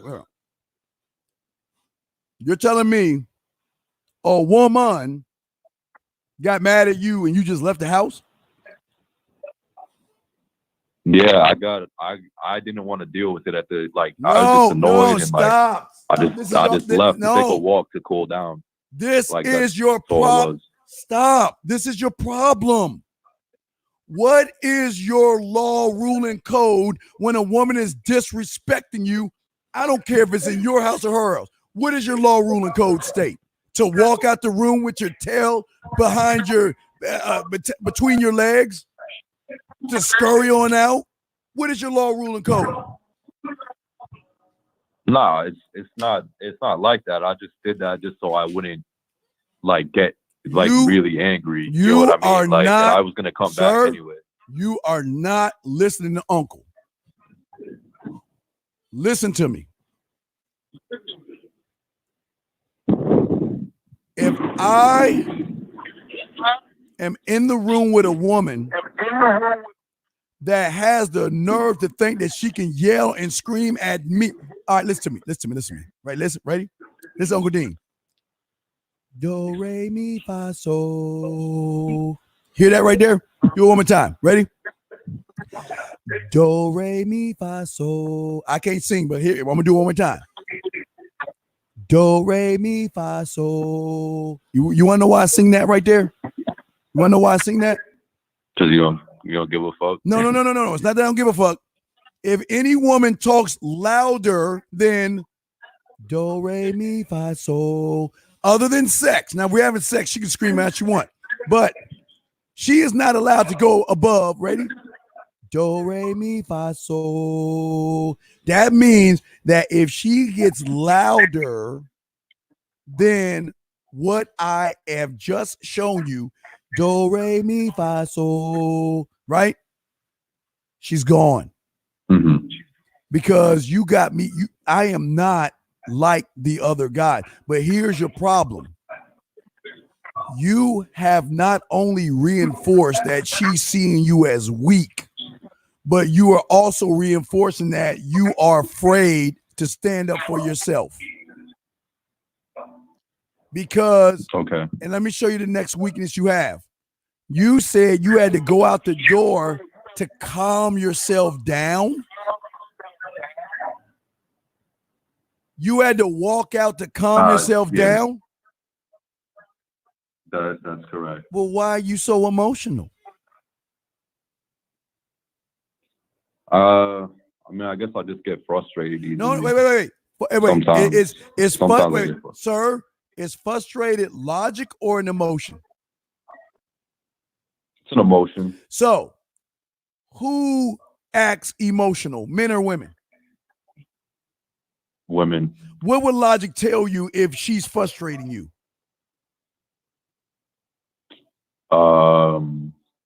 That I'm acting feminine by doing that. No, logic would tell you to get rid of her ass or check her at dude. This is all common sense. This is not. I'm not trying to complicate this. I'm just giving you common sense. What I'm saying is this: when you get into your feelings, you're playing her game because you're on. Remember I told you, when you're emotional, you're not playing the man's game. You're playing right into her hand. So what she's doing is she's pushing your buttons because she knows she can move you. It's like Geppetto. She's like this. You're like, you just flopping around. You are being emotional driven instead of being a man, dude. I don't want you to get frustrated. Yeah. You're a king. You don't get frustrated. When you get frustrated, you get rid of. If she yells at you, let me check. Do, re, mi, fa, so. Oh, wait, she got higher than that? Oh, no, you can't talk to me that way. You're not my mother. I don't know who. Listen, I like our relationship and I like where we're at. But if you feel that you got to talk to me this way and you got to get mad over something like that, I don't think we should be together. Matter of fact, I'm leaving. Bye. Now, is that logic or emotion? So it's logical. So when you came crawling back, what happened?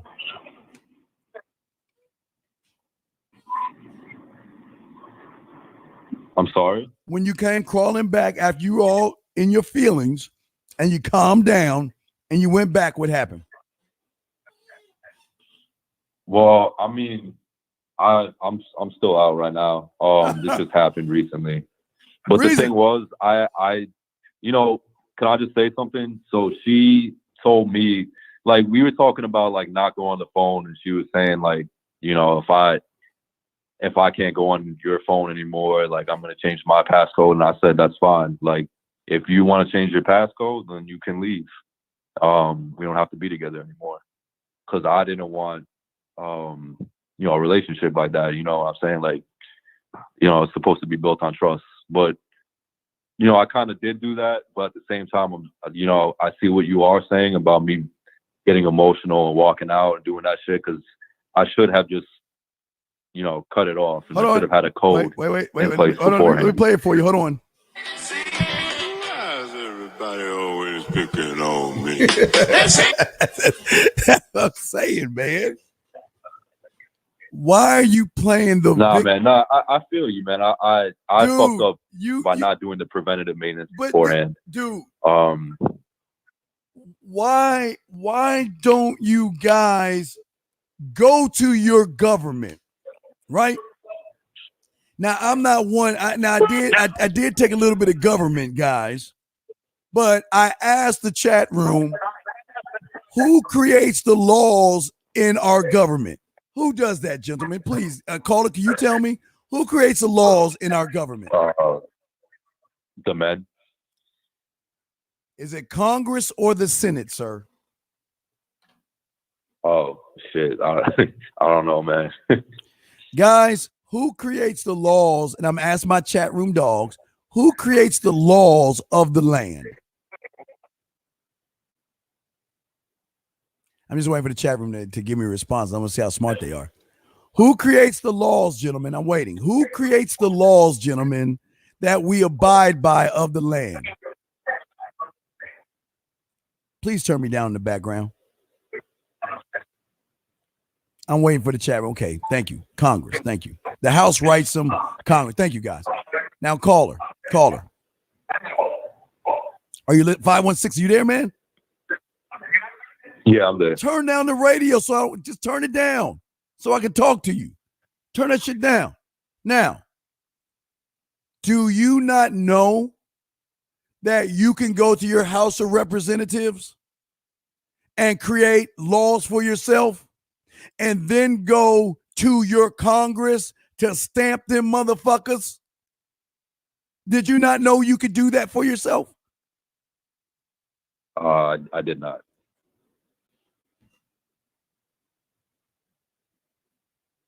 Then I ask you I didn't know that. But I ask you this question. What then guides you? Do you know what guides a man? What do you think guides a man? Tell me what you think guides a man. I mean, for me, it's I didn't say for growth you. And trying to make a change. No, that's why you're messing up. What guides a man? You tell. What do you think? Other than that, that's wrong. What guides a man? Okay, himself. The thing that guides you should be your laws, rules, and codes, your narratives, your principles, your vision, mission, and legacy statements should be. Can you please turn that shit down? So last time I asked him, I had to hang up on you, dude. You're not paying attention. You turn that shit down, please. Thank you. Now, are you listening? Yeah, I have it on mute. Thank you. Mute that shit. I don't want to hear that cake talking. Now, what I'm saying is this.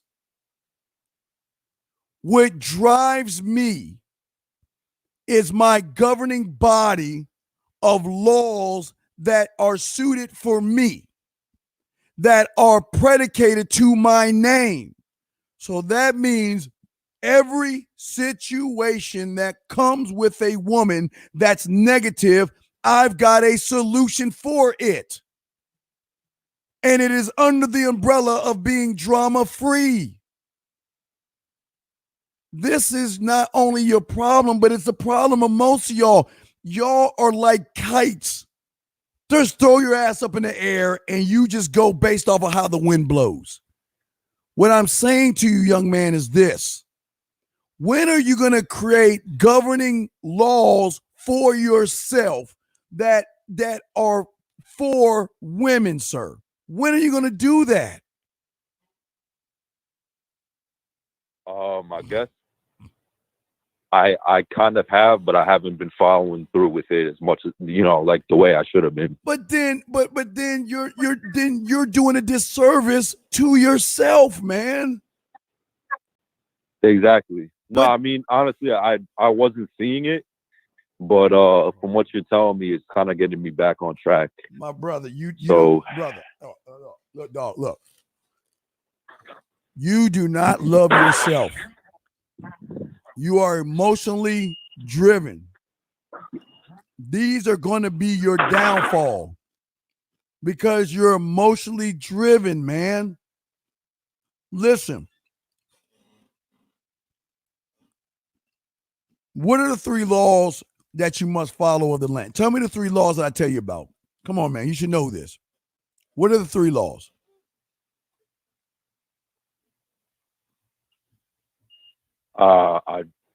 I don't know, man. I'm gonna show you how long you've been listening to me for. Don't lie. Let me see. Don't lie. Few months. You're lying. You're lying. You're fucking lying. I know your voice. You've been listening to me for fucking almost a year now. You've been listening to me. Don't give me that 3 months bullshit. But this is what I'm talking about, you guys. You ain't gonna do shit in 2020 because you still on this weak bitch ass shit in 19, man. This is why you are never going to make it. And I hate to tell you this because if you've been listening to me for this long and you don't know your 3 laws, then why is it that you're coming to me when shit hits the fan? Why? Can you tell me why? You always do this, man. Why do you do this? Why? I mean, I guess I just don't have the laws and I'm fucking up. Dude, every time we talk, we always go over this all over and over again. Every time I talk to you, I always ask you the same question. You're like, well, I don't know, Paulie. I have no idea, Paulie. Well, I don't know what it means, man. That's how you're talking to me. So why are you listening to me if you're not following through with the basic stuff that I'm teaching you? Steve, I mean, shit has been going well for me other than this. No, it's not. Wait. I've been following a lot of other stuff too. Like, sir, I haven't had a problem. Sir, that's a lie. You want to know why it's a lie? Because you're calling me with some bullshit right now. You're telling me everything's going wrong. You're lying because everything's not going right because you just told me that she was looking through your phone. You were talking about passwords and stuff. Come on, man. Yeah, and I told her it's fine to do that too. As long as you're not on some bullshit. What's fine? What's fine? Going through your phone? I mean, like, I said, you know what? Like, we'll have each other's passwords. I don't care. Like, we're in a relationship. It's built on trust. As long as you're not, actively trying to look for some shit. Like, we trust each other. Like, that's what it is. Like, how long I don't have anything to hide, and how long you don't have anything to hide either. Like, I don't care. Like, how long you been with this chick for? 10 months.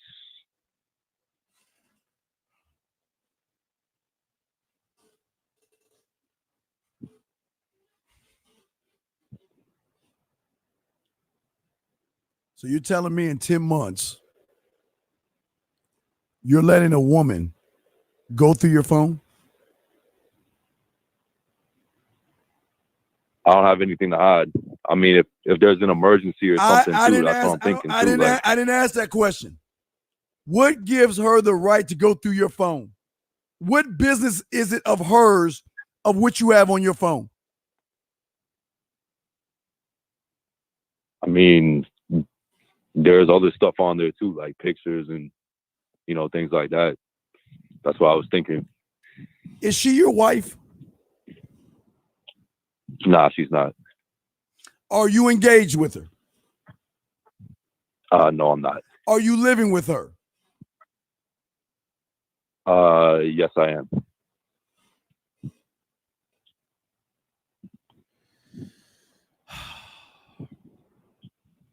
All right. Hold on a second. Let me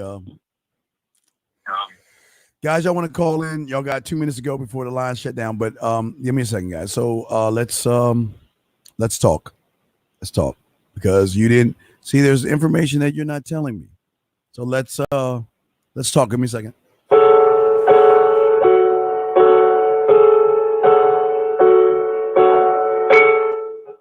The Man Mindset, in association with the You Ain't Shit Show, is proud to say it's that time once again, people, for another exciting episode of The Nice Guy, the Beta Male, and the Town Whore.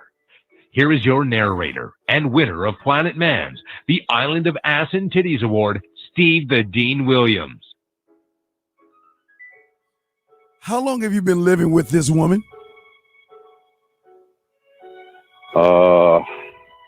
Two and a half months.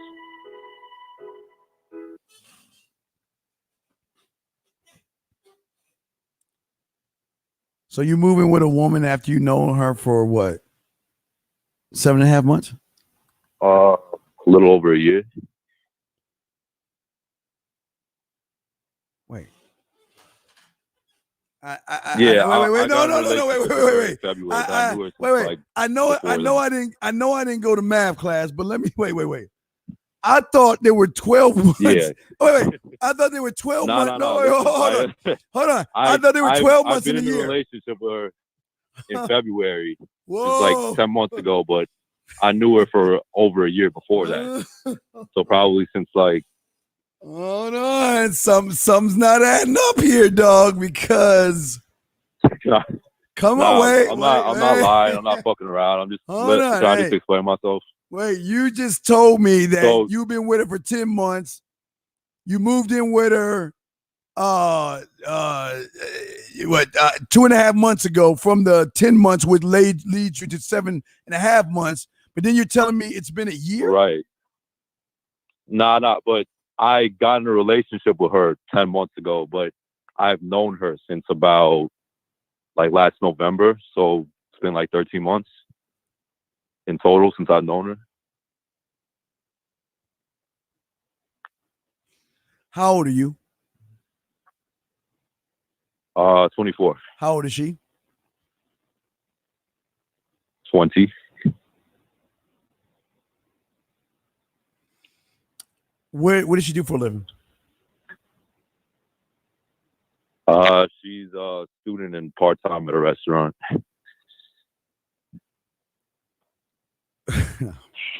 Wait. So technically you're paying all the bills then, right? Nah, she chips in.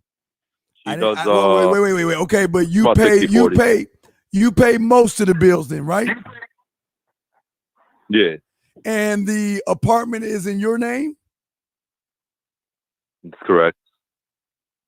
So I might be a little stupid here, guys. I might be a little naive. Tyler, hold on. I got you, dog. Well, let me ask you a question. So you pay most of the bills, and the name is the apartment is under your name, and you're telling me she's disrespecting you, yelling at you to a point where you got to leave your house to cool down for her? I didn't say she yelled at me though. She didn't yell at me. Oh wait. I'm sorry. What is the argument? Is an argument like this? Well, I'm sorry that you had to be there. Well, no. I mean, she wasn't yelling. Oh, really? She just kept repeating the same thing over and over again. What was she repeating over and over again? That it made her feel insecure that I was doing that.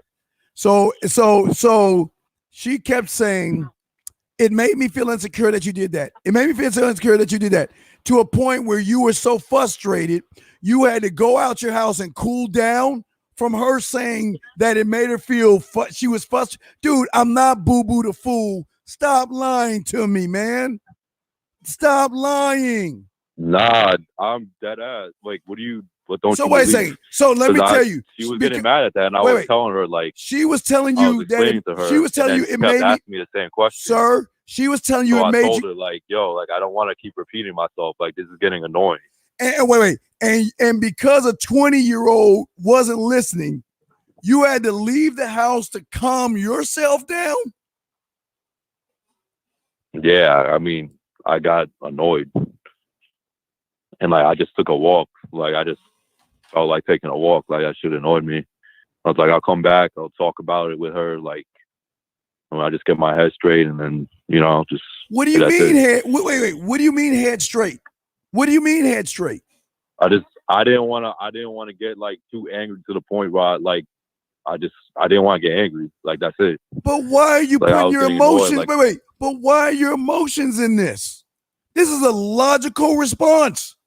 Get out.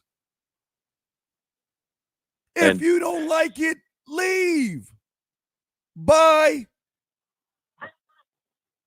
That's what I told her beforehand too. You did not. And she said, because you would have told me if you said that. I told her, like, yo, I don't want to fucking call the cops because, like, I just don't want to fucking do that. I'm not white, so, like, I don't want to get fucking killed by the cops and thinking I did some shit. No. So I told her, like, if you don't like it, you could leave. Like, that's why I dead told her. Oh, but it's, really, you're telling me this all of a sudden after I bring it up. You didn't tell me that before. So is there anything else you want to tell me before I say what I said? I did say that before. I said about the phone. Like, I told her to leave. And then what happened? She said she didn't want to leave, and I said, I'm really not trying to call the cops. Like, I'm gonna go out. I'm gonna calm down. I'll talk to you about it later. Like, okay. And when you came back to have your talk, tell me, what did y'all talk about? I did not come back yet, though. So I'm waiting. What is your talk? I want to hear your talk. I want to hear your talk. What is your talk going to be about? Well, now since you told me, I have a better understanding too. Like, I'm going to tell her, like, this is what I feel about me saying that. And what do you feel? You have an issue with it. It's not meant to make you feel insecure or anything like that. I'm just a straight man. You know what I'm saying? I didn't drag it or nothing. But if you don't like it, you're free to go. And that's it. And if she leaves, she leaves. The problem is, my brother, I think Rob is right. I think she told you to leave and you left. I think she told you to get out, dog. I don't think you got out on your own. That's not what happened. Okay. Well, here's the problem, brother. You got to take my word for that, man. That's not what happened. Well, let me ask you this question. Did she move into your place or did you get a place together? I guess she moved into mine. Okay. When you handed her the key, tell me what you said to her. What was the rules of? I didn't hand her the keys. I opened the door for her whenever she comes. But I told, like, wait. I already set the rules up. So you're living with you're living with her right now. Wait. You're living with her right now. You're telling me she doesn't have a key to your place? Come on, man. What don't? Dude, come on, man. She don't. She doesn't. She doesn't have a. I mean, I work from home, so whenever she usually comes home, like, I'm usually there. She don't really need one. And I told her too, like, yo, like, I'm paying a little more of the bill, so, just take care of the cleaning. Do more cleaning.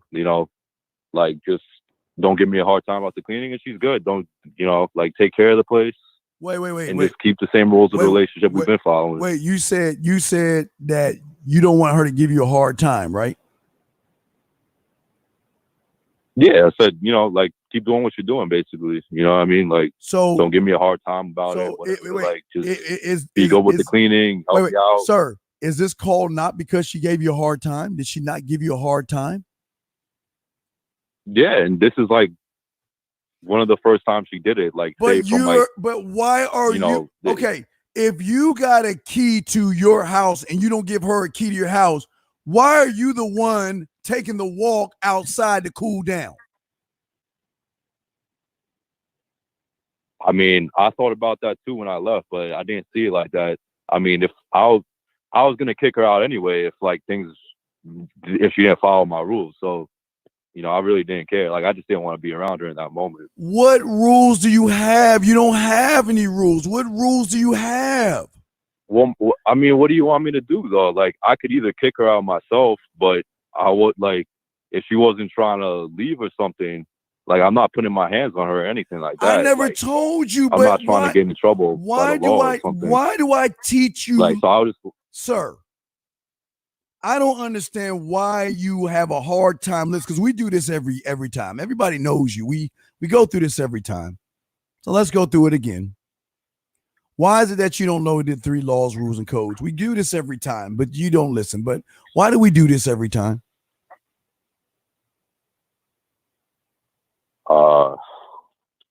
Because I guess I mess up and I don't follow the rules. I don't know the rules. But what are they? They're simple.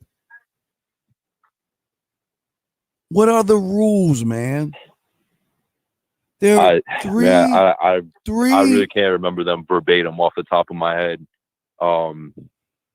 I may follow them, but I really you don't don't know them follow off the top of my head like that. What are the 3 major rules that every man in this world must follow? There are 3, dude. I mean, I'll tell you, my own is my own self-preservation and keeping myself first, and really, like, you're lying. That's all I follow. You know what I mean? You're not following that, because self-preservation would have kicked her ass out, man. You're lying, dude.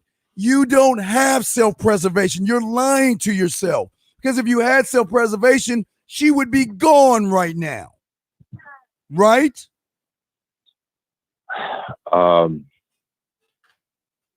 Yeah, I mean, you're right on that, but I didn't set my code beforehand either. And listen, man, what you told me before is right, and I'm following it. Like, when I get back in a few minutes. That's not. Dog, look. Listen. I keep telling all of you guys out there, okay? Matter of fact, I'm going to let Tyler tell you, because I'm not going to tell you. Tyler, can you please tell him the 3 laws, please, Tyler? Tyler, talk to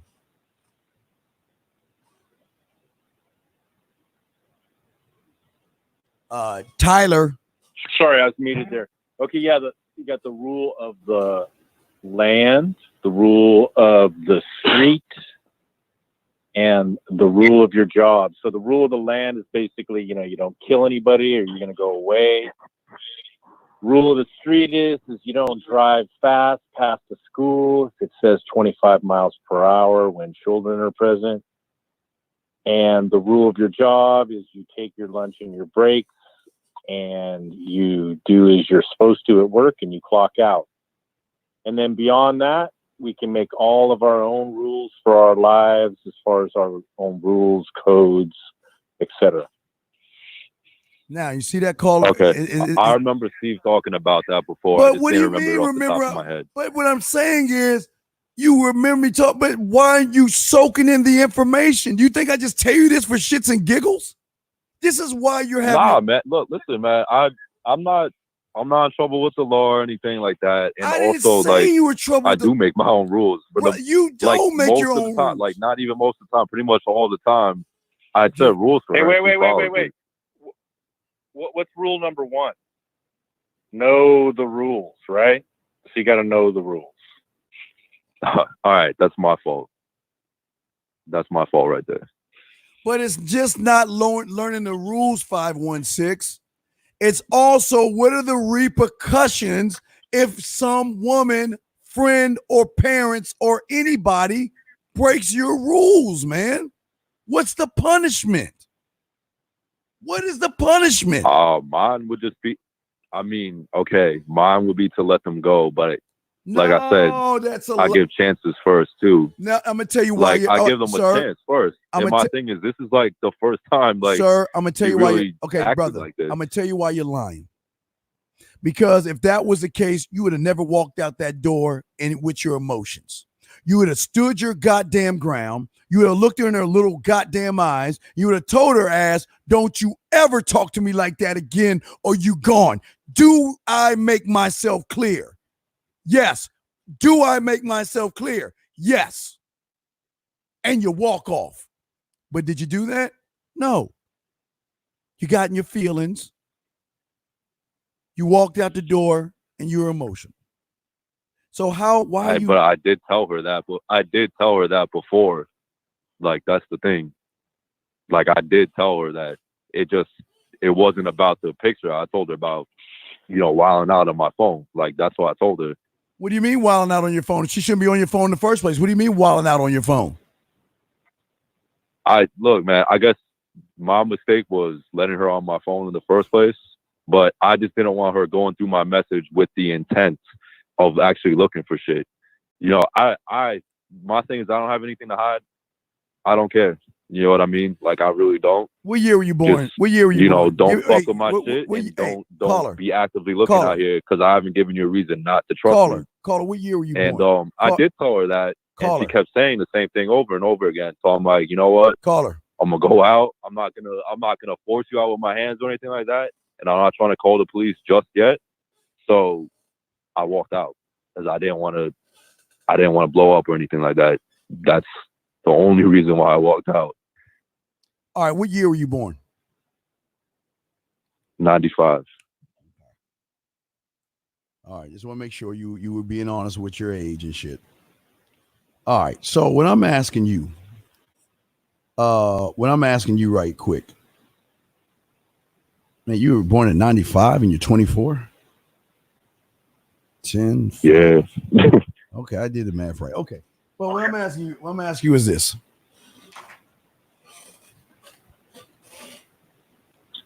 The reason that a lot of you guys lose, and please this is the last time I'm going to tell you 516. If I hear my voice again, I'm hanging up on you. Why can't you follow directions? How many times have I told you? I didn't know that was your voice. I thought it was music in the background. My bad.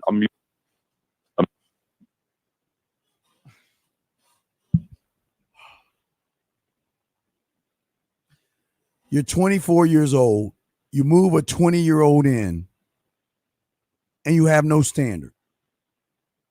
She's mad at you because she's mad at you because you commented on somebody else's Facebook page about another chick, and because you couldn't handle her, you walked out of the house because you're mad because she upset you.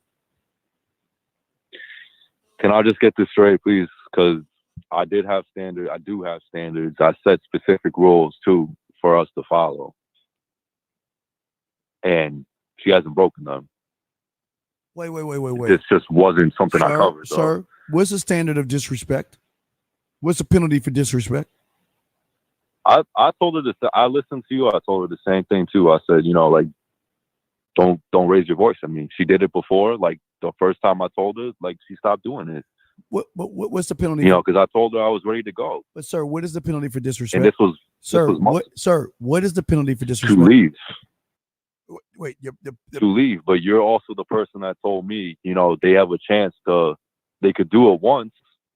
One time is fine. You warn them, and if you don't, then so you're telling me that wait. So let me get it straight. When she saw you liking another guy's photo of another woman, she laughed and she was just smiles and all that other stuff. Is that what you're telling me? That's what you. That's the lie. No, it wasn't. So why are you lying to me? You know she raised her damn voice. You know she got mad. Why don't you be honest about that, man? You know she got mad. Did she not get mad? Yes or no, and raise her voice?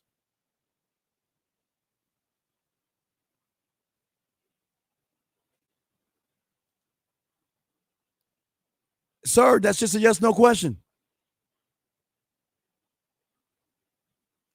516. Hello? Did I lost connection for a second. Did she raise her voice? Yes or no? Nah. So she got mad. Yeah. So when I could tell, like, she so was when getting someone upset. gets mad, she didn't raise her voice. So you're telling me a 20-year-old girl getting mad that she didn't raise her voice? Nah, she just kept repeating the same thing over and over again. Like, I felt like I was getting mad, like I was about to raise my voice.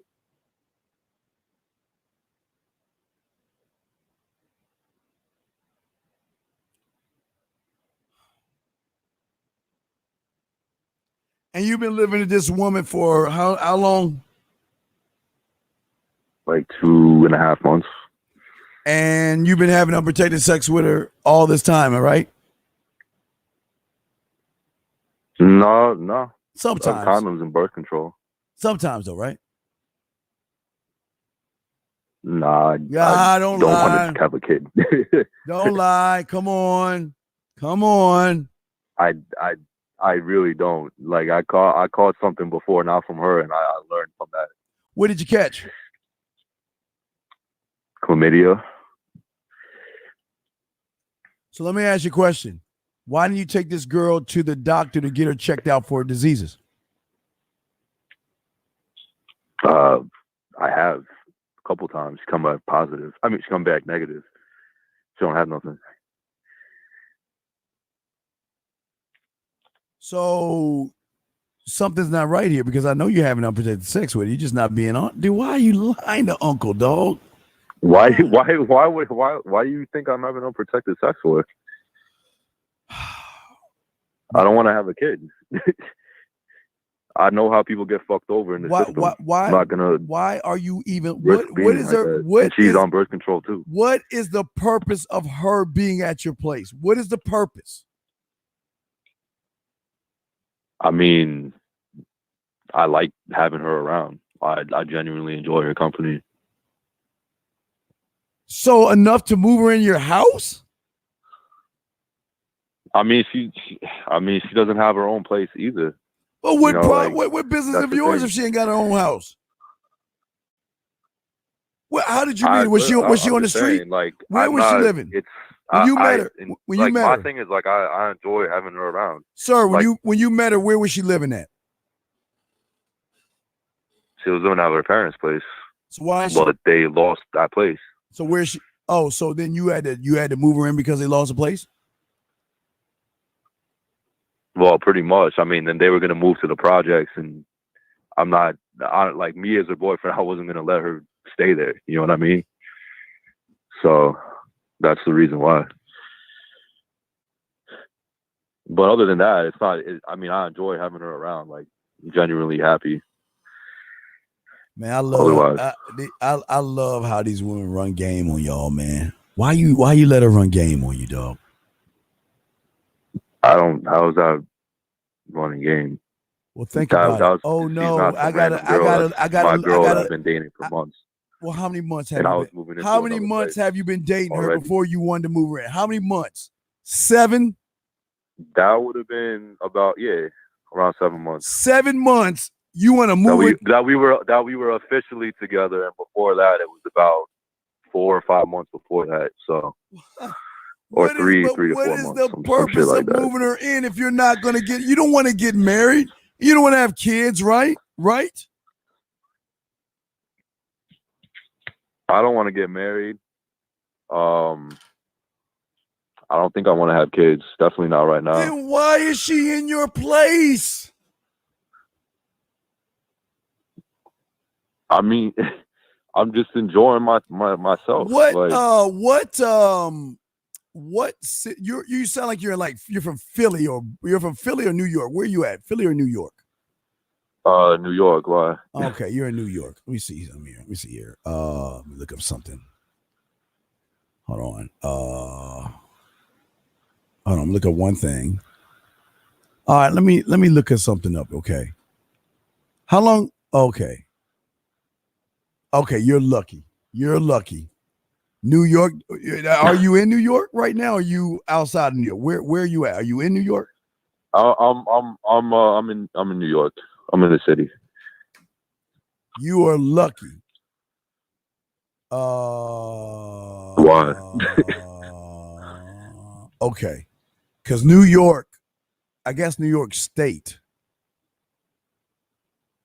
New York State does not allow common law marriages. That's good. Then you're lucky. You're lucky.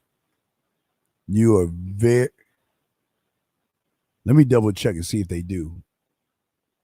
All right, they stopped that. All right, they stopped that in 1933. All right, you're lucky. All right. What do you mean?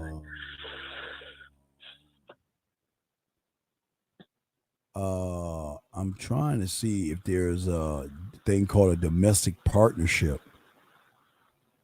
No, what I'm trying to say is that you have your own business, right? Yeah. I don't think you do. You just say you took too long to answer that, but I'll act like you do. So wait, what do you mean by my like? You my say you own got your own thing, right? business, Yeah. or just my own shit going on? I guess your own shit going on. I guess. Yeah. Okay, so you're lucky if you're in New York. But what I'm saying to you is this. Why are you playing house with a girl that's 20 years old that is not responsible? Why are you playing house with her, man? If you like, I wouldn't be in a relationship with her if I didn't see responsibility in her. Well, what is the purpose of a relationship if you don't? Why do y'all wait? Why do you guys get in relationships with women that you're not going to marry? You're just playing relate. Why do it? Well, Why? Me personally, I don't believe in marriage in the first place, so I wouldn't marry anybody. But then why? Right, and I respect that. I just dated a lot of women before her, and like, I mean, I just felt something with her that I didn't with others, and like I really didn't feel, brother, like the urge to go out and be with other women like that, spend all the time with other women. What I am saying, if you're 24 years young, why, with all the women in New York, all the multitude of different women in New York, I mean, goo gobs of foreign, beautiful, gorgeous women, why would you be in a relationship when you don't even want to be married or have kids? Why not only be in a relationship? Nah, because but you moved I didn't her tell you in this before, but like we're fine with like having threesomes and everything too. But that doesn't. So like, but you okay? Do you understand that you don't move women into your place? Number one. And number two is that as a 24-year-old or year young man, why are you in a relationship? Why be in a relationship with somebody if you're not gonna marry them? I don't understand why do it. Why? I have feelings for her. I mean, that doesn't mean I'm not gonna betray my values over her, but what I'm saying is like I got to a point where I was dating other women. I didn't even want to be around those girls.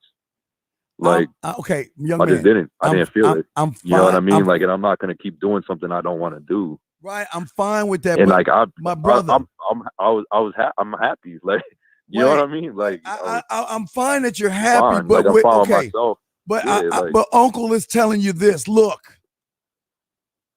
you can be in a relation with somebody, but when you move a woman in, that's like one step away from like engagement. If you don't believe in marriage, which I'm fine with, I respect that, and you don't want to have kids, and I'm fine, I respect that. Why would you move somebody in that you're not even intending on marrying at all? What is her purpose of being? Well, how long is she going to be there for? What's the purpose? I mean, if we break up, she's moving out. Obviously, like.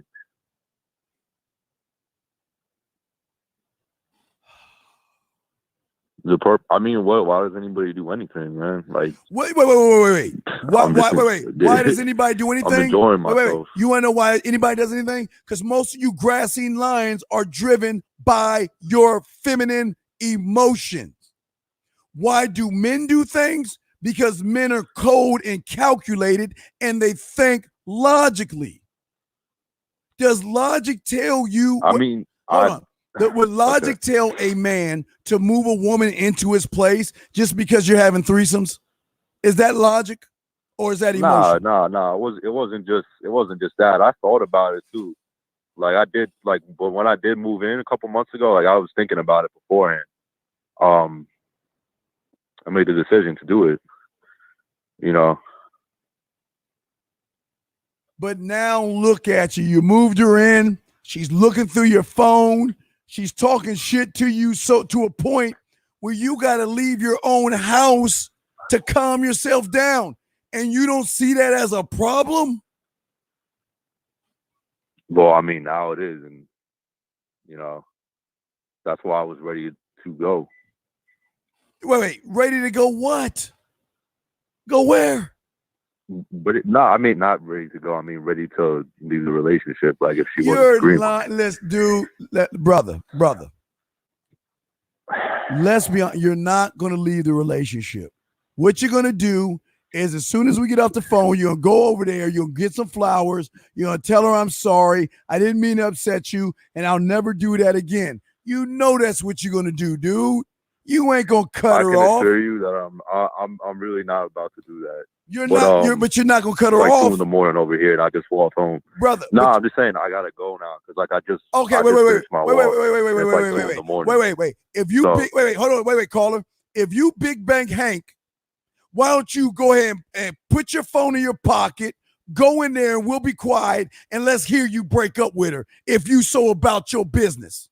Come on, let's see it. I'm holding you to the. I would only do that. I would only do that shit if she wasn't following it, but. Well, let's do it now. I'll do it though. Well, no. Wait. Let's see what you can say when you go to the house. We'll be quiet. Go in the house. I'll put it in my pocket. You gotta put it in your pocket right now and go in the house. Let's see what you do. You calm down. Walk in the house. Right. Let's see how it goes down. We'll be quiet. We're listening. Go in the house. Let's see what you do, big guy. Because you say you all about it. Let's see what you do. Let's see what you do.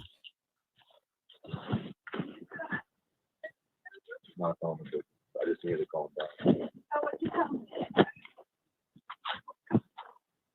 What my thinking was, I was thinking about like, if you don't want to be here, then you can go. I am. Well, because you obviously don't give a fuck that I'm calling you. You're so good. You're showing me how you really are. No, because you're showing me that you are an actual piece of fucking shit. I'm a piece of shit. Yes, look how you're treating me. Because I asked you, can I just change my password? And look at you smiling. You don't care. You obviously don't care about me. You care about your fucking screenshot. You don't give a fuck about me. Fucking after a year, you don't give a fuck. So good. No.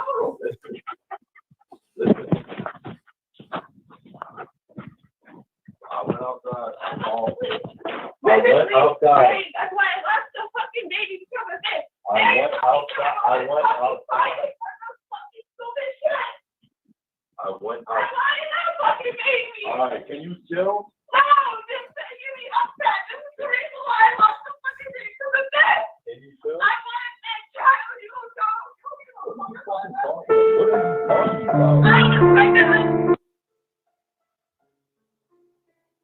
He hung the phone up. He lied. Told you he was lying. I told you. Guys, why do y'all lie to Uncle Dean? Why do you lie? He gonna tell me that.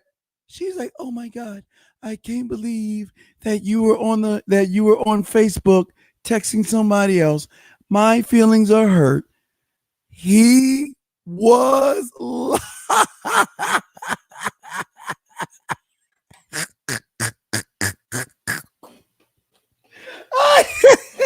I told y'all. See, everybody.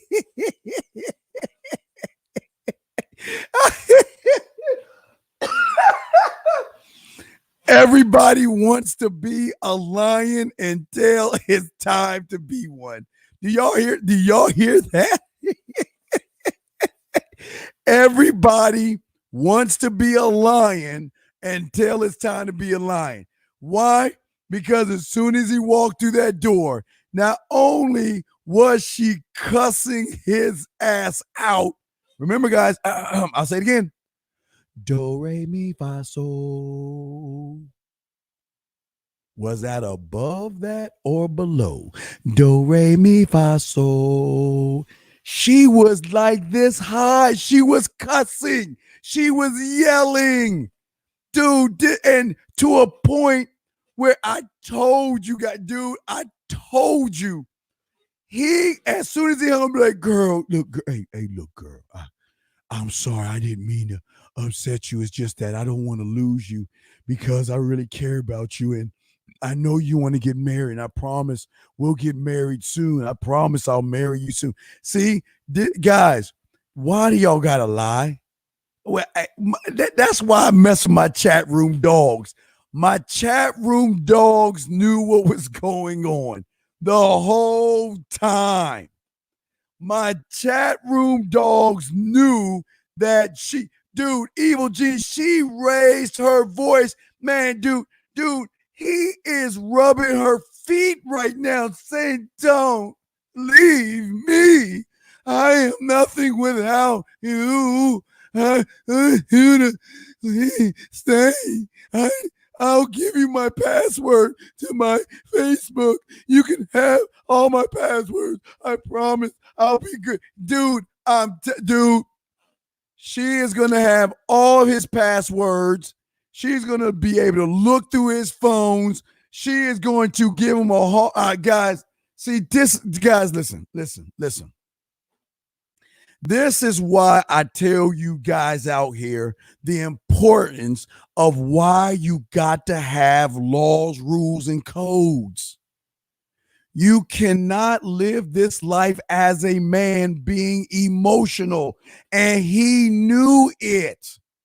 He knew when he opened that door. He didn't think he was going to challenge him. He thought he'd be like, yeah, you good, man. Okay. He'd be like, yeah. But he's like, oh, shit.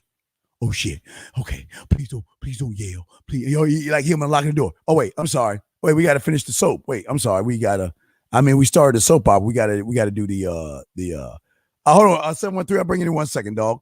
Hold on, give me 1 second. 713. I'll bring you in 1 second. Let's do the ending of the soap opera. I'm sorry. Will the town whore find a father for her 5 kids from 6 different baby daddies? Will the nice guy ever have sex? Will the beta male ever get a shot at the town whore? All of these questions may never get answered, but tune in next week for another episode of The Nice Guy, the Beta Male, and the Town Whore. All right, 713, what's up with you, brother? What's going on, man? What's up? Man, bro, you need a PhD, man. God damn, you broke that dude down, man. I didn't see none of that shit coming. I am Dean O'Damas, baby. Dog, let me tell you something. I might need to change. Dean, yeah, I need to change my name from Steve the Dean Williams to Steve O'Damas Williams, because I'm telling you, I knew he was lying, man. I knew he was lying, dude. Hey, I mean, we can hear the lie, but you described that shit perfectly though, like to the T. Like this bitch just starts going off immediately. He was definitely trying to get off the phone before he walked in that house. He was definitely trying to get off. My brother, exactly. Why? Because he thought we were going to validate. See, this is the problem with most males. Validation, is that logical or emotional? Is that emotions or logic? Validation. Oh, it's definitely emotional. Right. So again, most emotional guys want validation. He wanted me to tell him, you know what? That was good. You did a good thing by walking out, because even though it's not fair that she's looking through your phone, yelling at you, cussing you out, and getting mad at you, you're a good guy, and the world appreciates good guys. Hell no. You are being. Man, you know, one of the things that you also mentioned before, man, you like, these hoes are gonna get smarter next year. I told you. And he described a 20-year-old that is, she's running circles around him, man. For real, like the manipulation is on 10. Dog, she ain't running circles. It's like that the Schoolhouse Rock figure 8 song. Figure 8, she's skating. It's 4 + 4. I'm sorry, I can skate a figure eight. I'm sorry, I was just a cartoon I saw when I was a little kid. Don't judge me. But no, what I'm saying is this. People think I'm lying when I tell you that these women are getting smarter, wiser, and they are using more logic than the regular guy that's emotional. She listen, she knew exactly what she's doing. And for those guys, listen to Uncle Dean. Please understand this. This ain't the first time or the second time she cussed him out. This ain't the first time or second time she's yelled at him. She was yelling and cussing at him like she does it all the time, dog. Didn't you notice that? Yeah, she was very comfortable in that skin. Hey, dog, she was just late. I keep it beep, you beep, and da. Hey, dog, hey, 713. Do, re, mi, fa, sol. Yeah. She raised her voice. And she did. But you know the sad thing. Now, this is a lesson for all you guys to learn. This is important. This is an important lesson. He has been calling this show for months, 713. For months. And every time he calls the show 713, I've got to go over the laws I got to go over those 3 laws with him every time. And what does he tell me? Every time he calls, I forget, right? But this is what I'm talking about, 713. If you cannot follow these laws to yourself in your name, her mindset, okay, her Skynet, her mind is going to figure out that I can control this man. I can make him do it. Think about this for a second. Let's look how she got him, guys. Get your crayons out on this. Check this out.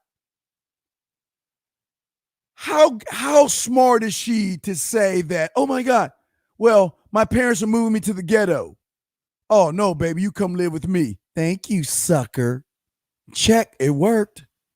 All I needed was a crocodile tear, and he was going to move me in, and not only move me in, but pay all the bills. Do you hear? He is paying all the damn bills, right? He's like, she pays some. She probably pays her own cell phone bill.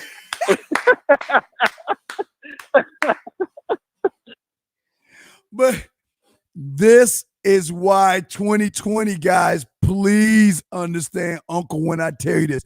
I know you guys think I'm the enemy. I know you guys think I'm crazy, but I am telling you, if you guys don't wake up, 2020, they are getting smarter, and they're starting to use this thing that they shouldn't be using is logic. Logic. Emotions didn't move her in 7 months.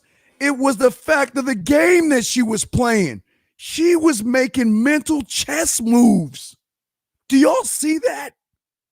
Everything she did was a mental chess move to get this man in a position of checkmate. And 713. Or she almost said she got his password. She got his phone password. Like that's your most sacred thing. You know what I'm saying? My brother, 713. In his chat room. 713, my brother. My God, I'm feeling like to open the lines up again because it's crazy. My brother, think about this.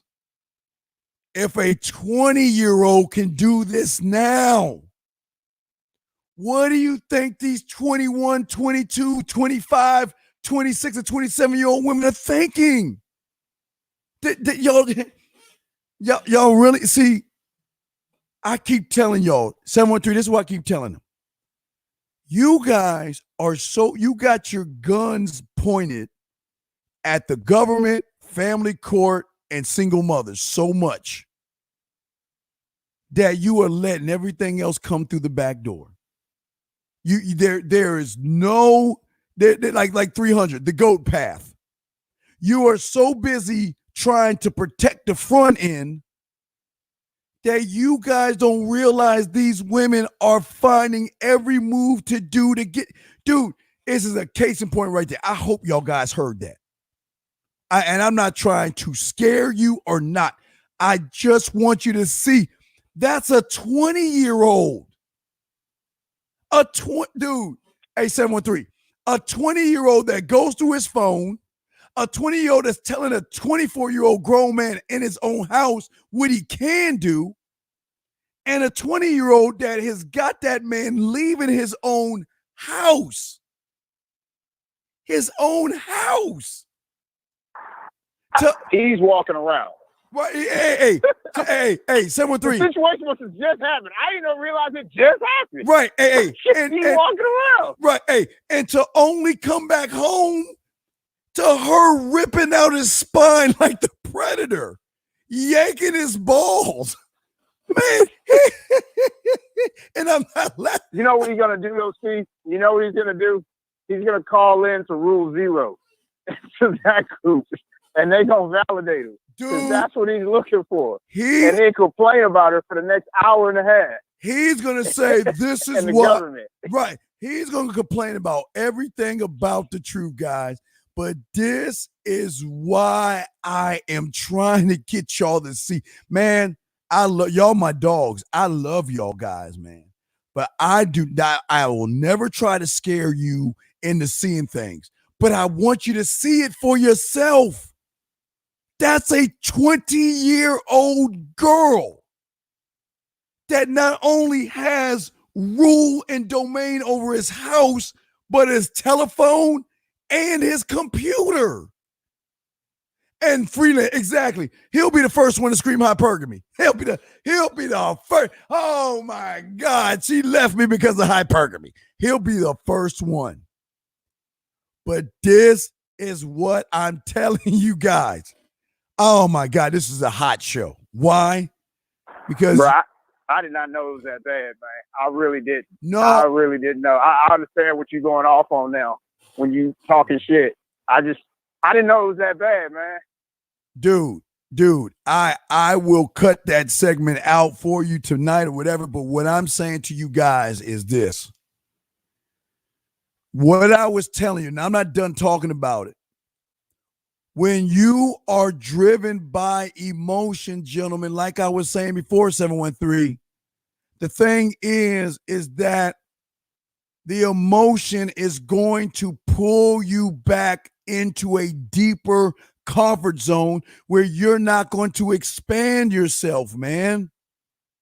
You're going to doubt yourself. And dude, think about what he was doing. He moved her in off of emotion. He let her on her phone because he was emotional. He let her talk crazy to him on his computer in his house because he was emotional. He left the house because he was emotional.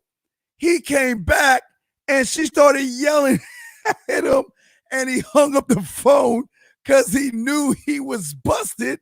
Because 713, what? He was emotional. Guys, guys, listen to me. I know y'all think I sound crazy when I talk about this Skynet thing. I know y'all like, Steve, what y'all smoking? What herbs or what drugs are you taking? But 713, you still there, my brother?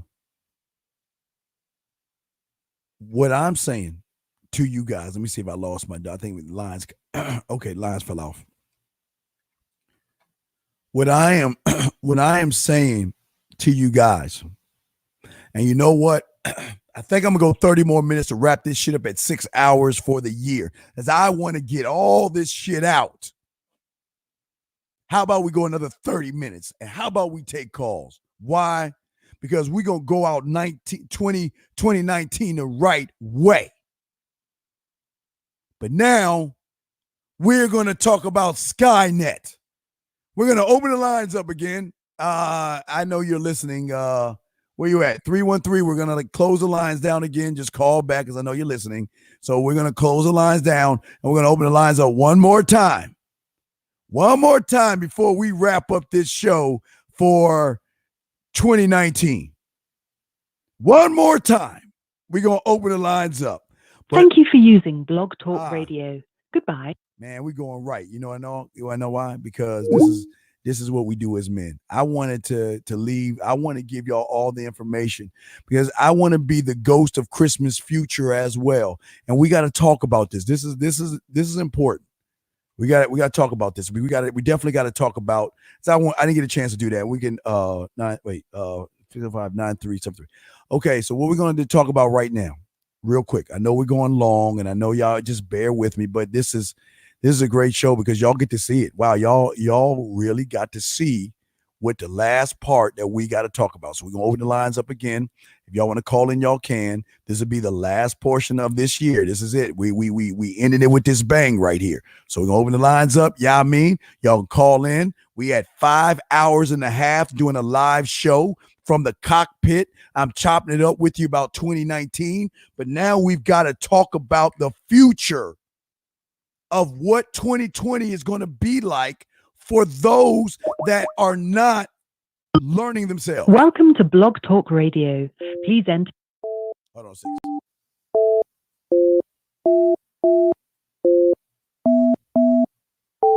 To start your show now. All right, guys, Your we're live. show is scheduled to start in 27 All right, here we go. seconds. We back on. Y'all call in, guys. Hold on, let me bring you in. 832, I see you in the queue. I'll bring you in 1 second. But this is what we're talking about. Tyler, I'm going to bring you in also. I'm going to bring them in first. But we have got to talk about the future. Your show will go live in 5 We got to seconds. talk about it. 4, Hold on, let me bring in the calls. 3, 2, 1. Let me bring in 832 then, and then we're going to bring in Tyler. And, okay, here we go. 832. Blog Talk Radio. Yeah, 832, did you have a question, sir, or comment, sir? What's up? You talking to me, 832? Yeah, you just listening, sir? Oh, okay. Yeah, no. This actually, this is Ray from 713. My battery actually went out. Okay. Man. I called you from the other phone I got. Okay, well, hey, shake up. Yeah. I charge up, Ray. Okay, we'll put you on. Stay right there, Ray. Hold on, Tyler. 850, did you have a question? Yeah. Hold on, Ray. 850, did you have a question or comment, sir? Yo, what up, Coach? It's Egg Roll. Yo, Egg Roll, I'll Egg keep it Roll, short, man. Egg Roll. What's up, Egg Roll? No, man, I'll keep it short, man. Hey, man, like the other dude said, man, I don't know how you scope the shit out. Well, actually, I do know how you scope the shit out, but that's still that shit right there was, like I was saying in the chat, that was some futuristic Terminator type shit. No, man. I'm not from the future. I just know what the future is going to hold for any man out there driven on emotions in 2020. And that's what we're going to talk about. Go ahead, Egg Roll. I'm listening. Tyler, you're next. But go ahead, Egg Roll. No, Egg Roll, it wasn't the future. Oh. You got to understand, women, you guys do not understand what the buzzsaw that y'all are getting into in 2020. It's going to be worse. Much worse. Much worse. Yeah, man. I got no words, man. I got no words, man. Hey, you can put me back in the queue, man. All right, hey, we love you, Egg Roll. No, we love you, Egg Roll. Put you back in. Tyler, what's up with you, brother? Talk to me, brother. What's up, brother? Yo, Coach. Yeah, I think you're right, man. It's like I'm kind of seeing the same thing. As you know, I struggle with the same issue with keeping the feelings out of it. But yeah, it seems like I heard that caller saying, "Oh, well, this issue that came up with her is something new," and you lay down your law that you say, no drama, et cetera, and stuff like that. But shit comes up, and it seems like nipping it in the bud is like what you got to do all the time. And I mean, just as this call was happening, same shit's happening. This chick's coming over tomorrow night, and she started talking about maybe like hanging out with her, having me meet her friend or something like that. And I had to just tell her, I'm like, hey, if it's your friend you want to hang out with and not me, then, we're not hanging out New Year's Eve. You know what I mean? Yes. And, yes. It's all settled and all that, but like, I don't know. I just had to like nip it in the bud. And then, with the next thing you know, she's leaving me a message apologizing, man. I can send you the message if you want to hear it, but it's like a totally different thing. It's like it just has to run its course. Yeah, send me the message. You know? Yeah, absolutely. Send me the message. Yeah, send me the message. All right, I'll try to send you the message. I'll pause right now. All right, no doubt. And guys, I love y'all. Y'all my dogs. Much love to my chat room dogs. New guys, all you guys. Look, man, I love you guys. No home. I mean, look, y'all are my dogs, man. And I fight for you. I care about you, and I want you guys to just open your eyes to the world that you guys don't see. You don't see it, but y'all saw it today. Y'all saw it today. Everybody thought I was crazy when I was talking about that Skynet. But what I am saying to you guys out there, all you guys listening to Uncle Dean, what I am saying to you is there is something in these women that is slowly starting to evolve because they're not being as emotional as they should be. We are being emotional. We are the ones that are scared to talk to them and scared to stand up for ourselves. And then they are the ones that can talk to us any old kind of way, tell us what we can do, look through our phones, look through our computers, and live in our place where we got to pay their bills? Shit. Come on, man. Yeah, man, where's my dad at? Let me find Dad, man. Come on, Dad. Dad, talk to them, Dad. Oh, where's Pops at? Go ahead, talk to him. No, Dad got hoes. Shit. Come on, man. Y'all guys have got to wake up.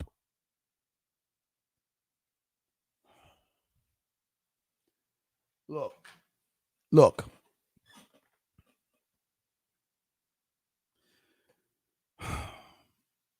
The ecosystem has to run the way it is. We cannot control the ecosystem outside of our house. We have got to let this go on. It's like if y'all biblical, it's like a Noah's Ark situation. I can only bring so many of y'all on a boat. I can't save the world, nor will I save the world. It's not my business to save the world. I don't care to save the world. What I care about is for any of you guys that want to be single-minded, man. You cannot go into 2020. We are less than 24 hours, under 24 hours away. And you got to understand their Skynet. Guys, I just want you to think, and don't believe me, ask yourself a question. What power do you think a woman has when she doesn't have to fear you? What power does she have to have when she knows you're driven by your emotions? What do you think you're creating? Don't listen. Just think, what do you think you're creating when she's the one that's not scared? She's the one that's not emotional. What do you think you're creating? Think about that. Damn, 832, this is deep, brother. This is deep. Hold on, I think I got Tyler's message. Hold on, guys. We're going to have a Tyler moment. Wait a second. Hold on, guys. We got a Tyler moment. Wait, is this Tyler, is this the video apology or a screenshot? Let me bring Tyler in. Tyler, let me open you up, Tyler. Hold on, let me open up Tyler real quick. Tyler, the video, is this the video voice apology or what are we looking at? Yeah, it's just audio. It's a video, but it's audio. All you can do is hear it. I just recorded this video. Okay, good. Here we go. This is you should be able to play. All right, guys, here's a Tyler moment of the woman apologizing to Tyler. Here we go. All right, let's try this out. That didn't work. Sometimes these don't work so well. What did I like about the weekend? Wait, is that it, Tyler? No, that was the weekend she talking about. That's something else, Tyler. Hold on. I got the Oh, here we go. My bad. Here's a new one. Here's a Tyler one. Excuse me, guys. Tyler moment. Hey, listen, I never want to fight with you. I love and care about you. I'm sorry we had a misunderstanding, and I think I understand more how to deal with situations like that in the future. But I certainly didn't mean to do anything to disrupt our plans, and I just don't like the feeling of being anything but positive with you. But I guess that's what friendships are, relationships are. That you gotta swing from one end of the pendulum and back again sometimes. So I'm sorry for my part in that. I apologize, and I can't wait to spend New Year's with you. Okay, love you, Ty. Bye. Guys, let me ask y'all a question. See that shit that Tyler did, guys? That's man stuff right there. I'm fucking loving this Tyler right now. Do y'all see how it's like being a man? They apologize to you.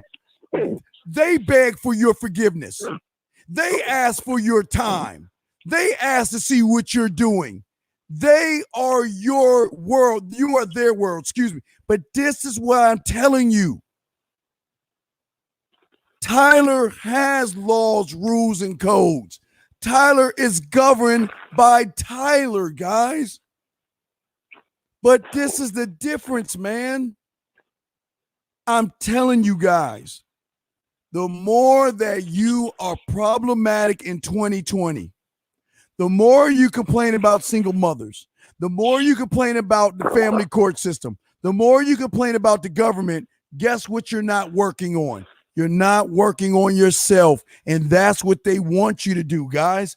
They don't want you to work on yourself. If you're steadily complaining about everything, you're not working on you. But guess who's working on themselves? These women in their Skynets. You just heard a 20-year-old woman move into somebody's house in what, 7 months? Being able to use his phone, look through his phone, getting his ass about Facebook, and made him leave his own house, only for him to go back to his house. And what happened? She cussed him out live on the air. But this is what I'm telling you guys, man. You guys have got to wake up and see the power that you have. I cannot press upon you your greatness. I can't do it. The only one that can push themselves to be great is you guys. But you got to believe in yourself, and you're going to have, and Tyler, you did a great thing, Tyler. You held the line, Tyler. You held the line. And if you do that, man, they will apologize, because you know what? She sees Tyler's worth. She sees Tyler's value, and she ain't going to mess up and lose Tyler. She's rethinking things. But do y'all see the difference between a woman that respects a man and a woman that doesn't respect an emotional grass-eating lion? Do you see the difference? You have got to see the difference, guys. You have got to see the difference. Because nobody else is going to show you this, man. Nobody else is going to show you this, man. A32, man, I'm telling you. Tyler, do you have anything to say, Tyler, before I throw you back in, brother? Yeah, no, I'm there. It just goes to show you. It's like Steve always says. It's all connected, because it's like alpha code. You know what I mean? And then master of the bedroom combined creates this like drug that they don't want to let go of. But then you got to have your laws, rules, and codes at the same time. You know what I mean? Because like that recording you were getting ready to play that was the wrong one. Yes. That was all about that's why she's all fucked up. You know what I mean? Is because of the shit that's been going good. You know what I mean? Right. And so it's all connected. You know what I mean? So I don't know, it's still taking me time to connect it all. But I don't know. Like you say, taking your feelings out of it, I can't hold the line if I got my feelings in it. I can't, you know what I mean? Because I'm going to be like the caller before me. Yes. I'm going to be, trying to fucking bail it out, man. Oh, yeah. So just got to care less. Like, and I could care less fucking if I ain't going to be with her on New Year's because there's going to be somebody else there, It's that simple. Exactly. So. And if you notice, guys, about that caller that I want y'all to see, and this is important. I want y'all to see this, that he doesn't want kids and he doesn't want marriage, okay? So why is she living in his house? If you don't want to get married, why would you have a woman in your house? Why? Why? That's what I'm trying to get y'all to see, man. That's what I'm trying to get y'all to see. 2020 is. Hey, Steve, I'm still on. Yeah, you on, brother. Yes. Man, I'm telling you, man, the dude is repeating stuff verbatim from that stuff them boys over that whole polygamy group is teaching, man. Not having kids and all that. That's that beta male mentality. And I understand what you mean when you say women are funding it, because even they say this, that, women want to like completely eliminate the legacy of the beta male. You know what I'm saying? Yes. And they brainwashed him to not want to continue his own legacy. And like, what man doesn't want to have a son? Well, that's listen. That's the weird thing. And that's why I always tell you guys, listen, I tell all you guys, look, you don't have to get married and you don't have to have a son. But once you begin to learn what your name is about, once you begin to understand your bloodline, once you begin to and you start to think about the future, we all are not going to be here forever. And the saddest thing that is really sad to my cupcake ass, if I'm a cupcake on something, I'm a cupcake on this. It is sad to see that all you men are so great and all you men are learning how to be men, and you don't want to give to the world. You don't want to give a part of you to the world where you can make changes. The change is not going to come from the man that sits on the sideline. The change, see, everybody talks about, well, we need to change the world and we need to change the thing that's going on with men. How are you going to change it if you're not producing anybody to start making the changes for when you to pick up the baton? When you die, to pick up the baton and fight the fight while in your death. That's how deep this is, big dog. And again, I'm not here to push kids, but goddamn, I am. Do you not know I am arrogant, right? You know I'm an arrogant motherfucker, right? I mean, you do know that, right? Oh, for sure. Right, for sure. Right. I am a cocky, conceited person. I had to make more of me. I had to. I just, not only because of my last name, but I feel like I'm giving to the world. You get to have more Williamses in the world, right? But more men. Right. And that's how I feel. I'm giving back to the world. But I am not going to be here forever, guys. I'm going to die one day. We all are going to die one day. We've got to start figuring out how we can change the world. The only way we can change the world is start producing heirs that have our thinking, where they can fight our fights when we can fight no longer. But what I'm saying is that, and you know what's weird, A32, that I don't understand is, How is there even hypergamy when you are above all things? Why would you give a fuck what she's doing if you are above all things, man? That's what I'm saying. That's what I'm saying to you young men. I look, I want to leave this world knowing that I was able to pass down information to you guys. But that's not, I keep telling y'all, I'm going to tell you my game plan for you guys. I'm going to tell you, I always tell you this. My game plan is simply this. In the year 3498, the year 4366, the year 6784, the year 9212, I don't want my grandkids. I want your great grandkids to have some type of a photo or a painted picture of you hanging above their fireplace where they can say, this is why I am what I am, because my great grandfather fought for me. Without my grandfather, I would not be here.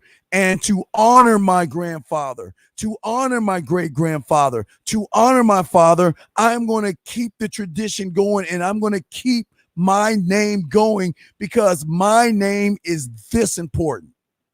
Has nothing to do with me. It has everything to do with you. But if you don't want to, you don't have to. It's just, I just, listen, I just don't want y'all afraid of having someone carry your sperm. But we show you all the time how to vet women to see if they're time worthy, dick worthy, relationship worthy, moving worthy, or engagement worthy, and marriage worthy. We do all that for you guys. Man, I feel like being on the chat line right now. Man, you know what? What y'all think, guys? Tyler, ATT, what y'all think? What y'all think, guys? Man, this is righteous teaching, man. I know that. Well, what I gotta say is the Skynet is real, man. I mean, like it's like the topic came up tonight, and then like I said, this issue with this woman, it has to do with her. She's wanting me to meet her friends because I know she's trying to lock me in. I think in her mind, she thinks, oh, if he meets my friends, if he meets my parents or something like that, that means, you know, we're further down the road and stuff like that. And it's not like she's saying that. She's just trying to game it. You know what I mean? So, and it's her instincts doing it. It's not even like her consciousness. It's that artificial intelligence, like Skynet, that's telling her to fucking do whatever it takes to get me on a dog walk with her friend. You know what I mean? It's like crazy. Right, but what I'm saying is that she's making maneuvers and moves, right? Yeah. No. Yeah. Have you, hey guys? If you've never, there's a game I gotta be I gotta be cautious and calculate. Right. Well, there's a game I always play for you guys out there. Okay. There's a game I always play for you guys out there. Well, I always play myself that I keep my mind fresh. It's a game called Risk. I don't know if you ever heard of the game called Risk. Oh yeah, play that all the time. Right. I love that game. Why? It's strategic planning to prevent the computer from dominating, from world domination. That's what I'm trying to tell you, man. But what you got to understand is this, is that we are the antivirus to their Skynet when you're a man. A woman cannot control a man. They can only control someone that is emotional. But the thing that, like I said, and it goes back to Risk. What I love about Risk is that what I do is I go against all the computer components and stuff, and I have to figure out how to control an area and start to expand. And it's a great mental stimulating game for me, because these women are playing this a real game of Risk. Guys, a lot of you guys just don't understand this. These women, all of these women, they're not afraid of you, man. They're not afraid of you. I'm going to say it again, guys. There is not 1 ounce of fear in them. They don't scare. They don't scare easy no more. But you do. That means that there is something they're starting to figure out. Hell, if y'all been paying attention, y'all know those Impossible burgers. You know they're filled with estrogen, right? Did y'all know about that? Yeah. No. What are you talking about? Yo, look it Soybeans. up. The Impossible burger is full of estrogen. Look it up. Look it up. But why do we say grass-eating lions? Guys, what I am telling you, look it up. Don't believe me. Look up the Impossible burger and estrogen that they have in there. Look it up. Because they are attacking us in every way possible, and they don't want any of us to grow as men. But what I am saying to you guys out there is that it's crazy how the world is attacking us, man.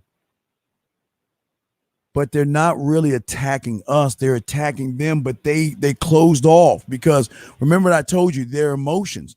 They are so emotional that they have closed themselves off to a fact that, you know what? I have become the enemy, because I'm not talking about Me Too. I'm not talking about misogynistic women, feminist women, and I'm not talking about the government. I'm the enemy now to a lot of guys.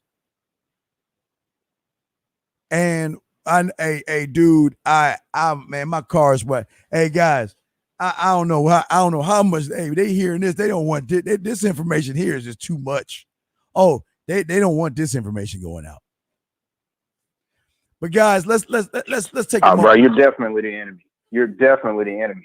There's no question about that. Yeah, you got a target on your back, bro. Guys, let's have some fun for 2009. Now I got Tyler and I got 832 on here, so I'm going to take the top 5. Now Tyler, y'all two, I'm gonna use you two. So I'm gonna take the top 3 or 4 most screwed up things you want me to say to the women, because it's chat room time. Not you two, y'all. I'm gonna let y'all hold on. The first guys that give me 3 or 4 messed up things to say to women, I'm gonna do it. Come on, guys, let's go. We're about to go to the chat room right now. Give me the first 3 or 4 messed up things that pop into the chat room. I'm gonna use, and we're gonna go on the chat line. I'm gonna say them. I want it to be bad. Let my cat lick honey off my nipples. Okay, Whiskey, you got that. I'm gonna write that down. Hold on. Wait a second. Facebook user asked the question. You can ask the question, dog. I'm just writing this down. I've got bad athlete's foot. Okay, that's one. I'm gonna take that one. Facebook user, go ahead and ask the question. I need one more, guys. I asked for the top 3, so I gotta go fast. Top 3, because I'm gonna use Tyler and this one. I enjoy wearing a G-string under my slacks while I do. All right, there we go. Okay, we're good. All right, here we go. Wait a second. I'm gonna write these down.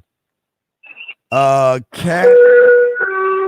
All right, Tyler. Wait a second. Cat licking nipples. All right, cat licks honey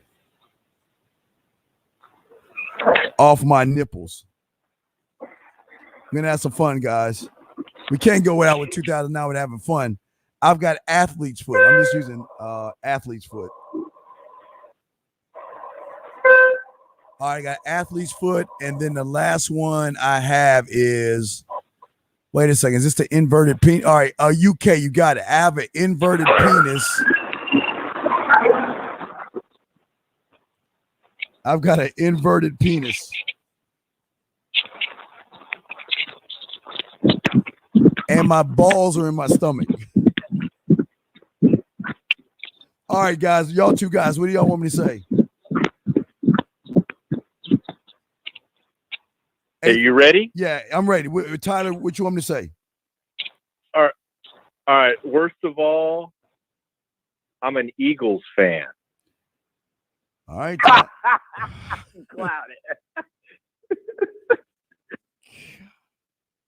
That really hurts, Tyler. All right, Tyler, that's really fucked up. That's the worst thing you can tell me to do. All right, 832, what do you want me to say to the women? I gave a girl chlamydia. God damn it. Really? Come on, man. Really? That other caller is still Come on, my dog. mind, man. Come on, man. Come on, man. Come on. Which is worse? Chlamydia or Eagles fan? Oh my God. Come on, 832. Come on, man. Come on, dog. Give me something else. I know man. you can't say that shit. Give me something else, man. Give me something that's messed up I about want you me. I want you to lick the bottom of my foot. Now, do I want to lick the bottom of her foot, or I want her to lick the bottom of my foot? I want her to lick the bottom of my foot. All right, here we go. So, all right, my cat likes to lick honey off of my nipples. I've got athlete's foot. I got an inverted penis, so my balls are in my stomach. I'm an Eagles fan, and I'm looking for someone to lick the bottom of my foot. I hate you people. I can't stand you people. And Unique, if I got enough. By the way, I actually believe with that other caller, I believe she makes him wear a condom. And I don't think he hits it that much. Honestly, I'm just thinking further into it. My bad. I know it's okay. You can't think further into it. All right. So, all right. Now, Unique, if I got enough time, I'm going to mention I eat dog food. Okay. So, guys, I like to lick honey off of, I like my cat licks honey off of my nipples. I have athlete's foot. I've got an inverted penis and my balls are in my stomach. I'm an Eagles fan. And I would like for you to lick the bottom of my foot. And I eat dog food if I get that in, Unique, okay? So, guys. Shit. All right, guys. Let's see how many women I can pull by saying this, guys. Let's see how many women Uncle Dean can pull, man. All right, guys. We're going to go to the chat line. I'm going to say this. Now, you know I'm going to clean it up with a little bit of yak because I got to balance this out. I've got 60 seconds to say these things and also spit a little yak. And let's see how many women want to go live with me or chat with me based off of what I say. Okay, we love to do this. We only have, guys, it's 2:00, so technically you've got 22 hours left. Well, really 21 if you're East Coast. So the year is going to end. So let's go out with a bang like this. Let's have some fun, okay? And let's call the chat line. Let me call the chat line, man. Let's have some fun, guys. Hold on, let's see. We're about to have a little fun. We're gonna have because I don't want to end this bad. Let's have a little fun. Let's laugh a little bit on my account. You know, I want us to have fun, but I also want y'all to see how easy it is when you're on the chat line. How easy it is to talk yak to women. Now, remember, if I can say this messed up stuff, what do you think is going to happen when I say some smooth stuff? All right, so here we go, guys. All right, here we go. Let me get to this. Hold on, here we go. So I'm about to call the chat line right now. Let me see. Here we go. All right, here we go. All right, here we go. About to call the chat line right now. Here we go. All right, here we go. Welcome to the Man Mindset chat line, the premier adult chat line for one-on-one conversations. If you're a man, press 1. If you're a woman, members, press 1. New callers, press 2. All callers must be 18 years of age. If you are a minor, please hang up now. Listener discretion is advised. We do not pre-screen our callers and by continuing on the chat line, you agree to our terms and conditions and privacy policy, which can be found at www.chatmember.com. Again, that's CHATMEMBER.com.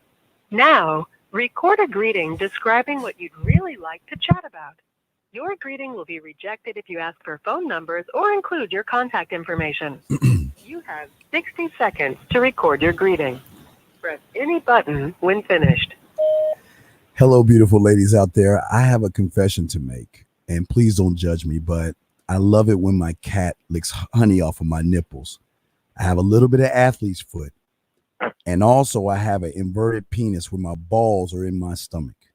The worst part is I am an Eagles fan, but I am looking for some woman to lick the bottom of my foot because I'm the kind of guy that loves to eat dog food. But if you are a sexy, single, attractive woman that wants someone to move mountains in her body as well as her mind, please step up to the plate and tell me why I should talk to you. Only the sexy apply. I look forward to hearing from you. And also, I am a little bit overweight, so don't judge me if I'm 500 pounds.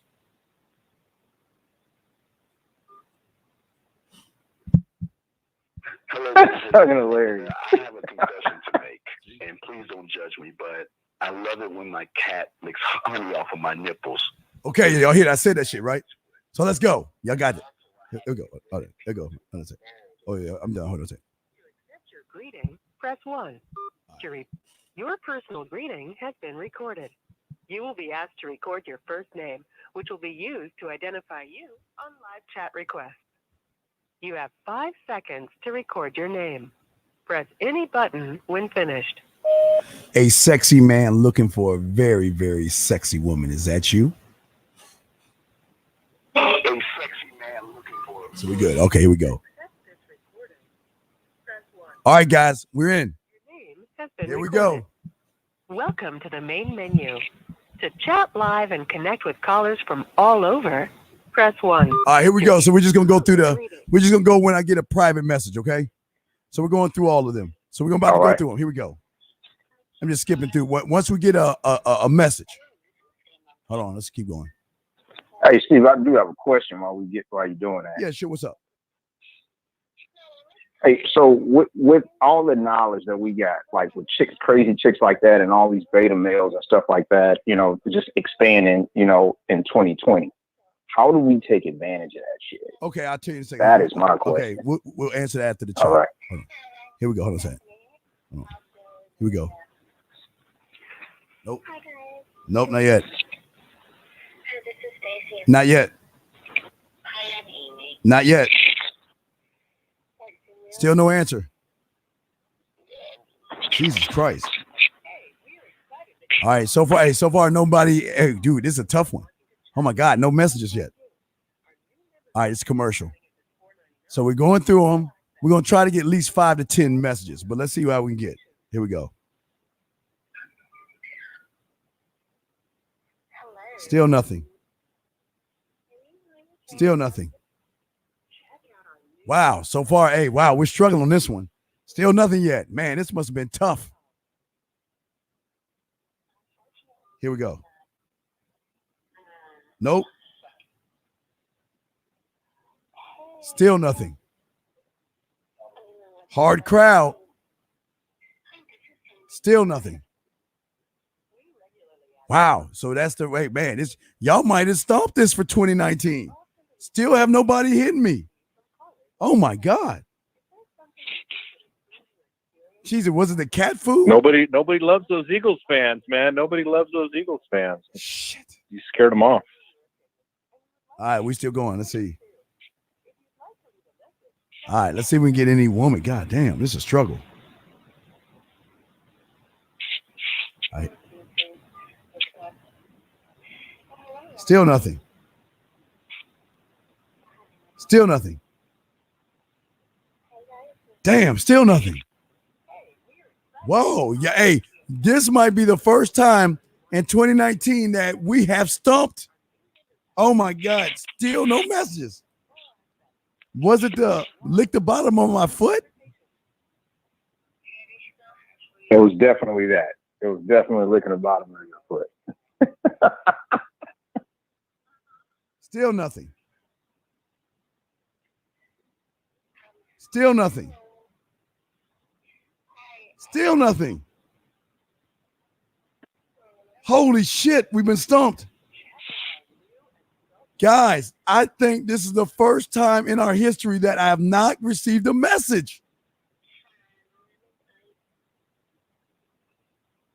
Still nothing. Still nothing.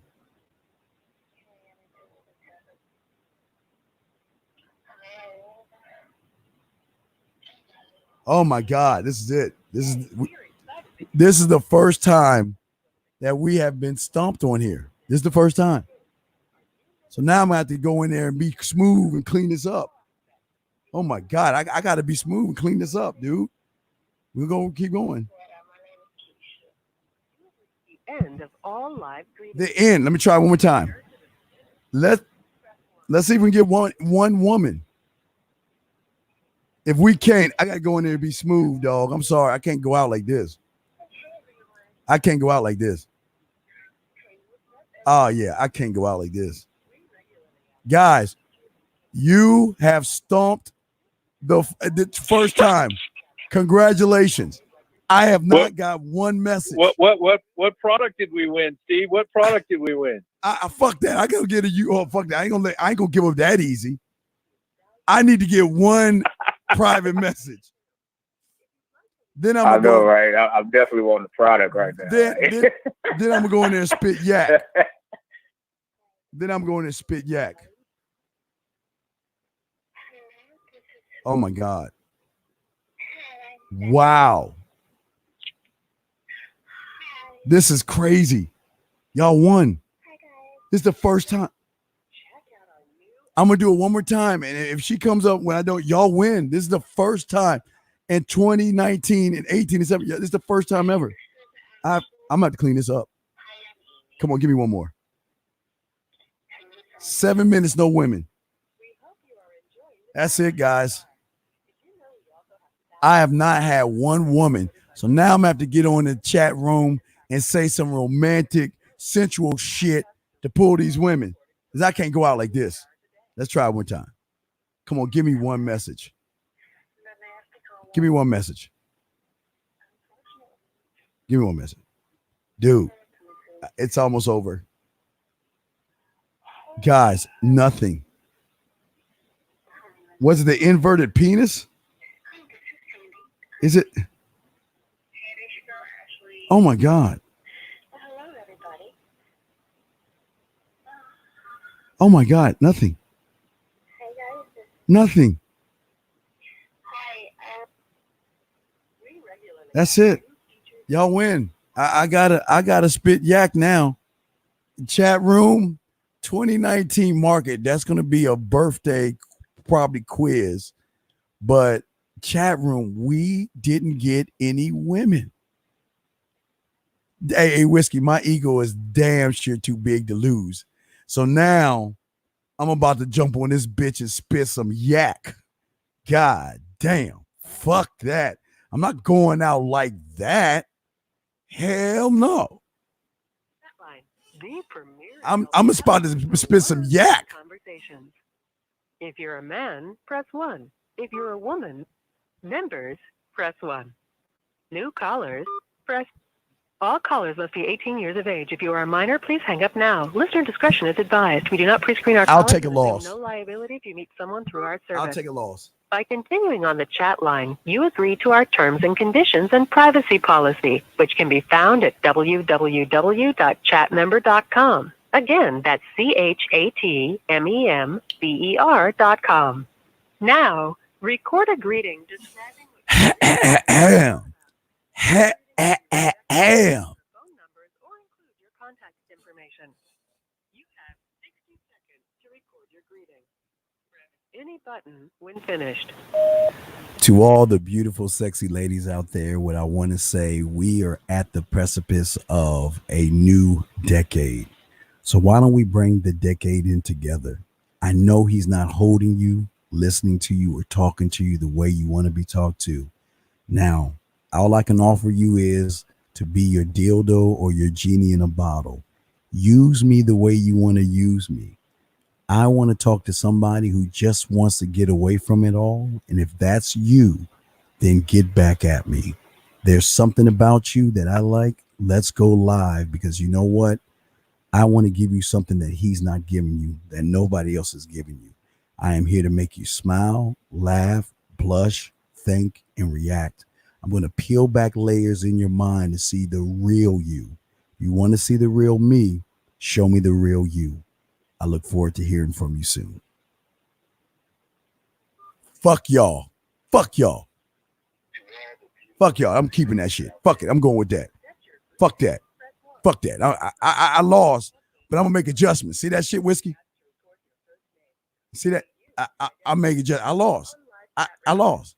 You have 5 seconds. Yeah, you goddamn right. I'm betting on me. Press any button when finished. It's a new year. Let me be something that you never had before. All right, here we go.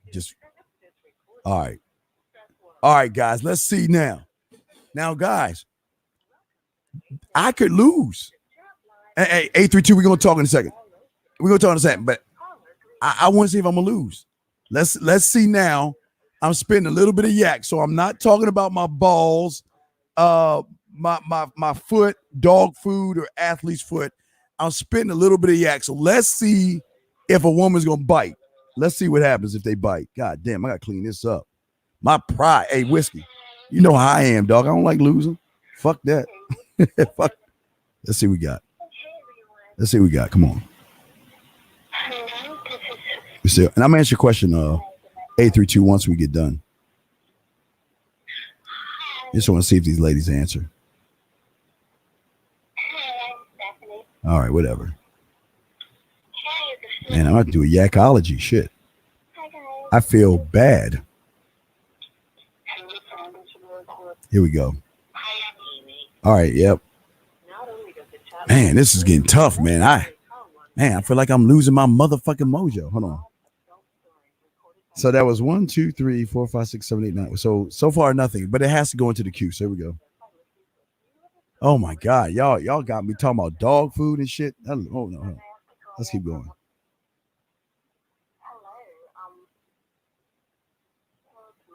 Nope. Wow, we gonna do it. Yeah. No, it wasn't a hex. I don't know. Here we go.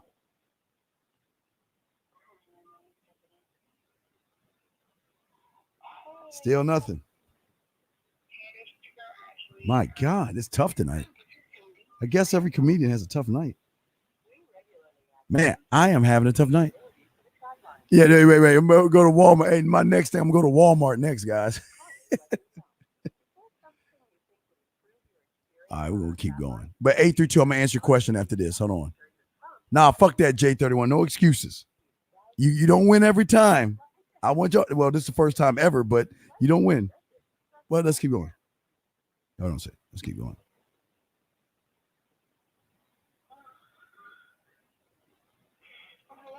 Nope.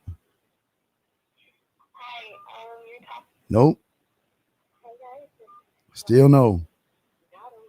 Man, this is a guys. This is a great lesson. This is the first time ever. But this is how life is. I guess you ain't gonna win every time, but this is good for y'all. This is good. It's not really good, but it's fucked up. But let's keep going. Let me see. Come on. All right, damn.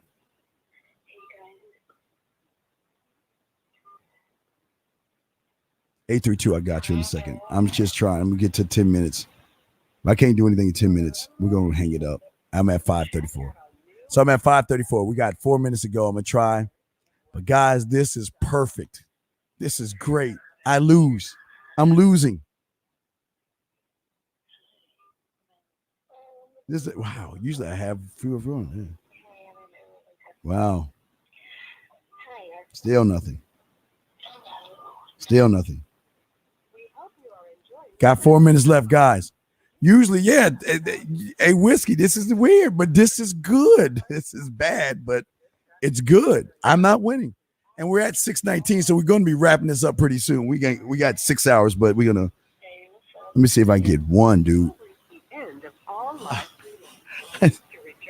Let's go to the beginning one time. Here we go. I went to the end.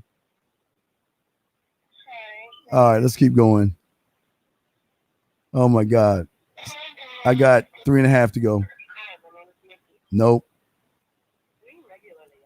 Guys, I'm at 6 minutes and no women yet. This is the first time. This is good. No, it's not Skynet on this one, dog. This is just, I lose. I lose.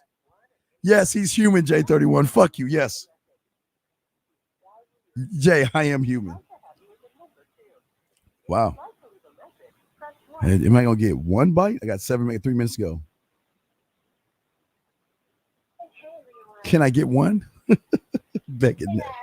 Oh my gosh. None. Oh, believe me, I'm going to get some revenge to him. This is the first time ever. This is awesome.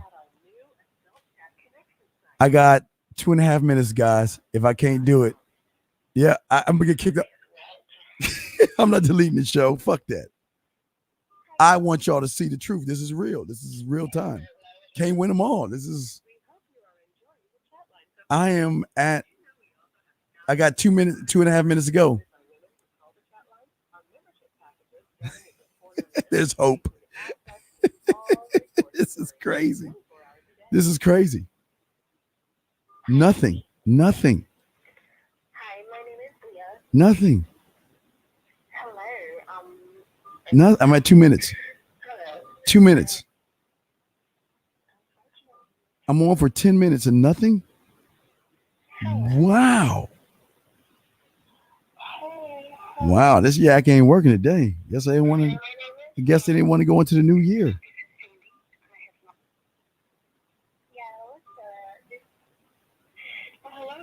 Maybe they. I don't know. Maybe they changed up the membership. This is weird. This is weird. I don't know. We'll keep going. All right. I think they are taking out the private messages. I can hear the messages, but this is the first time I ever got one. Did they change their, what? Well, guys, 1 minute left. Didn't get one woman. Not one. I bet you, I think they're just playing the messages of the women, and you have got to log in to get messages. This is not, there's no way. Yeah, that's it. Nope, that's it. It's funny. It's funny you say that about the messages thing, because my excuse fairy, he said the same thing just a minute ago. Tyler, fuck you. Fuck you. Tyler going up, dog. Tyler. He said Happy New Year too, man. Wait. Recorded by women.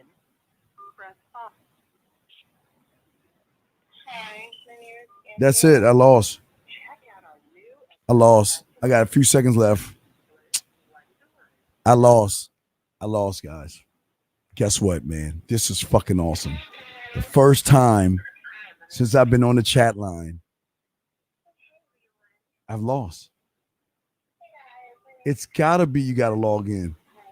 Again, no excuses. I lost.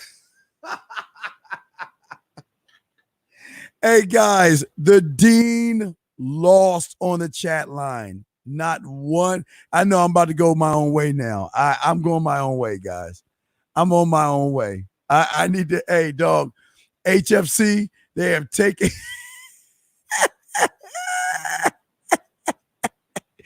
This is awesome. This is awesome. I love this shit. Oh, you know what it is? What is it? You know what it's midnight on the west. It's midnight on the West Coast, so you're supposed to be using your day game now. So you should have used your day game.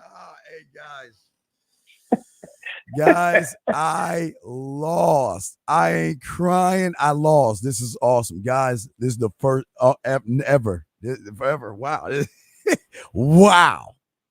Either they change the rules of the chat line or what, but we'll find out. We'll find out. Next time we go on that joint, I'm going to log into the membership area and I'm going to do that shit and see what happens. God, no pianos, no excuses. I know it was hypergamy, man. The women are better than me. I lost. But this is great. Now, 832, what is your question that you wanted to ask again? What was you saying about the women and stuff? All right, so with this knowledge, obviously, because you've been preaching this to us about women getting smarter and, you know, they're getting more logical and the whole network and all that evolving. And, you know, guys are getting more feminine, and which I'm actually seeing. You spot on about that. Yes. My question is, how do we take advantage of that shit?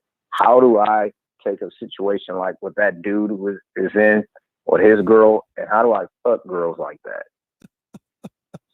Hold on. I'm going to answer that question, but hey, y'all can talk all this shit. I'm posting it. Talk all this shit because that's how it works. I love y'all. Y'all my dogs, man. We're about to wrap this up. So how do you do this? Guys, this is how you do it. By dropping the seeds, brother. The more seeds that you drop with a woman, the more they're going to be apt to want to get to know you better because they're not used to how you speak, how you approach, and how you act. Remember, fixing your house the way I show you, the approach the way I show you. But this is it's fucked up because I'm in my little fucking cake ass feelings right now. But this goes to show you that the chat line is real. Y'all thought there were so many people that used to think, man, Steve, this is bullshit. That don't mean. Dude, I lost, but am I giving up? I know hey guys, y'all, fuck y'all. They talking shit, but no, get back to you, 832. I'm gonna just keep posting. Y'all keep talking shit, and I'm gonna keep posting because I love y'all. Y'all can fuck with me. This is awesome, man. This is a good way to start off 2019. I'm not starting 2020 off this way. This is good, man. God damn, I feel like Tyler needs to run the show now since being a smart ass and shit. Well, Steve, I need to know about the Scooch fairies and shit. God damn it, dog. Oh my God. But no, caller, let me tell you something, 832. This is the important thing. Important thing to all of this, as long as you continue to do the basics, that's what's going to give you the positive amongst everybody else, man. Everybody else. Does that make any sense, brother? Oh yeah. So what I'm saying is at the end of the day, what I want y'all to do is I want y'all to take this moment right here, this fucked up moment where I got shot down twice. But this is what, no, I don't give me Impossible Burger. Fuck, I love this shit. But what I'm saying to y'all guys is this. This is part of the real world. I ain't gonna, hey, Whiskey, I'm gonna be paced. I'm like, motherfucking bitch, I'm gonna have to do a yakology or something. I got to clean this shit up. But no, what I'm saying to y'all guys, I ain't gonna do a yakology tonight. What I'm saying to y'all guys is this: at the end of the day, we are going to wrap this up. But this is a great way to wrap this up. I lose. This is a good way to leave 2019 losing and shit. But let me tell y'all why. So basically, you're saying like we continue to stay firm in our beliefs, always, in our game, and they're gonna start coming to us, right, probably more often now than before. Well, what's weird is every day is not going to be good for you. Okay, and this is it. You're not going to win every day, right? But what I'm saying is you've got to stay firm on who you are as a man. Okay, you have got to stay real. Okay, and no, Jay, I guess you did need to see this because this is real. Y'all got to see a argument, and y'all got to see D get shot down.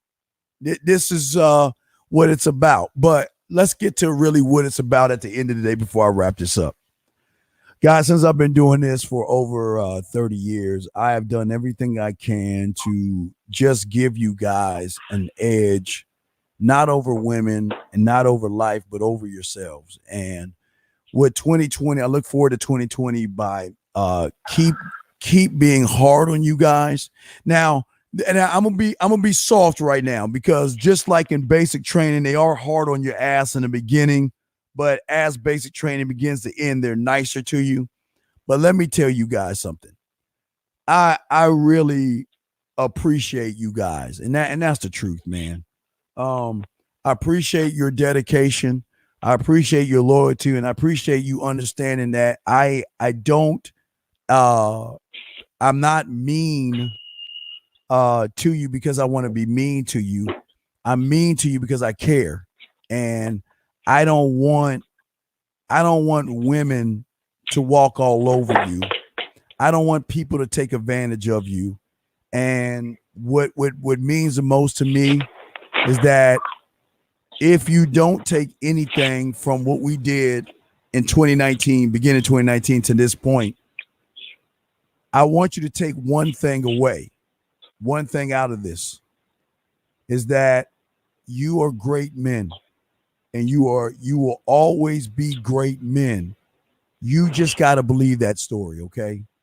You got to. Nobody else is going to. No one else. Listen, we have done 6 hours and 30 minutes, guys. Nobody's got. This is a great way to end the year. 6 hours and 30 goddamn minutes. Why? Because I care about you. I don't mind taking 6 hours out of my day for this special occasion, because we're about to go into the future, into 2020, and I want 2020 to be the start of who you are. Let this be the beginning. Look at 2019 as the end of who you are as a person that has no understanding, man. No, I'm gonna give me some Sprite and orange juice in a little while, dog. I'm gonna do that, but yeah. But what I'm saying is, man, I appreciate all you guys out there, man. I didn't nope, ain't got a piss, dog. I've already shot piss in the chat room. I lost, dog. But I needed y'all to, I'm glad this happened. This is God, because I am not perfect. I will never tell you I'm perfect. I believe in me, but I'm not perfect. I lost. But it's not a loss. I learned, because now I got to see, hey, I got to figure out, is it because I didn't log in or because it's something new they're doing? But that was weird. That was odd, but that was good, though. I was good with that. Damn. But anyway, guys, listen. What I want all of you to do, because we're going to get together on Wednesday. What I want all you to do is, I don't want you to necessarily at the end of the day or tonight to look at the graveyard. I want you guys to take a moment before when we end this to appreciate the fact, a few things before I let y'all go. Appreciate a few things. Appreciate the fact that you were able to live through this whole year. Appreciate the fact that you were able to see, that you were able to walk, that you were able to drive, that you were able to brush your teeth, that you were able to eat a meal, that you were able to talk on the phone. Appreciate those little things, because at any moment, those little things can be taken away from you. No threats, just being honest with you. But at the end of the day, man, 2 years, not one piss break. And I thought about it, kind of weird. 6 hour shows. Whiskey. I'm not from this place, man. Yeah. You got to do a lot of rewinding. we got to do a lot of rewinding. But yeah, we have learned a lot of things. We have learned what the future is going to be like if you don't change. We talked about getting out of your emotions. We talked about being a king. We talked about diversifying. We talked about your character. We talked about your self-awareness. We talked about a lot of things. We took a lot of great calls and stuff like that. And I appreciate all you guys, man. Hey, guys, please. Oh, wait a second. We got a few callers. I think some guys are talking some shit. I'm sorry. 662, did you have a question real quick before we go, sir? Hello? Yeah, what's up, brother? Did you have a question? Hey, how you doing, Mr. Steve? Hi, I'm living in your world. What's going on, brother? What's up? Man, I sent you a message in the chat, well, in the Facebook chat. Okay, about my wife. I don't know if you can see it right now. Wait, let me mute the other guys real quick so I can see them. Hold on a second. Let me see. Let me see here. What's your name? I'm trying to figure this shit out, man. What is it? Mr. Butler? No? No, Gray. J-R-A-Y, Gray. Gray. Wait, let me see. Maybe it's in the. Oh wait, it's a message. Facebook. Wait, he must have sent a message request. Let me see here. Oh yeah. Charles, C Dog, right? All right, so let me see. Yeah. All right, let me see. Yo, hold on, man. You tried to call me, dog. You can't be calling me while I'm doing the show. Now, what's your question? What's your question? I got the missed call, but I didn't get the message from you. So talk to me. What's going on with you? You talk to me real quick. I'll take this before I wrap this up. What's going on with you, brother? What's going on? Hey, all right. Here's the thing. My wife, you know what I'm saying? She was married before she got with me, right? Yes, sir. And she used to practice anal a lot before she got with me. But since she got with me, she just don't, for some reason, she don't like doing it with me. You know, I'm trying to understand what the fuck is going on. Like, you know, like what the fuck is the difference? Wait, let me get this straight. She loved anal sex before, and then she got with you and she stopped wanting to have anal sex? No, well, I'm not gonna say she loved it, but she didn't mind doing it for her ex-husband. You know what I mean? Well, but since she got with me, like she's not feeling it for some reason. I'm trying to figure this shit out. Like, what the fuck? Well, have you asked her why she won't let you do that? This is what she told me. But I know, first off, let me say, I know I'm average size. You know what I mean? I'm average. And she told me her ex-husband was average. And I'm like, that had me thinking like, okay, so we both average. So what's the difference between me and him? But she said that, oh, you're a little bigger than he is. But like, come on now.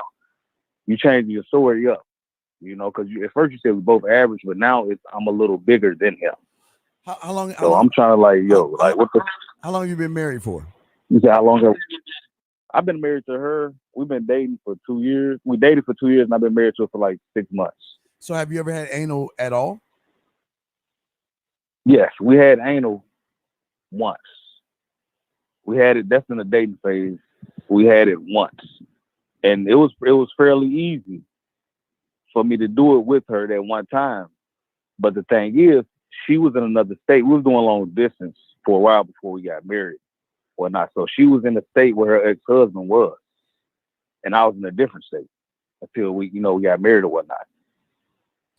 So I think you should. So my thing is like I'm assuming that she was probably like still like while she was in New York or whatever, she was still like doing anal a little bit. You know what I mean? That's why it was so easy for me to do it in the dating phase. But since we've been married, like man, it's hard as fuck. Like we've tried a couple of times and it just doesn't work. And I was wondering, like, what the fuck? Like, we're married. Why is it so hard for me to do it now versus when we was dating? Right, but have you relaxed or anything? Like when y'all y'all having sex, are you relaxing her or anything like that? Yes. Well, as far like with the numbing cream. But I tried the numbing cream with her. Yeah, but that's still not loosening her up or anything like that. No, it's not working. Well, she told me what she used to do. You know what I mean? What did she used to do? She said she used to use she never used the B. She used to use the plug. I think the butt plug. The butt plug, right? Yeah, the butt plug. She used to do that because she used to prepare because she knew that's what he wanted. She knew she had to do to prepare for that. But when I asked her, tell her to prepare for you. She got a whole bunch of excuses. No, tell her. Listen. I'm not going to bring up, you tell her, I'm not going to bring up your ex-husband ever again, but I want anal sex and I want you to prepare for it. I shouldn't have to ask you twice. Yeah, that's my thing. Like, why was it so easy for you to like do it then versus now? But you know what I mean? I asked her, and she said, "Okay, we'll do it." And then 2 weeks prolonged. We still haven't did it. But back then, like back in that old situation, she didn't have any issues. Well, he didn't have any issues with her. But since you got with me, man, it's just I don't know what the fuck. It's like she makes excuses and she doesn't prepare for it. Tell her to prepare for it. Tell her, look, we're going into 2020. And I want to have more anal sex with you. I know that's something that you've done before. Unless you can give me a reason, you need to give me a good reason why. I mean, this is something about communication. You need to talk to her and find out. You know what? Hey, why is it that you don't want me to do it? And I need you to be honest with me. I need an honest reason. And not wanting to do it is not a good enough reason because I know that's something that you like to do. So what's the problem? And you need to. Her main thing is that this is what she tells me. Her main thing is that I'm bigger than what he was. But my thing is, you was with this guy for 10 plus years. You got 2 kids by him. You know what I mean? And he was that small. Come on now. Come on, Steve. You know you tracking with me right now, right? Yeah, but my brother. But I'm average size. I'm not huge. I'm not huge, and she said it first. We're both average size. Okay, so you moved in her kids and stuff then. I mean, are kids older or younger? Okay, she has 3 actually by her ex-husband. And I have 1 of my own. And all of them stay with us.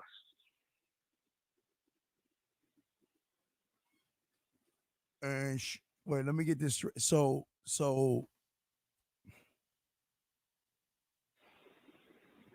you have 3 of her kids and 1 of yours, right? Yes. All right. You tell me why did you marry her? Man, honestly, like she just was what I wanted, man. Like what I wanted out of a woman. Like my ex, you know what I'm saying? Like she was cool or whatnot, but I just didn't get the connection I got with my now wife. Wait, but brother, you said what you wanted, but you're not getting anal. That's what you want, right? Yeah, but yeah, okay. Besides the sex, man, as far as like how we communicate outside of sex, like it's like a friendship and a marriage. You know what I mean? Like she's like a friend too, but at the same time, it's my wife. You know what I'm saying? But when it comes to sex, man, it's just we have sex or whatnot. We have good sex, but it's just this anal thing. That's something that I used to like to do.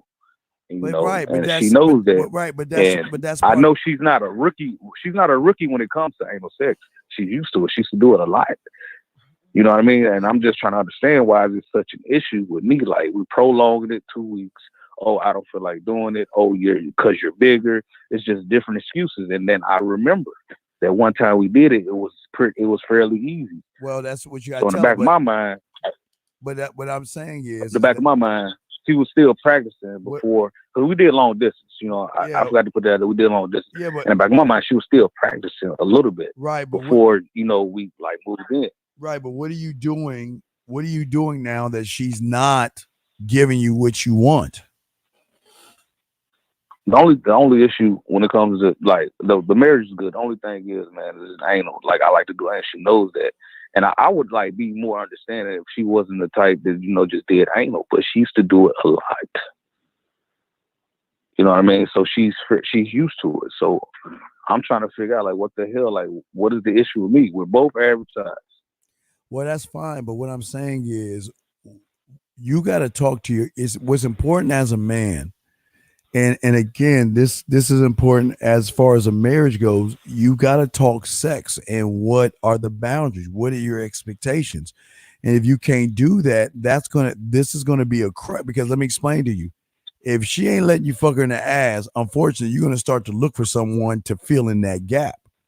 And I'm not saying that's a threat to her, but that's something that you got to talk about. Listen, I this is what I like. I know you like to do it.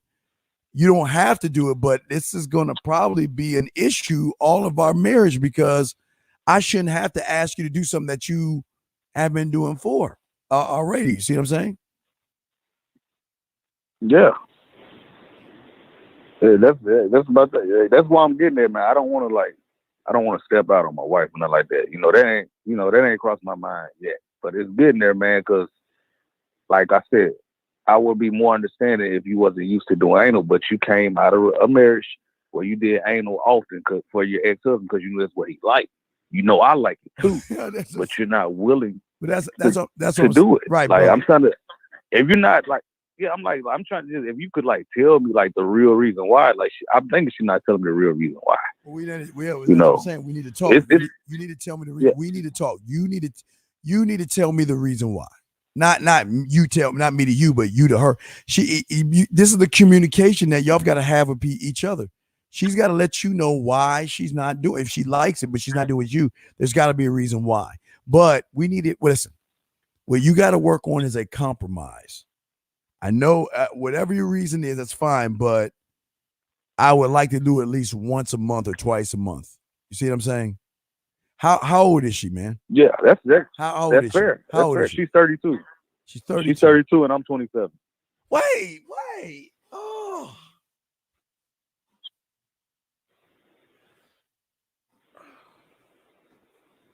Brother, my brother, I'm glad you're married and all the other stuff, but brother, you're 27 years young and you're taking on a 32-year-old and 3 kids? Yeah.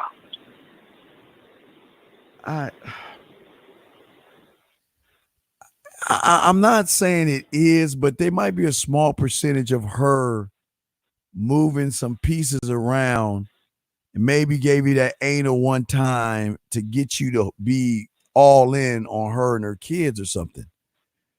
Is the dad paying child support? No, listen, I'm gonna tell you, Mrs. C, this shit is crazy, man. All right, I'm gonna give you the short run. I'm gonna give you the rundown of everything. I'm gonna make it real short. All right.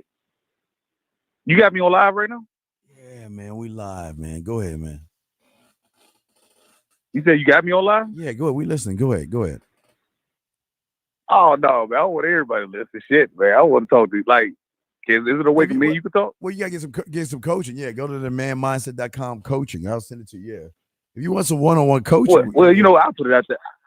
I'll put it out there, man. I mean, that one-on-one, like, you give me your number or something like that? No, I'll call you. Hold on. You get some coaching. If you want to talk privately, there you go. I'll send it to you, get some coaching. We can talk if you don't want to give it out. But just go there, pick up 15 or 30 minutes, and we can talk behind the scenes, brother.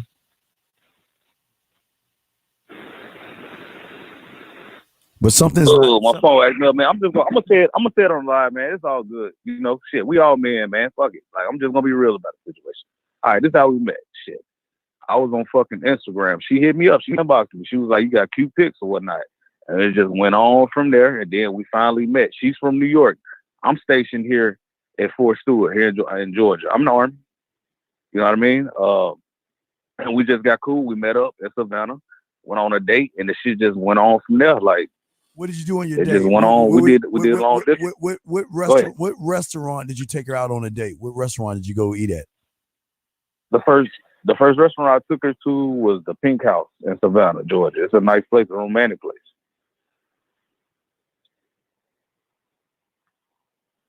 That's the first one I took her to. But how long did you know her before you got married? Or how long did you know her before you knew you was ready to get married? For a year. We dated. We did long distance for a year, and then I just, I was like, we might as well get married, man. But you wanted to take on the and he wasn't paying child support at all for the kids? No, like her. Okay, with her, she had her own money. Her and her ex-husband, they had, pretty good jobs up there in New York. She was an NYPD officer. She did like 12 years.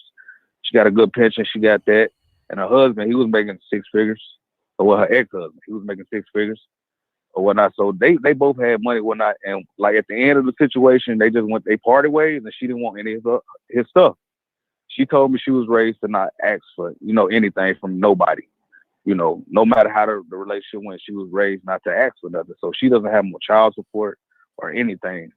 If she needs something, she'll send a text to him for the girls or whatnot, and he will send it. But as far as child support, part of his pension, all that type of shit, she's not getting any of that right now. My brother, but why would you take on 3 kids that aren't yours though? You're 27 years young. I mean, your life is ahead of you. Why would you marry into 3 kids though?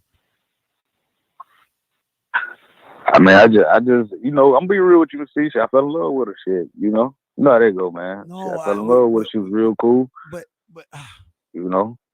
Okay, all right. Look, I understand where you're coming from, but I don't think you understand the severity of what you're saying here. Listen,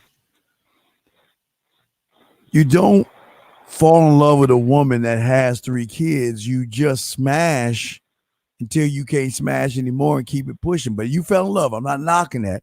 I'm just saying, but that's part of the problem, man. It's like she got what she wanted. She got the wedding, and everything else, but she won't give you what you want, man. And you're in the military? Yes. So she's getting military benefits off of you, right? Yeah. She does her own thing too. You know, she has a job. She had the she had the NYPD on her resume. You know, she stopped doing it just so she could come down here and be with me or whatnot. You know, because the NYPD, if you leave the city, you cannot take your credentials to another state. You have to start all the way back over. So she had to just cut ties and get her pension and get whatever she was saving. But she also had her bachelor's and was building and code in the hospital. So that's what she's doing right now while I do the Army thing. Right, but you're still supporting 3 kids, right? You got your kid. Yeah. But you're still supporting. Yeah. You're supporting. Well, I'm helping support because I'm helping support that dad. He's helping, but he's not doing it through the freaking courthouse. You know, he's doing it, you know, like he's just sending money whenever they need it. So we all putting in on her kids, and I'm taking care of mine. I know this, but this is. Well, I'm taking care of my one that I got. Right, but but and I understand where you're coming from, but this is what I'm talking about that a lot of people don't understand. See, and it's not. You didn't. Did you ever have your dad, or you just live with your mom, or who raised you? Oh, I was raised by my dad and my mom. Okay, so who was running the house? Well, my stepfather. Okay. So I was raised with my stepfather since I was 2. Okay, that's cool. And that's no knock on you. But young man, what I'm saying for you is that, okay, you're married. But I'm saying for my guys out there listening that there are warning signs. Okay, think about this. Out of the blue, she reached out to you, right? Right? Yeah. Okay, out of the blue now, she reached out to you. And then she started talking to you and all this other stuff. And then you went to go see her, and your first day was at an expensive restaurant, right? A very nice restaurant, right? Right? But she flew down to me. She flew down to me, and she flew down to me here in Savannah. She bought the spot where we were staying. It was Airbnb. She bought everything the first day. I took her out to eat. I bought the food or whatnot, but everything else she paid for. Shit, I was like, damn, you know. Right, but okay, but what a lot of you guys don't understand is when a woman has 3 kids, okay, when they have three kids, okay, they've got to adjust their thinking because they know that most guys are going to see a woman with 3 kids as somebody they ain't gonna mess with. So what they normally will do is they're going to be extra nice, extra.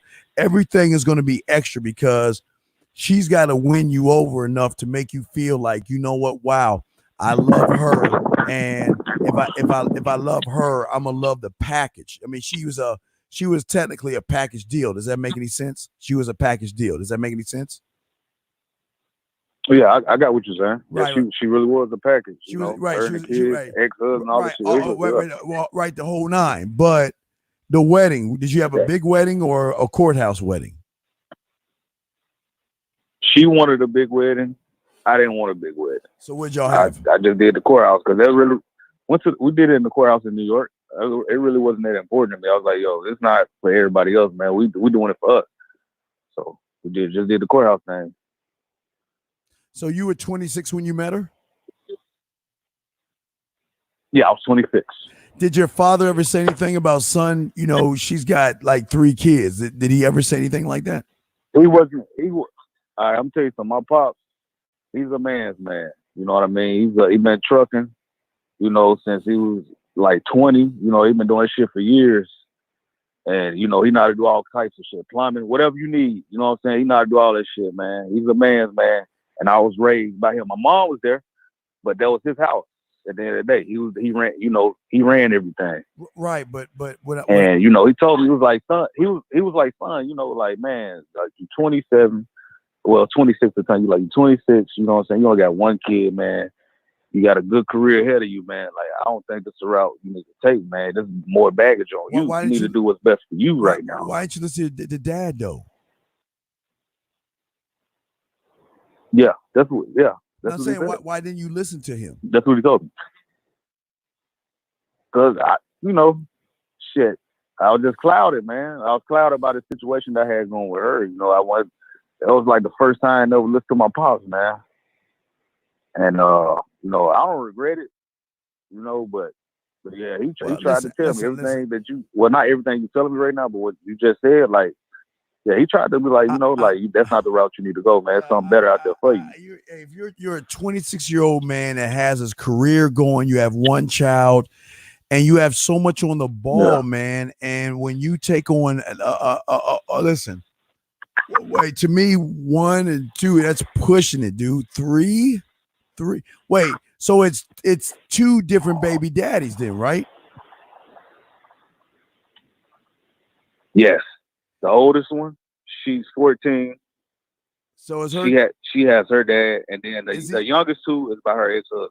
Right, but is the 14-year-old still? Is she getting child support? No,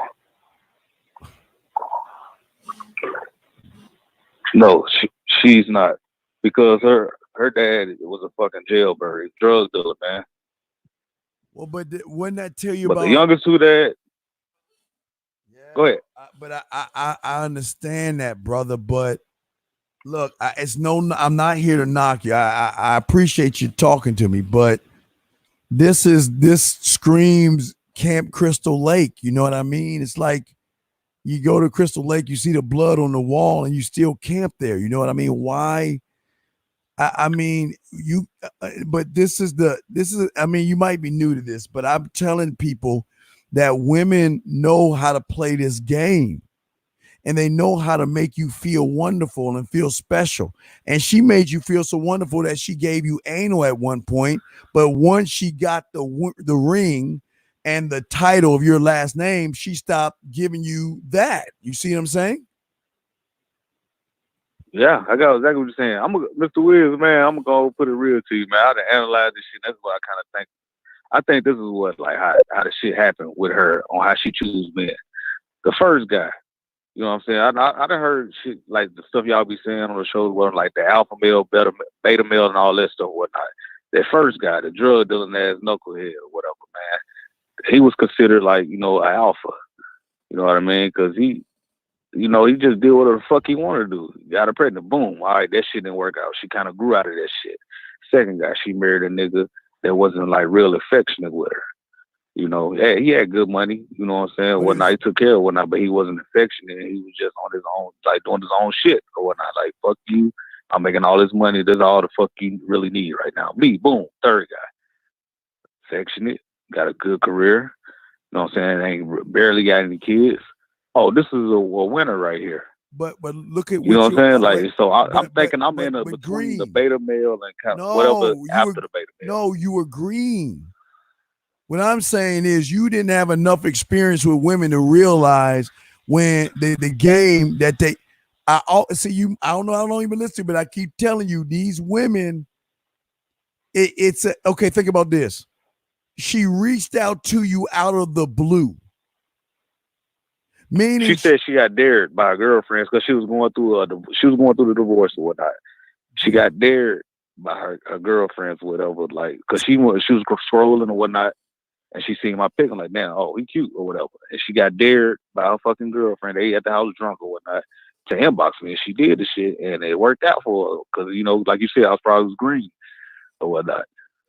Oh, yeah, you were right. You were green, dog. And what I mean by green, you were just easy like a Sunday morning. She knew to run game on you. She knew that that there was nothing special, but you had security.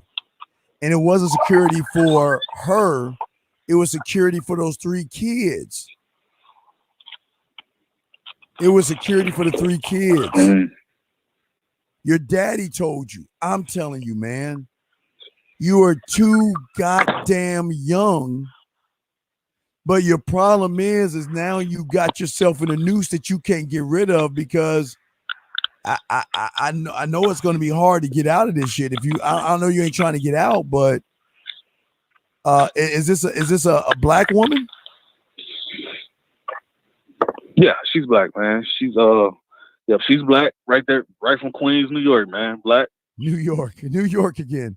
Is she overweight or anything like that? You can kind of say that, man. She's a BBW. She's one of them pretty kind of overweight women. She's like 170, like about 5'4", 170.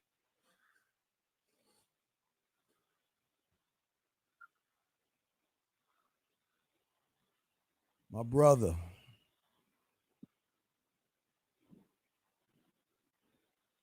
Did you meet her fat, or was she skinny at first? She was about the same size. She didn't get, like, right now I'm saying 170. Well, like when I first met her, she was like 155 probably. 5'4", 155. Got some big tits on her. Real pretty face.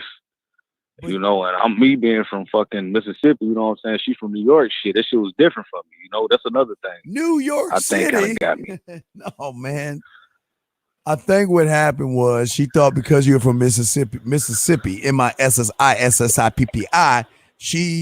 she saw weakness in you and gullible, you know what I mean? And I think she ran game on you, man, because she saw potential in you.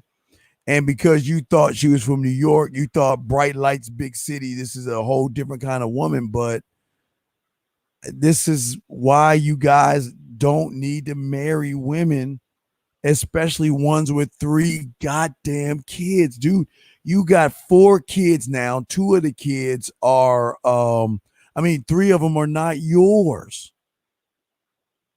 Yeah. And that means if all girls, man. I got the only boy.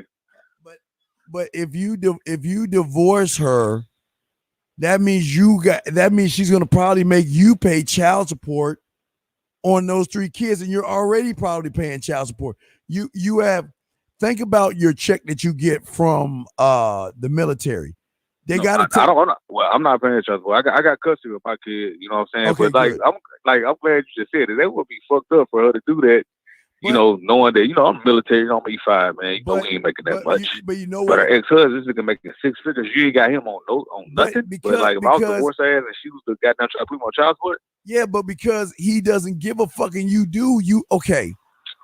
I say this with love before we wrap this shit up, because we did 7 hours, goddammit. I'm just saying that she sees you as gullible and naive, and she took advantage of the fact that you don't date enough women. And what happened was, because you don't date enough women, what you have done is you've gone from woman to woman. And because you didn't have somebody and you were lonely and she came at you, what we call your nose was open.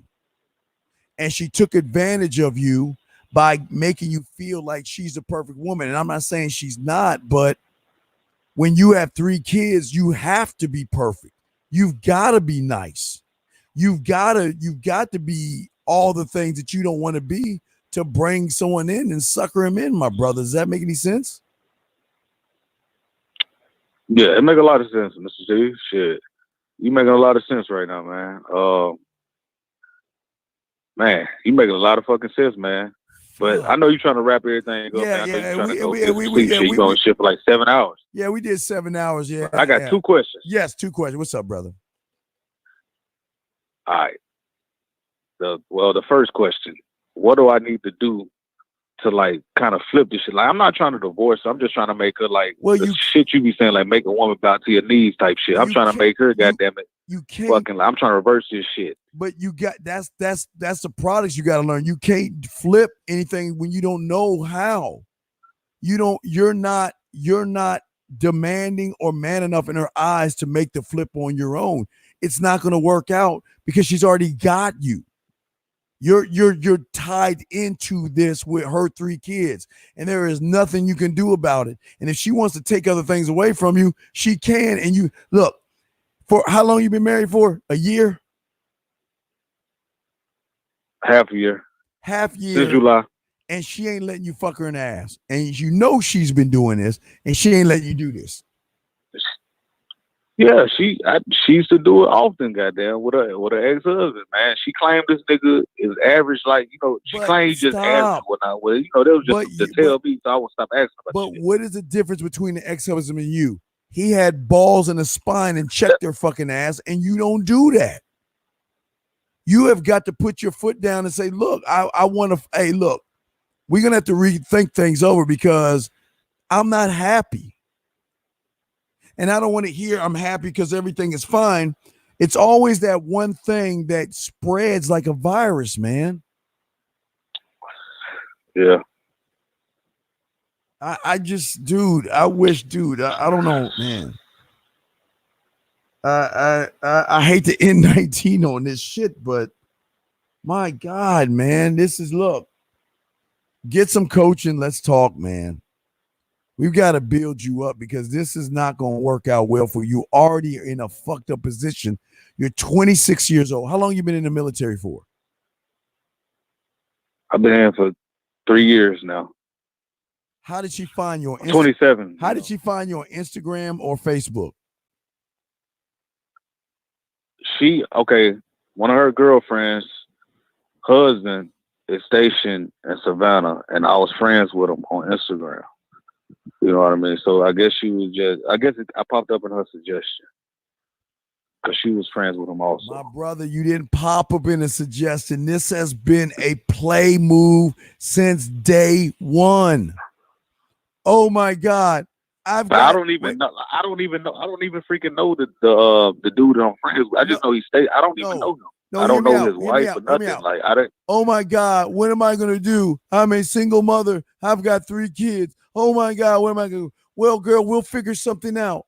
Well, what we need to do is we need to find somebody that's a good guy that has a solid job, and we have got to figure out a way to reel him in. We've got to show him the bait, and so he can't look at the hook. The hook is the 3 kids. So what she did was she accidentally, on purposely, hawked you down and played. Let me explain something about women on a higher scale. Now, this is a lower scale real quick. On a higher scale, a lot of groupies and stuff like that, they do their reconnaissance. This is why I keep telling y'all guys, y'all don't know. Y'all think I'm lying to y'all about this Skynet shit. These women, when think about this, a woman with 3 kids, okay? They've got to find someone that is a nice, kind soul, that's sweet, that is inexperienced, and doesn't have a lot of is good with women. You know what I mean? So when they found you, they looked at your photos. They saw you're a military guy. They said that you're a good guy. You've been in for a few years. You've got a daughter. That means you're responsible. Hey, we've got him right here. This is our guy. This is the mark right here. So what we got to do is, oops, hey, how you doing? I just want to say hi because, well, my friends made a joke. Okay, wait, King 88, what is Skynet? If you look at the Terminator, it's the same thing women are doing today. Women have become smart enough to start calculating because a lot of you guys are weak and scared of women and don't know anything about women. They started to determine that, you know what, we're smarter than men. So because they are afraid of us, we can get whatever we want out of them because they won't, and they can't do nothing about it. Whatever we want out of you, we'll take out of you, and you just got to sit there and take it. And this is a case in point right here. She knew that you were young. She knew that you were responsible, and she knew that you had a solid job. And she also knew that you didn't know women well. Let's be honest. You wasn't good with women, and you were in a relationship. Yeah. And what she realized, self-thinking AI, exactly.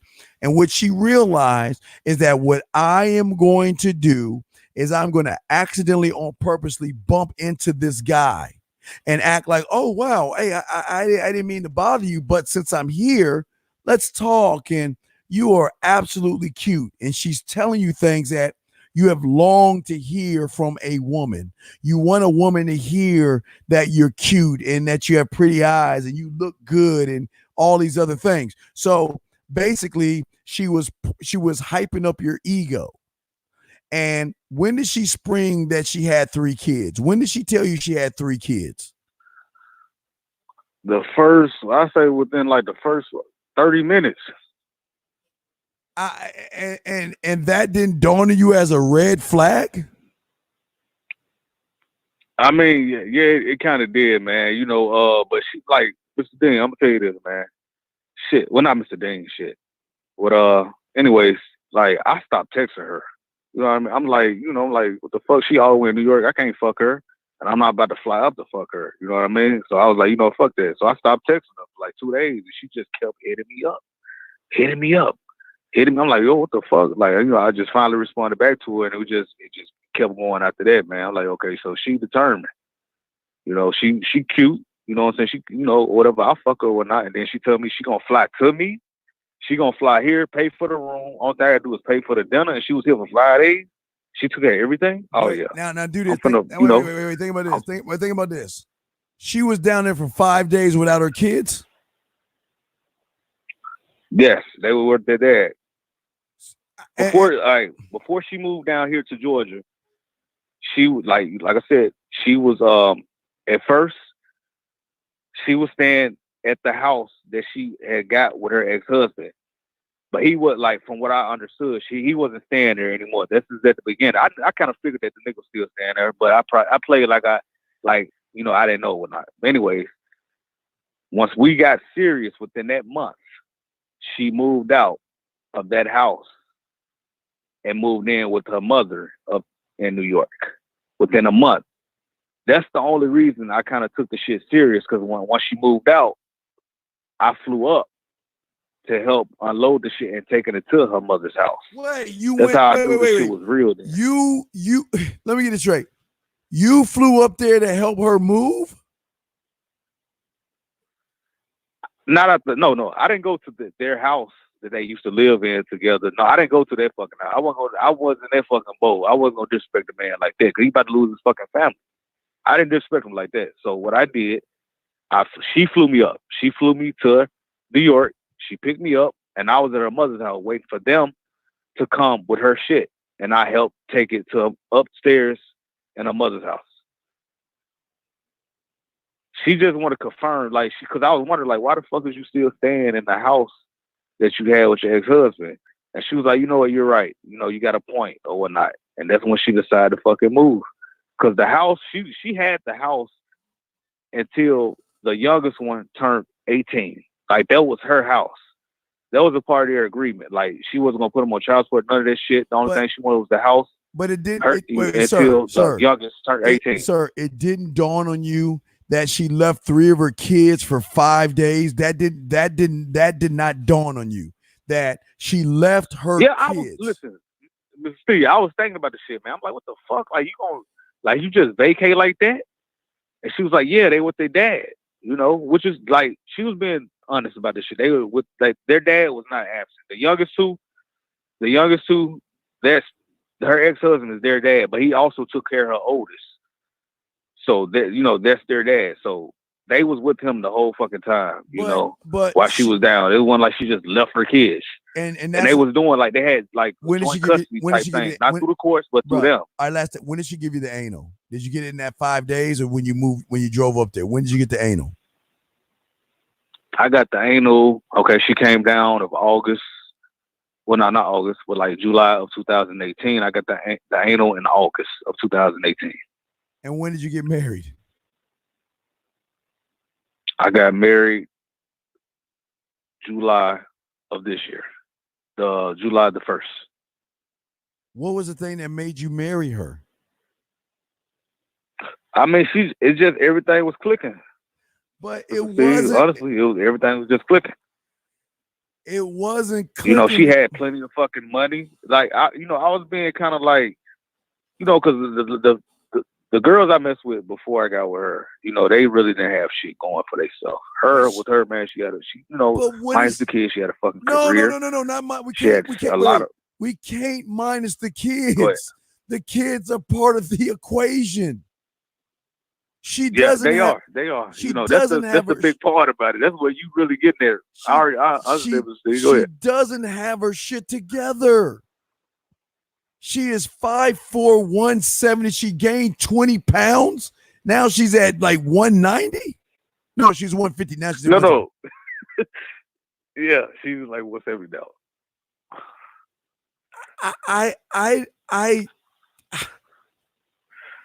I keep telling you that these women are dangerous, man, because they can recognize the mark. And the mark is a good guy. You're a good guy. And please understand this. Listen, no disrespect to you. You seem like a great young man. You have the one thing that they want, a man who's got his life together and a man that is not good with women. That's what they look for.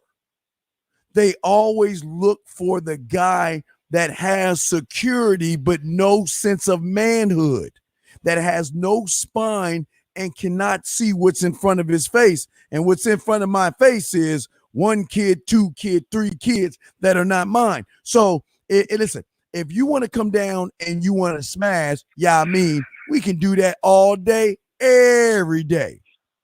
But I am not going to marry you. We are not going to be a relationship because I cannot put my military. I can't mess up my military, man. I don't want to mess up my benefit. This is my career. This is what I'm doing, man. But now you're taking care of 3 kids that are not even yours. The 2 dads are not giving child support. And you got another kid that you got to worry about. And then on top of all this shit, she ain't letting you do anal when she's letting the other guy do it when she dude. It's yeah, man. This her ex-husband, man, like I told you, this is what she said. The nigga wasn't affection with her at all. You know what I mean? He really wasn't like a talkative person. What I'm saying? He didn't really communicate with her family or anything. But you are, right? You are, right? You're the total opposite of him. Yeah, right? like me. I'm cool. I'm social. I'm really sociable. Well, we got. I'm funny. You know what I mean? Like her family, they like. Bro, stop. Stop. Listen. The reason she gave up the asshole to him because he was an asshole. You're a good guy with a warm heart, meaning she can keep telling you no, and you'll be like, okay, well, we'll try next month. Okay, that's okay. I'm not mad or upset. I just want to try. Dude, she got you, brother. Now I gotta wrap this up. But well, she finna get a wake up call, Mr. Steve. Well, man, then you call into the show Wednesday because we're gonna start the new year. Yeah.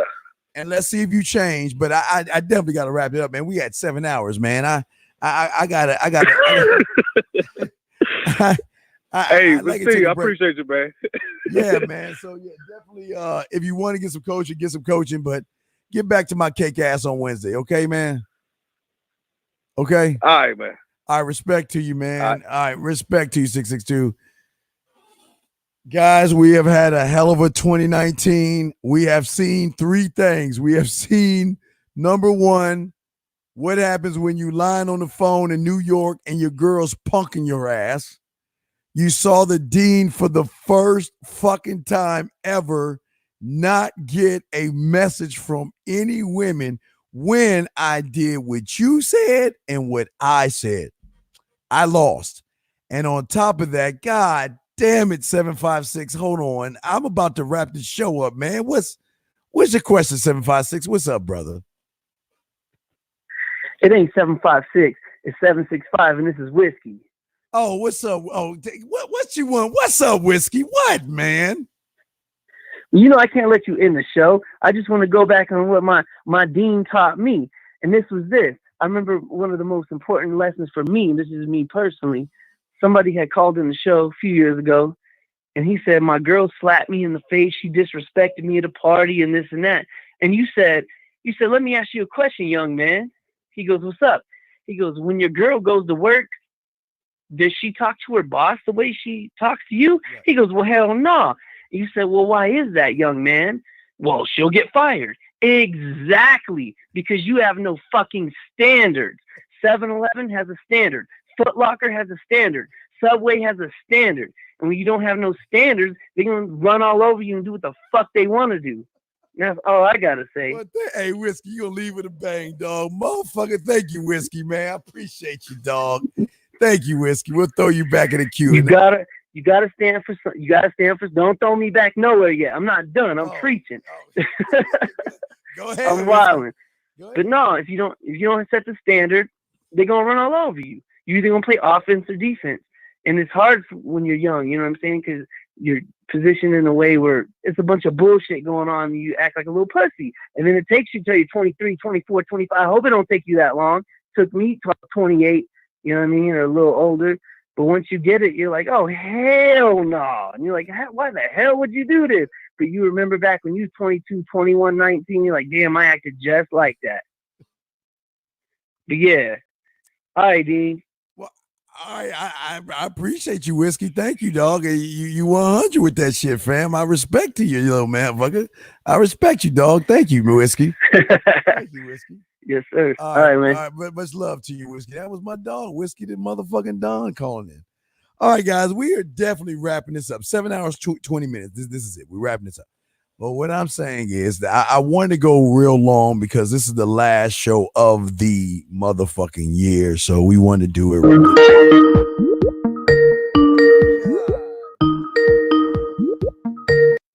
damn it. This is UK. What's up, man?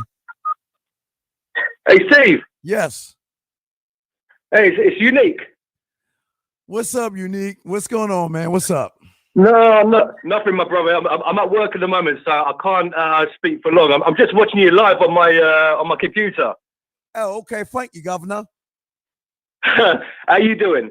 Man, bloody fine. I bloody couldn't get a woman, but I'm okay. You know what? It's what a show you had tonight. It's unbelievable. And that first caller that you had, I was in that same situation, but I wasn't living with my ex at the time. I was due to get married in 2015, and like that first caller, I was totally disrespected by her because I gave her the power. I agreed to everything she said and everything, and believe me, biggest mistake of my life. And that to get the courage to say, you know what, I had to charge her, I had to walk away, and best decision of my life, Steve. Hey, bloody right, Governor. Goddamn right, man. Shit. Hey, Unique. Yeah. And try. Hey, yeah. Unique. Try to talk English, because I've always wondered how you Brits can talk English better than us. Try to talk English. Can you say something in English?